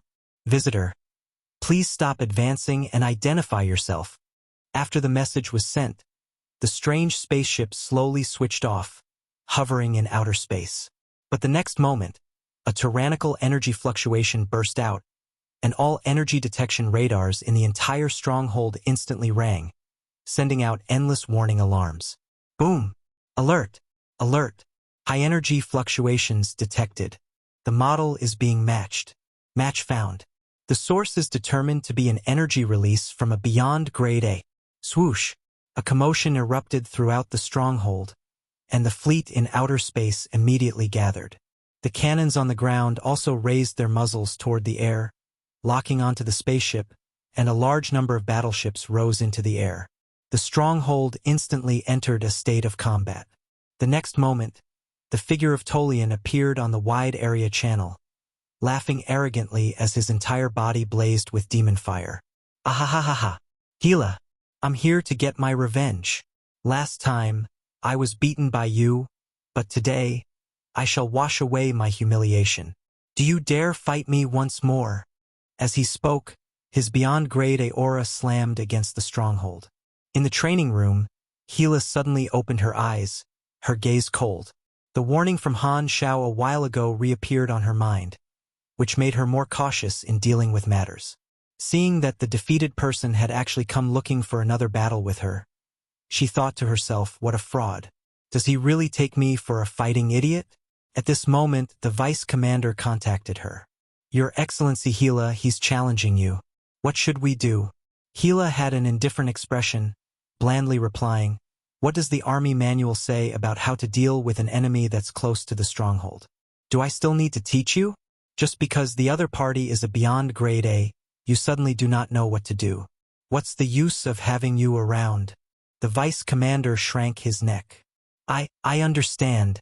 Being surrounded in the starry sky by battleships, Tolian patiently waited after sending out his battle request. He sneered to himself. With Gila's character as a fighting nut, there's a high probability she will agree. Kasui and the rest are hiding in the vicinity. As long as I lead her over whilst pretending to fight with her, we can complete this ambush. Just as he was planning his movements, he found out that his vision was gradually brightening. Tolian looked up in a hurry, only to see that the Black Star Army fleet surrounding him had begun to open fire without any greetings. The light of countless energy cannons filled his vision. Tolian's expression paled. F***ck me, you're not following the script at all. Chapter 1047 Forced Attack and Acting. Chapter 1047 Forced Attack and Acting. 1047 Forced Attack and Acting. Boom! The spaceship that was targeted turned into dust in an instant. Under the attacks of countless spaceships, not a single remnant could escape the fate of being completely annihilated. Not a scrap of the wreckage remained. Not far away, an unstable transportation door opened, and Tolian staggered out from it with fear. Fortunately, he had prepared a teleportation spell long ago and dodged the attacks at the last moment. Otherwise, it would have been way too shameful for him to be heavily damaged before the fight even began. Shameless! Firing at me without saying anything at all. Tolian was both shocked and furious. Who in the world would not even give any face at all in the event of a visit or request to spar between two beyond grade as? Even though I did indeed come to challenge you, isn't it too ill-mannered for you to start firing at me immediately without even saying a word? To him, even if the two beyond grade as had beef with each other and one went to challenge the other, they would at least be polite to each other on the surface. We're all very important people with reputations to uphold. How can you just blast me away like that? What happened to the courtesy between beyond grade as? I'm not the only one that'll lose face for this, you will too. At this time, Gila's voice appeared on the public channel. You've lost to me. Those I surpass will never have the chance to catch up. I have no interest in fighting you again. Tolian was instantly enraged by what Gila said. He thought he was arrogant enough, but Gila was even more arrogant than him. After his expression changed a few times, he decided to put up with it for the time being. Humph, I have a mission to do, so I won't argue with you. You're already a dead woman anyway. Tolian snorted in his mind before activating a magical communication rune to contact his teammates who had set up an ambush somewhere else. Guys, our judgment was wrong. Gila did not accept the challenge and fall for the trap. She even shamelessly ordered her fleet to attack me instantly. The plan to lure her away won't work. Let's carry out a forced attack. At least we now know for sure that she's in the stronghold. Very soon, Sagman's reply came through the magical communication rune. Okay. Change of plan. Start the forced attack. Tolian, share your vision with us. Taylor, open the teleportation gate and attack the Stargate. Also, pre-start the space-time stabilization device. Make sure that Gila has nowhere to run after we arrive, and that everything goes according to plan. Gila went all the way to the command room of the stronghold and looked at the image on the surveillance screen, where Tolian was barely dodging the attacks from her fleet. Still not leaving. He must be up to something. Gila frowned slightly, hesitated for a moment, and took out the communicator to send Han Shao a message. She wanted to discuss this with Han Shao. However, the next moment, she intuitively felt an extremely strong sense of danger, piercing deep into her back and almost freezing her bones. Gila's expression changed slightly as she looked up. She sensed a few fixed star-sized energy sources suddenly appear nearby. Alarm! Alarm! High energy source detected. Alarm! Alarm! Stargate is being attacked. Requesting reinforcements. The image on the screen changed, showing a magical teleportation gate suddenly appearing beside the Stargate station afar and two people walking out of it. It was Taylor and Sagman. The two of them started attacking immediately before the defense fleet could launch emergency fire. Tons of summoned monsters swarmed out and restrained the defense fleet, while countless arcane beams and shockwaves destroyed one Stargate. The surprise attack was effective. Beside Tolian, another enormous teleportation gate appeared, and mechanical troops flowed out like a tide, quickly spreading out. The three at the front were Kasui's doppelganger, Desolate Beast, Mercer, and Mechanical Catastrophe, Francisco's Lord's avatar, who was controlling this mechanical army. Kasui and Mercer had known each other for a very long time, while Francisco was a direct member of the Arcane Church. His situation was rather unique, as his main body had always been serving a sentence in the Arcane Church's prison and was not usually allowed to go anywhere. The Arcane Church would only let him join battles using his Lord's avatar when they needed his power, and the contributions he made would shorten his sentence. His crime was related to his nickname, Mechanical Catastrophe. He had once caused a catastrophe that was machinery-related. At the same time, this nickname was also a recognition of his strength. He was a mechanic of the energy branch who had special talents. The cost of enhancing his machinery using his mechanical force was drastically lower than mechanics of the same grade, and the range of it was much larger. This meant that he could enhance a much larger army of machines compared to others. Mechanical Catastrophe Francisco was there to deal with the fleet of the army stronghold, as well as to restrain Black Star's mechanical army that was stationed there. Otherwise, the few beyond grade as would have to waste a lot of energy dealing with the fleets. As soon as he arrived, Mechanical Catastrophe immediately started controlling his mechanical army to clash with the fleet of this stronghold. With the sudden arrival of enemies, the stronghold fleet's response was late for some time but quickly adjusted. The battle instantly entered the climax. Mechanical Catastrophe's army also brought along several space-time stabilization devices, wormhole restriction devices, and so on. They were all activated, stabilizing the space-time of this area. Even teleportation spells could no longer be used. Seeing this, Gila's expression became grave. The enemies were well prepared, 6 beyond grade, as including powerful ones like Kasui. Do they want to kill me this much? Despite how proud Gila was, her heart still shivered for a second. Is this what Black Star faced back then? No, this might be worse. It's almost a certain death situation. However, her mindset was only shaken for an instant before she suppressed the negative emotions and turned them into the fighting will, making her feel as if all the blood in her body was boiling. Boom! The next second, Gila tore the ceiling open and flew right into the sky. She clenched her teeth and charged toward the few beyond grade as in outer space who were locking on to her. During the charge, she released death energy continuously, which turned into a bright red cloud.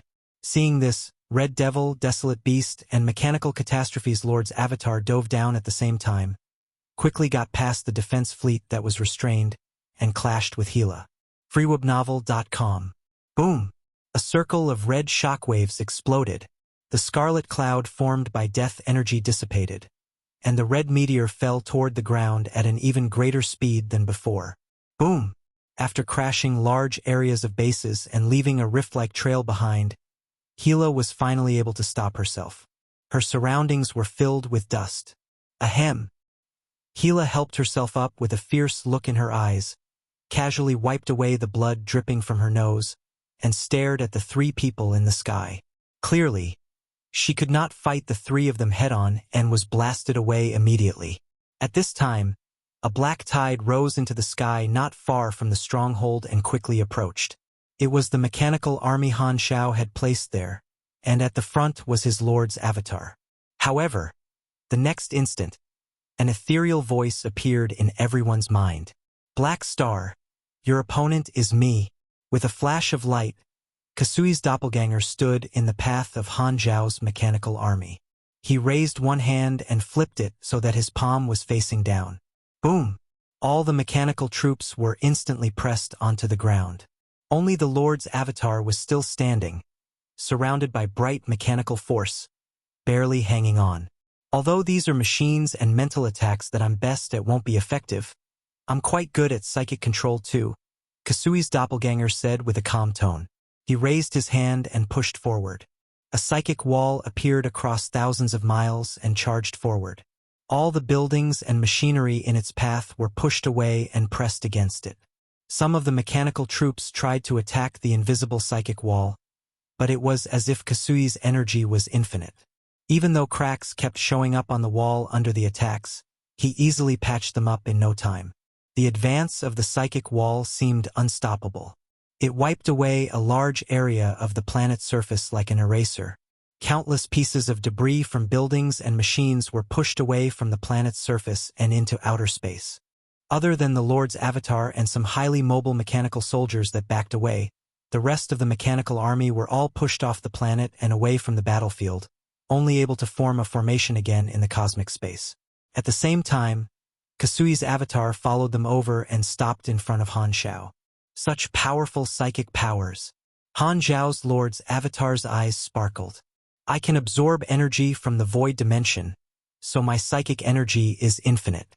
In terms of energy volume, only the Federation of Light's Ulu might be able to match up to me, Kasui said coldly. I heard you have the blood of the void race too. When your god's trait transformation reaches a certain point, you might awaken a power like this. Han Xiao's Lord's avatar looked around at the entire battlefield. At this point, the planet's stronghold could be divided into 3 battlefields. First, there was Gila fighting Red Devil, Desolate Beast, and Mechanical Catastrophe, in which she was completely overpowered. It was too difficult for Gila to fight 3 of them at the same time, and she looked like she could be defeated and killed at any moment. However, Han Xiao knew what she was capable of. Although Gila would not be able to beat the 3 of them, she would be able to hold on for a short period. After all, her lifesteal ability was quite powerful. Plus, her ability to reduce the enemy's lifespan would make the 3 of them fight more carefully and not dare to exchange blows. Second was the large-scale army battle between the mechanical army controlled by Mechanical Catastrophe and the defense fleet of the Stronghold. It was a very intense battle. The defense fleet's goal was to help Gila, while the Mechanical Catastrophe's army's goal was to restrain them. The third and the last battlefield was Sagman and Taylor attacking the Stargate stations to cut off Gila's path of escape and prevent reinforcements from arriving. When the 2 of them destroyed all the Stargates, they would join the fight against Gila, and Gila would not be able to hold on any longer. Han Zhao's Lord's Avatar wanted to stop the 2 of them, but the distance between the Stargate and the Stronghold planet was quite far, so he could not make it. Furthermore, with the mechanical army he had there, he might not even be able to break away from Kasui. His largest mechanical army and the apostle weapons were all with his main body and were rushing there, but they would take some time to arrive. This isn't looking very good. Han Xiao narrowed his eyes and looked at Kasui. Are you sure you want to keep me here? With an expressionless face, Kasui sent Han Xiao a unidirectional psychic message, saying slowly, "This Lord's Avatar of yours has to stay here with me." He emphasized the words, Lord's Avatar. Han Xiao observed Kasui's emotions. Suddenly, he had an idea. He controlled his Lord's Avatar and his mechanical army and charged toward Kasui. Kasui was a psychic, but not only did he not back off, he instead charged toward the Lord's Avatar and fought with it at melee range. The battle was very intense. It looked like they had very deeply rooted hatred for each other. The mechanical army around fired non-stop, which looked very accurate but actually barely hit Kasui at all. Kasui did not stop this from happening and let these attacks land on the battlefield between Gila and 3 enemies behind him, occasionally stopping their attacks, forcing them to dodge and give Gila more chances. At the same time, the mechanical army spread out, trying to get past Kasui. Kasui symbolically controlled his psychic wall to stop them, but the strength of it at some places was visibly weakened and was easily torn apart as the mechanical soldiers passed through the wall. It looked like Kasui's doppelganger was forced to fight Black Star at close range and could not maintain his psychic wall at full power, leading to some of Black Star's mechanical army breaking away and heading in Gila's direction. Han Xiao finally confirmed that this guy was deliberately doing this. Why is he helping me? Han Xiao suddenly had a flash of insight and softly whispered the code words in the unidirectional mind link. Meeting of the gods? Acting? Focus, acting. Han Xiao immediately felt assured. Damn, the opponent's boss is an actor. He had already requested reinforcements from the dynasty. Although the stargates at the stronghold might be destroyed, the dynasty's reinforcements could still go to the nearest stargate. They would not be able to arrive right away, but it would not take too much longer. The church has made its move, so there might be others waiting for an opportunity. I shall wait for the reinforcements and my main body to arrive first, Han Xiao thought. With Kasui's help, some of the mechanical army successfully arrived at Gila's battlefield to support her. Once enhanced with Han Zhao's mechanical force, these mechanical soldiers were very powerful. Despite their low quantity, Tolian and the others could not ignore them. With help having arrived, Gila was relieved. The situation became much better, and she did not have to fight solely on her own anymore. Her death energy, which had the ability to reduce one's lifespan, made Tolian and Mercer very afraid. Usually, they were both tank-type fighters, but Mechanical Catastrophe's Lord's Avatar was the one taking on the role of the tank. The fragile mechanical body had to endure pressure that was not supposed to be bestowed on this class. Mechanical Catastrophe Francisco was completely speechless seeing how these 2 muscular men, Tolian and Mercer, fought so cowardly. Come on guys, try harder. I'm not Black Star. My Lord's Avatar isn't that tanky. Okay? *T. Kasui's letting enemies pass on his side. Is Black Star's avatar so tough to deal with? Mercer was surprised. After all, it's Kasui's doppelganger that's here, and he just used a powerful attack earlier to divide the battlefield. So it's normal for him not to be at full power. Francisco's tone was calm. What's surprising is how strong Black Star is. Not only is he fighting Kasui head-on, but he's still able to use virtual intrusion on my troops at the same time. On the other side, just as Red Devil, Tolian was about to speak, his shield was suddenly shattered by cannon fire, and he was hit by one of Gila's death energy shockwaves. Tolian could not help but look at Kasui far away, who was in the middle of an intense battle, then complained in his mind, "My lifespan's been shortened again." What's going on? In the fleet outside the stronghold, the army players inside the battleships were stupefied by this sudden event. Although many players had already formed or joined guilds and were moving in the free competition zone as subsidiary organizations, there were also some players who chose to move along with the main fleet of the army. Due to the faction war order that the army had recently announced, many players had gathered in the stronghold at the front lines and chosen this to be their temporary main city to form teams and pursue the players of enemy factions. Unexpectedly, while they were enjoying their time in the stronghold, this place was suddenly attacked by multiple beyond grade, as and became a battlefield of 8 beyond grade as, "What's going on? Aren't beyond grade A all very difficult to see? Have we run into another huge event?" Many players thought of the Planet Lighthouse event in the previous version and quickly started to record the battle, trying their best to capture the beyond grade as, "This might be a huge event of this version. We're here to witness it. Quickly, record it. I have a feeling that this will lead to something big." Many players had their fill of being rubberneckers and were very excited. Hasty footsteps came closer and closer. Bang! The gate of the reception room was rammed open. Ames, Silver Shadow, and Phaidon, who were chattering in the room, looked toward the gate. It was Aurora, who quickly ran in with an anxious expression. "Teacher, bad news." "What happened?" Ames asked. My sister is being attacked by the Arcane Church. They've sent many beyond grade as to kill her. I saw it through our mental link." "What?" Ames immediately stood up. Her force field erupted and blew away the furniture around her. After training together for more than a decade, she already had a strong bond with Gila. Once she heard that her student was in a dire situation, Ames was enraged. At this time, a virtual screen appeared in the room. It was a call from a management officer. "Your Excellency Ames, Your Excellency Phaidon, there's a situation. A Beyond Grade A has arrived at Black Star Palace. He calls himself the Traveler, and he has challenged the army commander by name. How should we deal with this?" "Tell him that His Excellency Black Star isn't here," Phaidon replied.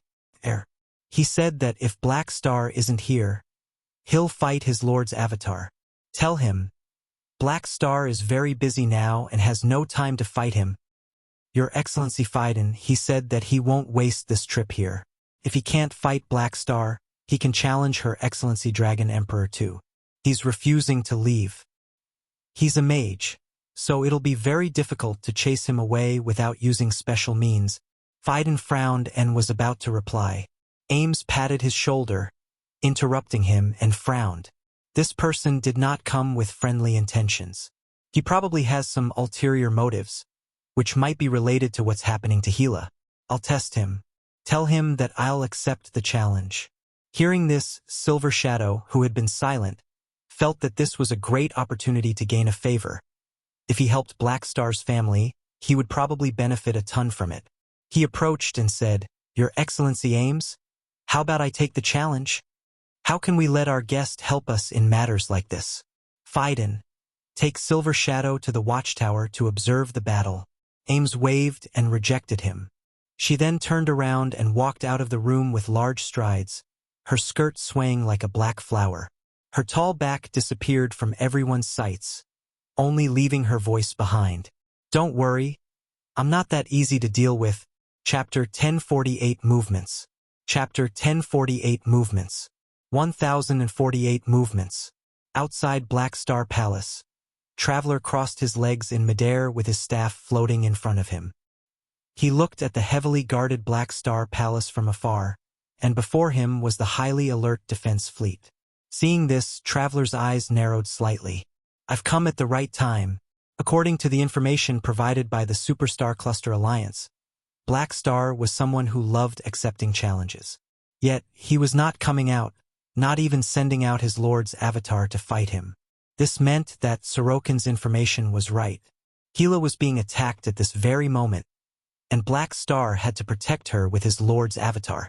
He could not focus on too many fights at once. Apostle weapons and mechanical armies could fight multiple battles at the same time, but one could only descend onto one Lord's avatar at a time. Black Star isn't even using his apostle weapons to fight me, so it looks like Sorokin guessed correctly. Black Star has taken his main army away and has been pretending to be in his base. Since Dragon Emperor will be the one accepting the challenge, I'll have to quickly deal with her and force Black Star to fight me. Even if he only sends a mechanical army to fight me, I'll still have achieved my goal and divided his attention. In order to be done with the battle quickly, he had to use special tactics that would not be considered inside the perimeters of sparring. He would definitely offend Black Star by doing this. However, Traveler did not care much about it. His relationship with some superstar cluster civilizations was very special, exceeding the importance of his personal interests. On the surface, he was accepting a mission and doing his job. However, the truth was that as long as this would help the civilization he belonged to, he would do everything in his power to succeed. The Superstar Cluster Alliance hoped that the Church or the Federation's mission would succeed. They wanted these Beyond Grade as to fight each other and did not want to see them united. The Beyond Grade as being united looked like it was problematic for the three universal civilizations but beneficial for the Superstar Clusters, but that depended on the timing of it. For now, this was not what the Superstar Cluster civilizations wanted to see. In the eyes of the Superstar Cluster civilizations, Beyond Grade as were important tools they could make use of, but there were not enough Beyond Grade as in this era. Therefore, even if they were united, they had very limited value to these Superstar Cluster civilizations. The Superstar Cluster Alliance hoped to find a more suitable timing where the universe had more than enough Beyond Grade as. By then, they would even encourage and aid the Beyond Grade as to be united. Therefore, they did not want this opportunity to come this soon when the timing was not right. Other than to balance the power dynamics, there was another reason the Superstar Cluster Alliance wanted to do this.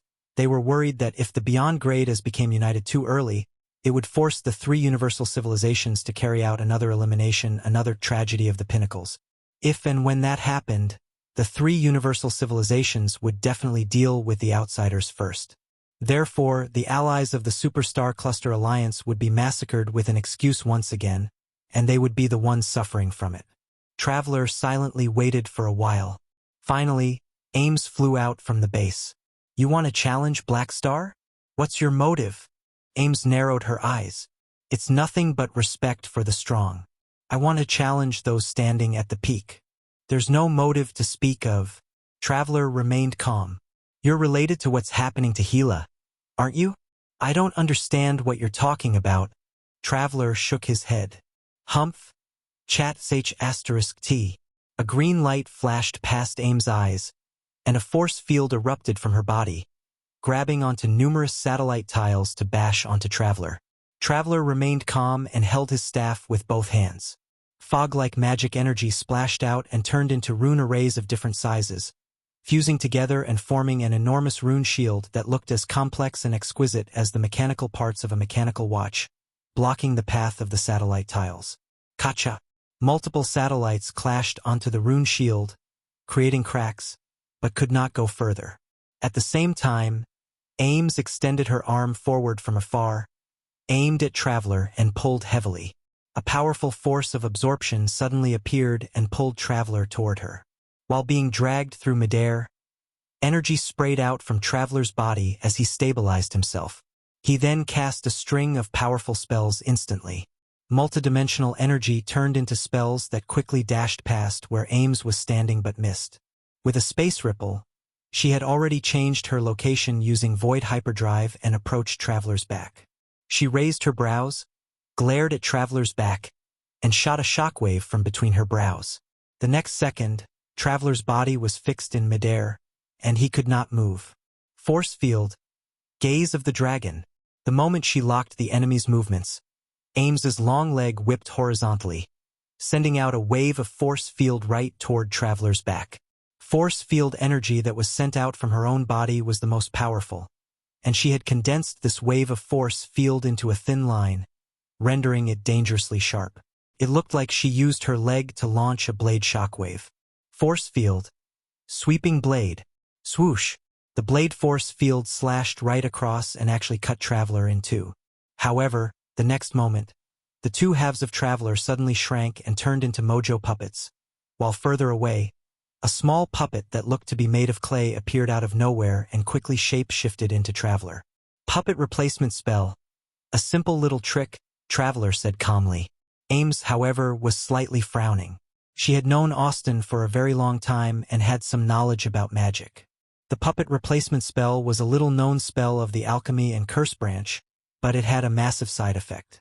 When reflected in the interface, every time someone cast the puppet replacement spell, their health and energy would decrease by 50%, and all their attributes would also decrease by 20%. This was an extremely costly spell. Due to its limited value, usually only low-grade mages would use it to save their own lives, while high-grade mages had many defensive methods and would not use spells like this at all. For example, a beyond grade A would have dozens of methods to dodge or block that attack earlier, and even getting hit by it would not be as horrible as the side effects of the puppet replacement spell. Therefore, Ames felt that Traveler had done this for a reason. As she observed more carefully, she realized that Traveler was strangely giving off a different vibe. He seemed to have a very faint, creepy smile on his face, and she felt he became more corrupt and eviler. Tisk, force field control is one of the most common Esper abilities. It's very rare for someone to be able to become a beyond grade A with it. You're really talented in controlling your Esper ability. One day, maybe you can improve this Esper ability to its extreme form, the super high-risk Esper ability, Force Control. Although the difference is only one word, its meaning is a world of difference. As Traveler gave off a different vibe, he became more talkative too. Something's off. Ames became more cautious and alert.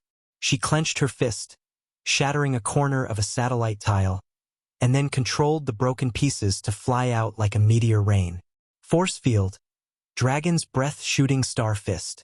While using spells to block the attacks, Traveler was also observing a faint mark on the back of his hand. There was a faint purple evil glow inside his crystal yellow eyes. There's not enough life force. More is needed. The two of them fought intensely outside Black Star Palace. Traveler's way of fighting was extremely strange. He occasionally seemed to purposely get hit by Ames' attacks. Ames showed the multiple uses of force field, including restraining, explosions, and slashes. While training with Gila around the universe, Ames had improved as well. She had better control of her Esper ability. While the two of them were fighting, Herluz, who was watching in the watchtower, secretly commanded the fleet to leave in different directions and form an enormous encirclement. Everyone focus, Herluz said with a deep voice. Preheat the space-time stabilization device. When I give the order, activate it and trap Traveler here. When the matter involved their deputy army commander, no one cared about nobility anymore. Even Ames did not want to fight Traveler by herself. It did not matter whether this was a misunderstanding. It was best to deal with Traveler first. Ames' main goal in fighting him was to force all his attention on her so that the fleet would be able to deploy traps secretly, in case he opened a teleportation gate and escaped. At the same time, the dynasty received Han Zhao's message and started moving instantly. The Beyond Grade, as who were in the dynasty's territory, received their missions, departed from their own territories, and headed toward the Stargate stations. Inside Kant's ship, the few Beyond Grade, as who had gathered urgently this time, were all discussing their mission. The Church really doesn't learn. During the Planet Lighthouse battle more than 20 years ago, I and Black Star taught them a lesson, and less than 30 years later, they're here causing trouble again. Baoni curled his lips. A few fire sparkles jumped out between his teeth. This movement by them is very sudden. Their target is Gila, and we're the only ones close by. It's best for us to quickly head over. Kant was serious about the matter. Most of the dynasty's allies were given territories in the Flickering world and were taking part in the free competition. They were too far away and would not make it in time. Currently, the beyond grade as remaining in the dynasty's territory would be able to reach the battlefield the quickest, and they were Kant's Lord's avatar. Raven Laudy, who was recovering from his injury, the Slacker, Bayoni, and Kohler, who had nothing to do. I heard Kasui's doppelganger is there too. Isn't that a little dangerous? Kohler whispered. Kant's huge eyes glared at him and said, "Don't be such a coward. With me here, what's there to be afraid of? I can fight the entire church on my own." Really? Kohler's face was filled with doubts. Of course not. But can you just let me say it? Kant rolled his eyes. If I were that capable, even Claudia would be my follower. Raven Laudy stayed silent with a conflicted expression. Not long ago, he had been beaten up by Han Shao, so he was not very willing to help. However, the dynasty would give very generous rewards and merits for every reinforcement mission. So, forget it, I heard the Black Star Army is in a dire situation this time. If I help him get through this, he'll owe me a favor. Then, I can ask Black Star to get me a universal treasure. Having thought of this possibility, Raven Laudy was suddenly very motivated. At the same time, after the dynasty had sent out the reinforcements, the upper echelons continued paying attention to this matter. Inside the conference room of the political building on the dynasty's mother planet, ruler Ernrel was watching the broadcast of the battle provided by the Black Star Army. Beside her were the remote projections of the dynasty's upper echelons, who were also watching silently. The atmosphere was very serious. The church has yet to give up, and they have now assaulted our ally once again. Ernrel looked around with a cold expression on her face. What do you all think about this? The people exchanged looks. After a while, Beccarodi raised his hand and slowly said, "Your Excellency, according to the data, the church's target is Gila, and Gila isn't one of our beyond grade A allies. Gila is the Black Star Army's deputy army commander, and the Black Star Army is our ally, but she has personally rejected joining the dynasty. Your Excellency, I suggest drawing a clear line. Matters involving Black Star and matters Gila should be treated differently. Now that Black Star has requested help personally, and we have agreed to help because of our agreement, this means that he's using the dynasty's power to benefit his own faction. My thoughts are that we can help our allies, but we can't be used by them without any cost. Protecting Black Star is what we should do, but protecting a beyond grade A who isn't our ally. I think we need to bring up the terms and not provide support without any compensation." Beccarodi's reasoning was logical. "So, what ideas do you have?" Ernrel frowned slightly. "If Black Star only gets through this with our help, I think we need to make one demand. Gila has to join the dynasty. Of course, she can remain in the Black Star Army, but she has to be the dynasty's ally too." Makes sense. Ernrel pondered for a while. What if Gila is killed? It's a loss to the dynasty, but there are benefits to it too. If Gila dies, Black Star will undoubtedly be on the opposite side of the church. The meeting of the gods will basically be completely meaningless, and the beyond grade as won't be able to unite. This means that one threat is eliminated. At the same time, with a shared external enemy, it's beneficial to building a closer relationship between the dynasty and Black Star. His loyalty will be firmer. Therefore, whether the rescue ends up successful or not, it will be beneficial for the dynasty one way or the other, Beccarodi analyzed. Many of the upper echelons nodded. Logically speaking, they felt that Beccarodi had analyzed it very well. Ernrel did not express her stand on this issue. She tapped her fingers on the table, and seeing that no one else had anything to say, she said, "No matter what, provide full support to the Black Star Army first. We'll deal with the rest later." Understood. The remote projections disappeared one after another. Ernrel left the conference room, and Dark Lord Claudia, who had been waiting outside the door, draped her coat over her and followed behind. After walking for some time, Ernrel suddenly said, "Claudia, how likely do you think it is that Gila will survive this?" "Very unlikely," Claudia said with a poker face. "Even with the dynasty's help?" "That's right." "Why?" "The Federation won't watch and do nothing." "How do you know that?" "The Mechanic Emperor told me." Ernrel had no response for that. "Okay, that's one powerful and good reason. I have nothing to say about it." Looks like the Mechanic Emperor takes the shared battlefront of Beyond Grade as very seriously. Ernrel stopped in place and turned to look at Claudie. You're a Beyond Grade A too. Don't you have any thoughts about this? My identity as a member of the Crimson Dynasty comes first, the Dynasty Ruler's Guard Captain comes second, and the Beyond Grade A part comes only third, Claudie replied with a calm expression. Ernrel shook her head and turned back around. She stayed silent for a moment and then softly said, You've spent too much time as my personal guard by my side. Go take a break from your job. Go out and kill a few Beyond Grade as before coming back. Don't let the universe forget the name of Dark Lord. Okay, Claudie replied calmly. At the same time in Beast Ancestor's stronghold. Ha ha ha. They've made their move as expected. Inside the palace, Garutan laughed loudly. His lungs were so strong that his laughter formed almost solid sonic waves, causing the entire base to tremble. Just now, he had heard from Sorokin that the information he had exposed had put Gila in a desperate situation. As his plan succeeded and he got his revenge, Garutan felt very satisfied. Sorokin's manifestation stood before him with a smile on his face. Your Excellency Beast Ancestor, your territory isn't far from the battlefield. Why not go watch it live? Hearing this, Garutan's laughter stopped. His sharp eyes stared right at Sorokin as he said with rage, Are you trying to trick me again? I wouldn't dare. Sorokin quickly waved his hands. Humph! Garutan snorted. He then lifted his specially made enormous alcohol glass and gulped it down. No matter what, I'm going to stay here to wait for the news of Gila's death.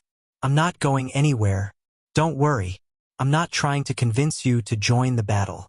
The dynasty will have already sent reinforcements.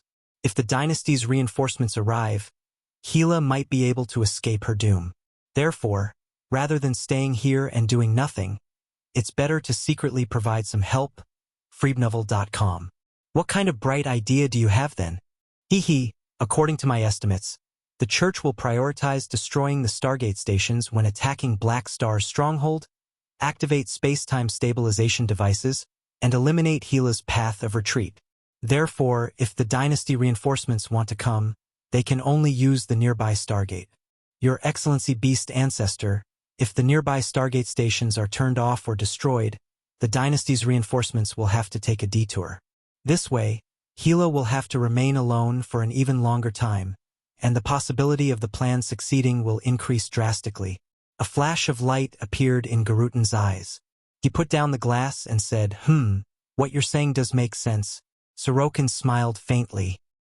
In the primeval Star River, Manison slowly opened his eyes and sent a message in the encoded secret communication channel. Morniza, have you guys departed? Teacher, the multidimensional sky opening transportation device has already started preheating. We can depart any time. Okay.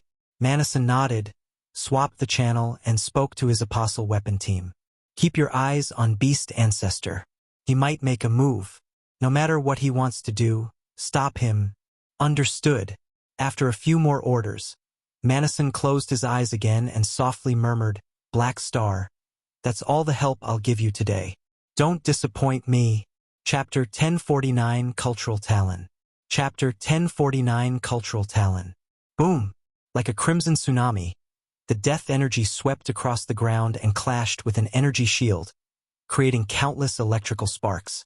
Mechanical catastrophe, Francisco's Lord's avatar opened his arms to maintain the shield against the death energy. All the patterns on his mechanical body were glowing with psionic light, and the thruster on his back was working at full capacity, shooting out 6 deep blue flame trails. But he still could not stop himself from moving backward. He turned around and saw that Red Devil, Tolian, and Desolate Beast, Mercer were hiding behind his shield while occasionally shooting ranged shockwave blasts or spells, then quickly running back behind him right after. Francisco was infuriated. You guys are the melee warriors, yet you hide behind me? Are you two using me as a cover? Stop messing about. Francisco was very annoyed. The battle had already lasted for quite some time. The situation in the various battlefields had all changed. Black Star and Kasuyi were still having an intense battle, and mechanical soldiers continued to penetrate Kasui's defenses to help Gila. As Gila gained more help, she could focus more on her attacks, which led to Tolian and Mercer acting more cautiously. Originally, the three of them had the firm upper hand, but now the situation had shockingly started to move toward a stalemate. The main reason for that was the mechanical soldiers that Kasui let past.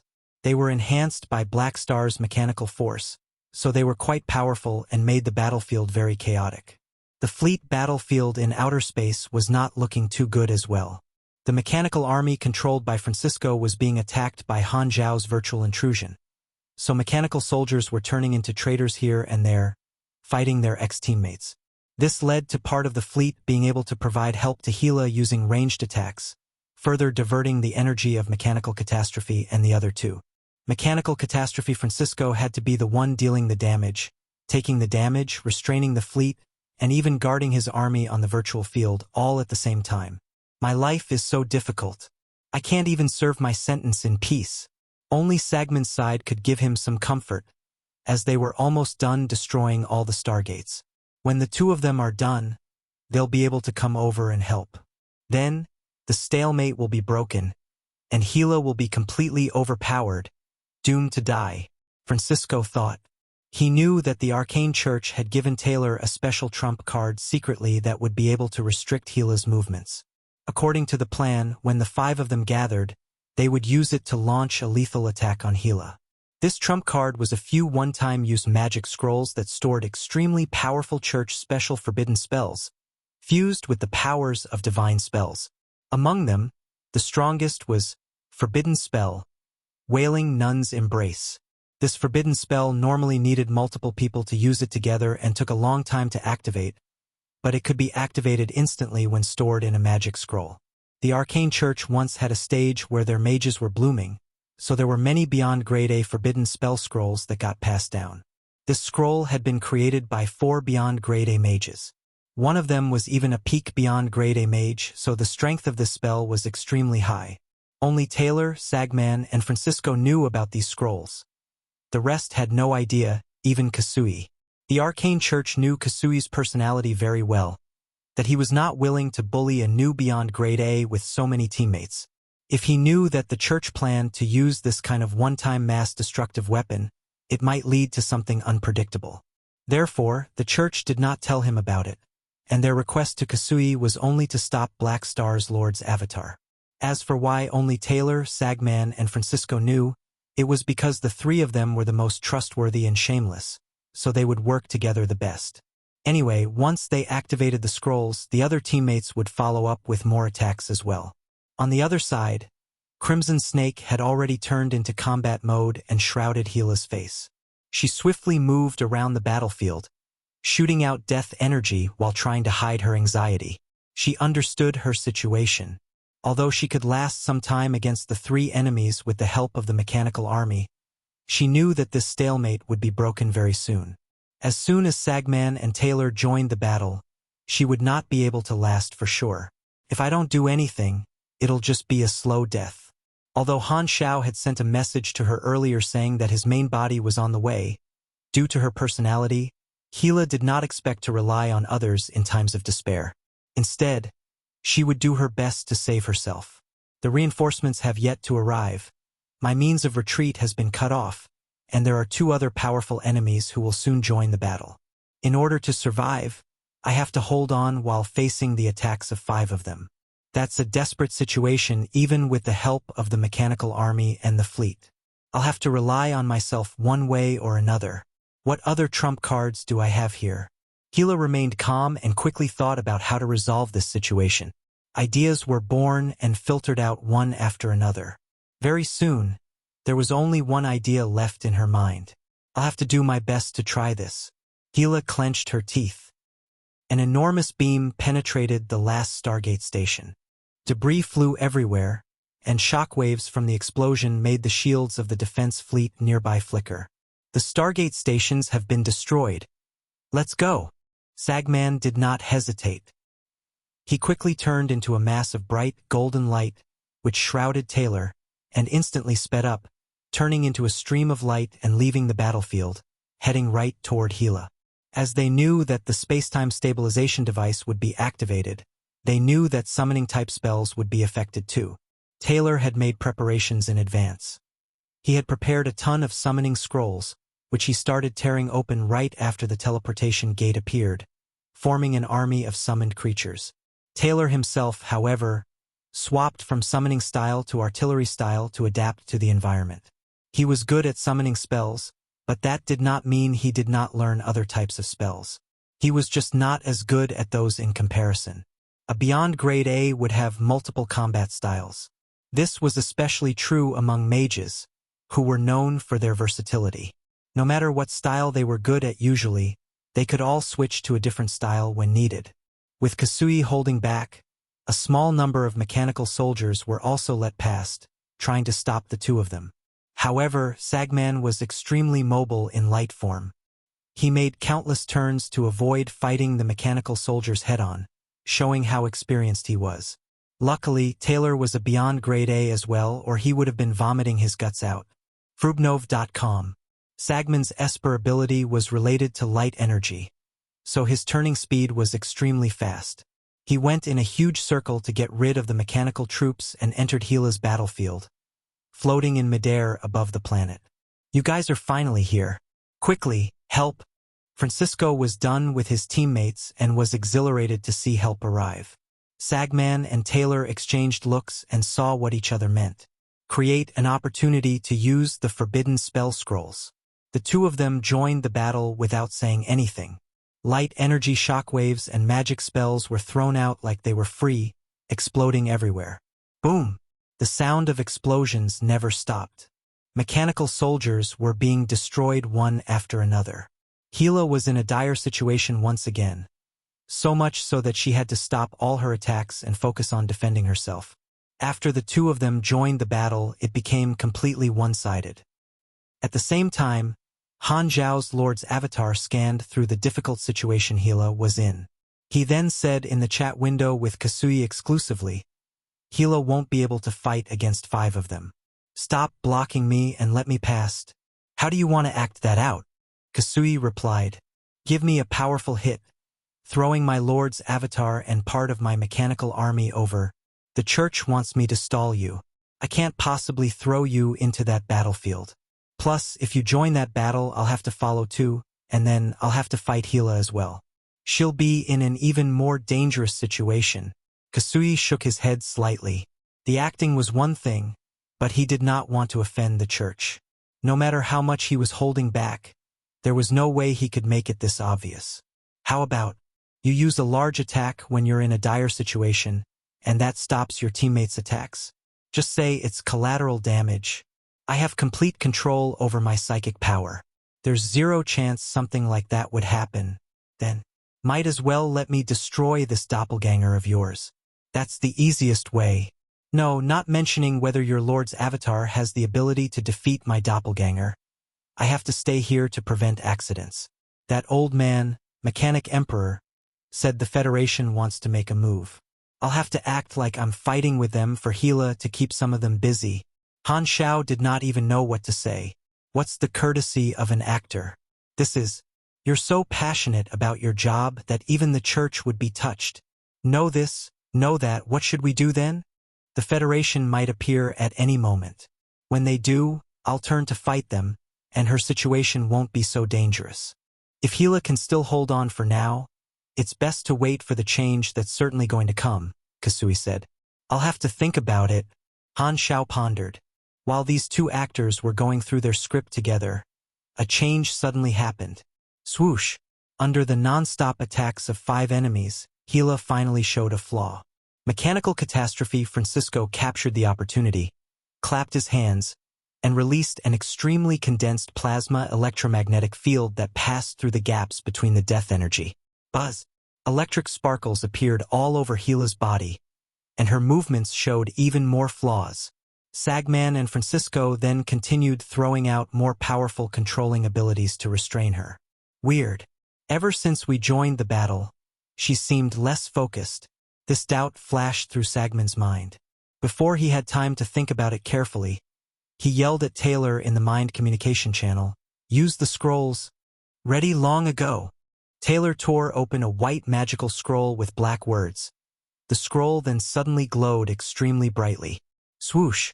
As if a prison was finally opened after 1,000 years, countless white magical runes shot out from the scroll like wild dragons, all landing on Gila. The next moment, the surface of Crimson Snake was crawling with eerie pale white runes, which had an overall shape of a seductive woman. The woman-shaped pattern slowly opened its arms and did a hugging posture. Buzz! An unknown power appeared as Gila realized that she could not move her body. She was locked in midair. The boiling energy in her body quickly calmed down, and she was completely unable to move. Forbidden spell. Wailing Nun's Embrace. Focus fire. The duration of this scroll was limited. Sagman did not dare waste any more time. He yelled in the communication channel to tell everyone to use all their attacks and throw them at Gila. Tolian and Mercer responded instantly. Although they did not know what happened, they would not let such a good opportunity pass. Boom! Gila's silhouette was instantly buried by colorful energy explosions. It looked beautiful, but it was extremely powerful as well. Kasui's doppelganger suddenly turned around. A forbidden spell scroll. The church hid this and did not tell me about it. Seeing this, he did not want to discuss the script any longer. His psychic energy grabbed onto the mechanical army, including Han Zhao's Lord's avatar, and threw them to the battlefield Gila was in. Damn! What a decisive man! Flying in midair, Han Zhao rushed toward Gila's position with the help of Kasui's push, but he was not in a hurry. Kasui did not know much about Gila and thought Gila was in danger. However, Han Zhao knew that Gila had the ability to be able to revive herself. This wave of focus fire looked powerful, but it could not kill Gila. It would only trigger her reviving ability. However, if that's the case, I'll have to use the backup plan. Han Zhao frowned slightly. If Gila's one-time reviving ability was not triggered, he would take more risks. Now, however, Han Zhao felt like he needed to change the plan.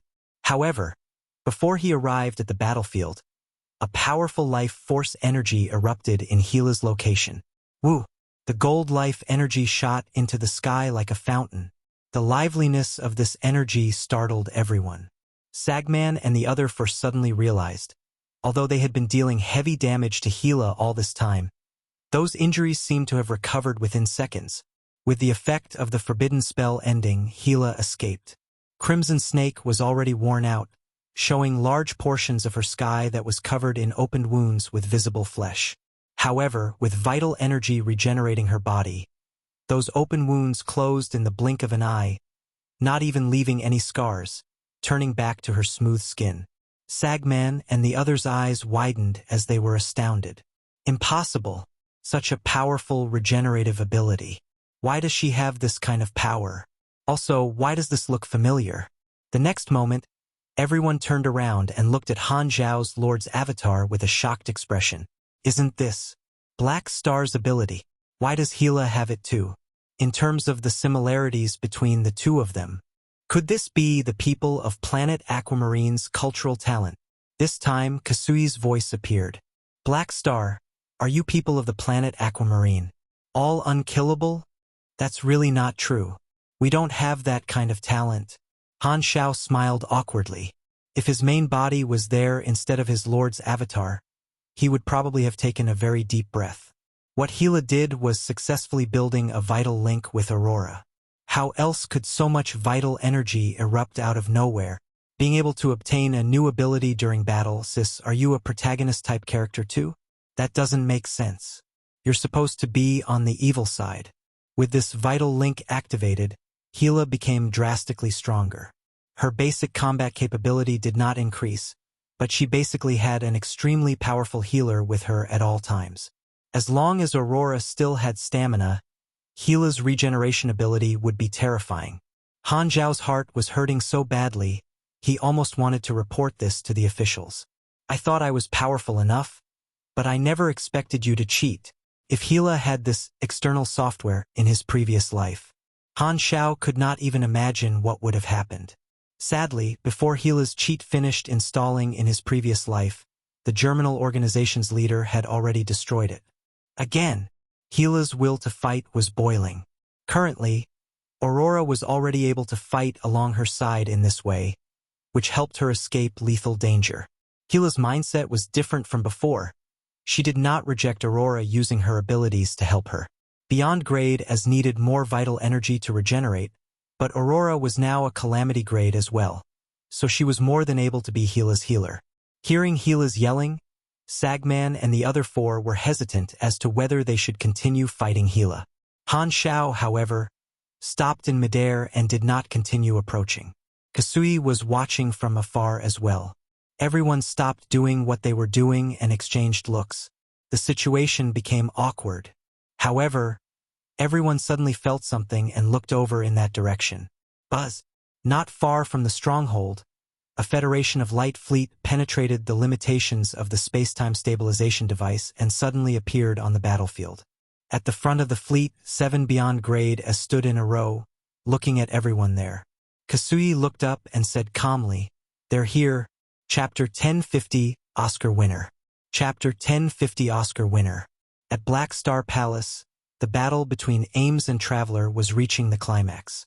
Under the force field, the satellite tiles shattered Traveler's magic shield time after time like enormous fists, slapping him around everywhere like he was a baseball. It looked like Ames had the complete upper hand and was totally overpowering Traveler. But not only was she not relieved, she was even more cautious. There was a reason Traveler was getting beaten this badly. For unknown reasons, he used the puppet replacement spell multiple times, decreasing his attributes, health, and energy time after time. It was like he was looking to be tortured.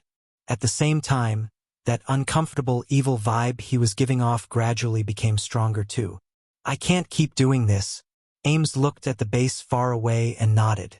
The officers in the watchtower saw this action of hers, which was a hint to activate the space-time stabilization device to cut off Traveler's path of retreat. Haluz instantly gave the order. "Ambush team in position. Everyone, activate."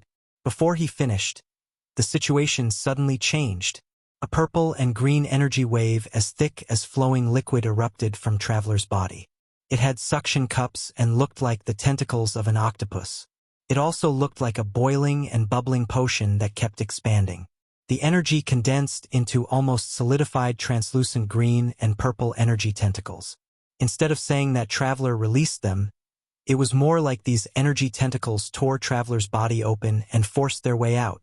Ames did not have a habit of waiting for someone to finish transforming. Without saying a word, she focused her force field once again. Circular force fields spun around her like small tornadoes, quickly turning into the shape of drills. They then stopped for an instant before rocketing toward Traveler. However, the next moment, the purple-green energy on Traveler's body moved and covered Traveler completely, forming a coating around him. The force field landed on it but was shockingly not able to penetrate it, only pushing him back slightly. "Ha ha ha! Useless, useless, useless." Traveler laughed maniacally like he was a different person, giving off an indescribable sense of evil from all over his body. Tons of army soldiers felt their legs tremble just by looking at him. In the interface terms, all of them had undergone a will judgment. Ames kept attacking, but the purple-green energy around Traveler was extremely tough and blocked all her attacks. It was unknown what kind of energy this was.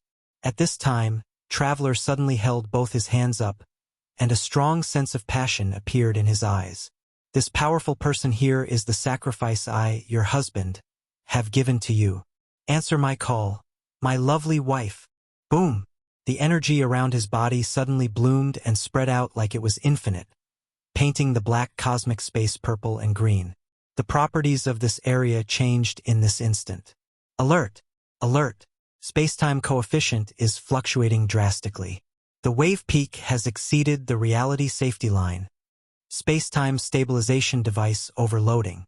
Alert! Stabilization anchor broken. Stabilization failed. Requesting more space-time stabilization devices. Analyzing event model. Analysis complete. 100% match. Event. Advent of a secondary dimension. If the spacetime was a piece of paper, the spacetime coefficient would be the extent to which this piece of paper was folded. The more stable it was, the neater and flatter this piece of paper would be. At this moment, this piece of paper was crushed into a ball, and another piece of paper representing a secondary dimension was wrapped around it. Secondary dimensions were dangerous yet amazing. They were all born due to various reasons. If they appeared in the main universe, they would change the spacetime properties of a certain area and turn it into the secondary dimension. Most of the time, this would be a disaster.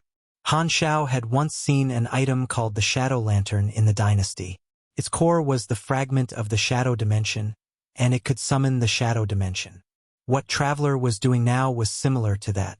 This evil-filled secondary dimension gradually expanded outside Black Star Palace. Ames and the various fleets were all inside this dimension as if they were swallowed into its stomach. Countless energy tentacles extended and appeared out of nowhere, each one at least 100,000 meters long, flapping and moving around randomly. The fleet's formations were immediately broken, and their shields were attacked continuously. Ames frowned as she controlled her force field to keep shattering one tentacle after another. However, new tentacles appeared in this secondary dimension like there was no end to them. Seeing this, she had no choice but to keep aiming her force field at Traveler himself. Boom! Traveler did not even dodge. He just hovered in the same place and kept waving his hand that had the purple mark on it. Following the movements of his hand, purple-green energy tides appeared out of nowhere like it was infinite, easily shattering Ames's force field attacks. I once lost to Ulu and witnessed his terrifying abilities, which motivated me to take the path of searching for secondary dimensions. Purple and green patterns extended on Traveler's face as he became more and more excited. He laughed like a lunatic and said, "Eventually, I found a new power. Let me introduce you. This secondary dimension is called Evil Convergence. It's my wife. Inside its body, I can absorb an infinite amount of energy. Call Black Star out. You're no match for me. You haven't beaten me yet." Ames narrowed her eyes slightly. Traveler looked around and saw that countless fleets were rising from the Black Star Palace to deploy more spacetime stabilization anchors around. Seeing this, he did not care and smiled coldly. After causing such a big fuss, Black Star would definitely have to do something. He had already achieved his initial goal. All that was left was when would Black Star come. However, he had to add more flames and give Black Star more pressure. Having thought of that, Traveler looked at Ames and licked his lips. "I shall chew you up into pieces first then." In the Emerald Star Cluster, the arrival of the Federation of Light attracted the attention of everyone present. They all stopped moving with different looks on their faces. There were 6 beyond grade as who appeared there while Defender Romo, who was providing range support, did not come. 1, 2, 6 beyond grade as Gila's heart sank. The excitement from creating a vital link that ignored distance quickly dissipated. If all those people were there to kill her, she felt that there was no way she would survive. Aurora's stamina was limited. It would run out sooner or later. With so many beyond grade as working together, they would be able to kill her countless times over. To her, no matter how strong her regeneration ability was, being killed was just a matter of time. Furthermore, regenerating fast did not mean that she would not be captured by the enemies. "Sis." Aurora's anxious call came through the mind link. Gila felt the vital energy that kept flowing out in her body. The sharp look in her eyes gradually softened as she subconsciously turned to look at Han Zhao's Lord's avatar floating in midair. When she was surrounded earlier, she had analyzed the situation and felt that the only way to survive was to successfully link with Aurora. Hence, she had diverted her attention during the battle to keep trying to build a link with Aurora. Whether it was her potential exploding in a time of life or death or some other unknown reason, that obstructing secondary dimension gradually stopped absorbing the vital energy. With this obstacle gone, the link between the two of them was built smoothly, and Aurora could finally share her energy with Gila through the blood and soul connection between them. While everyone was observing the situation, the Federation's fleet moved. A ton of unmanned spaceships and mechanical troops headed to attack the defense fleet of the planet's stronghold, while the other spaceships quickly changed formation. The engineering ships came to the edge of the formation and released arc-shaped machinery that connected with each other, starting to assemble the multidimensional sky-opening transportation device. The 6 beyond grade as of the Federation quickly approached the battlefield Gila was in. Sieran crossed his forearms and looked down at Gila, Sagman, and the rest from above. Looks like we arrived at just the right time, he said coldly. Kasui's doppelganger slowly flew over. The Federation is going to be involved in this too? Humph, you people of the church really are useless. You still haven't killed Gila, Sieran said coldly. Since the Federation is here, I suppose you have the same goal as us. Why not work together to kill Gila? Sagman said with a deep voice. She has just exposed that she has a similar regeneration power to Black Star. We will only have a higher chance of killing her by working together. Hades suddenly said, Okay, since everyone's goal is the same, let's form an alliance. Sieran paused, thought about it for a second, and did not explain their true goal. There were quite a number of people from the church as well. It was not a suitable time to show all his cards. Working together was the best choice. Hearing this, Sagman and the others were overjoyed, but Gila's heart sank. Looks like today is the day I die. This time, Han Zhao's Lord's avatar landed beside her and stood by her side. He took out a compressed orb for a new crimson snake, instantly expanded it out and helped Gila change her mechanical suit. Gila turned and looked at him, hesitated for a moment, and said softly in their communication channel, Black Star, if I die today, take care of my sister for me. You won't die today. Han Zhao shook his head. You don't have to comfort me. There are 10 or so beyond grade as here. This is more terrifying than what you faced back then. You won't be able to save me even if you come in person. Don't bring your original body here. Go, don't save me. You'll be in danger too. You won't know till you try it, Han Zhao replied. Gila shook her head, paused, and said softly, I owe you too much. You've been taking care of us all these years. I really appreciate you a lot. Han Zhao looked at her. Why are you suddenly saying your will? It's not like you. Don't worry, I won't give up resisting. Even if I die, I'll hurt my enemies as much as possible. I've always been chasing after your shadow, and before I die, I can finally fight alongside you. I'm already satisfied. Gila subconsciously reached out her hand but stopped halfway. She hesitated and changed it into a pat on Han Zhao's Lord's avatar's shoulder before softly sighing. The next second, her face returned to her cold, ice-like expression.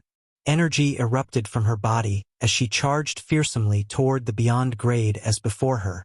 She just hoped that Han Zhao's main body was not the one standing beside her now. However, before I'm killed in a battle, I should be able to see you one last time. Know your place. Sagman snorted and brought his teammates to once again fight Gila. Just as Sieran was about to bring his teammates and join the battle, they suddenly felt a sense of danger. Boom!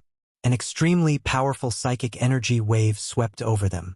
The members of the Federation were shocked as they quickly activated their defense measures but were still blown away. The attack also contained a powerful mind attack. Many of them shivered and felt an overwhelming painful headache. This made everyone shocked. Sagman and the other 4 stopped as well and looked up. The attacker was their leader, Kasui's doppelganger. Aren't we temporary allies now? Why did His Excellency Kasui attack the Federation's men? Gila's movements paused as well. She was confused too. That's weird. Why are they suddenly fighting each other? Sieran got rid of the slight headache, stared at Kasui's doppelganger, and yelled, What is the meaning of this? With hands behind his back, Kasui said, The Federation's goal isn't just to kill Gila. Is it? You people want to capture her and use her as a chip to force Black Star to do something for you. Sieran's expression changed. Given how certain Kasui was, he definitely knew about this from somewhere or someone, so there was no point faking it anymore. He did not deny it and said coldly, How did you know that? According to how you people do things, I could have easily guessed, Kasui said calmly. You people only came into the battle midway and even brought a multi-dimensional sky-opening transportation device. Compared to killing someone, this is more like a kidnapping. The 10,000 deity scepter is still in your hands. If I'm not wrong, you want Black Star to open the seal of the 10,000 deity scepter in exchange for Gila. Suddenly, the psychic energy around Kasui's body erupted like he was furious. If it was something else, it would not be a big deal. However, the 10,000 deity scepter is the church's treasure. It definitely needs to be prioritized before Gila.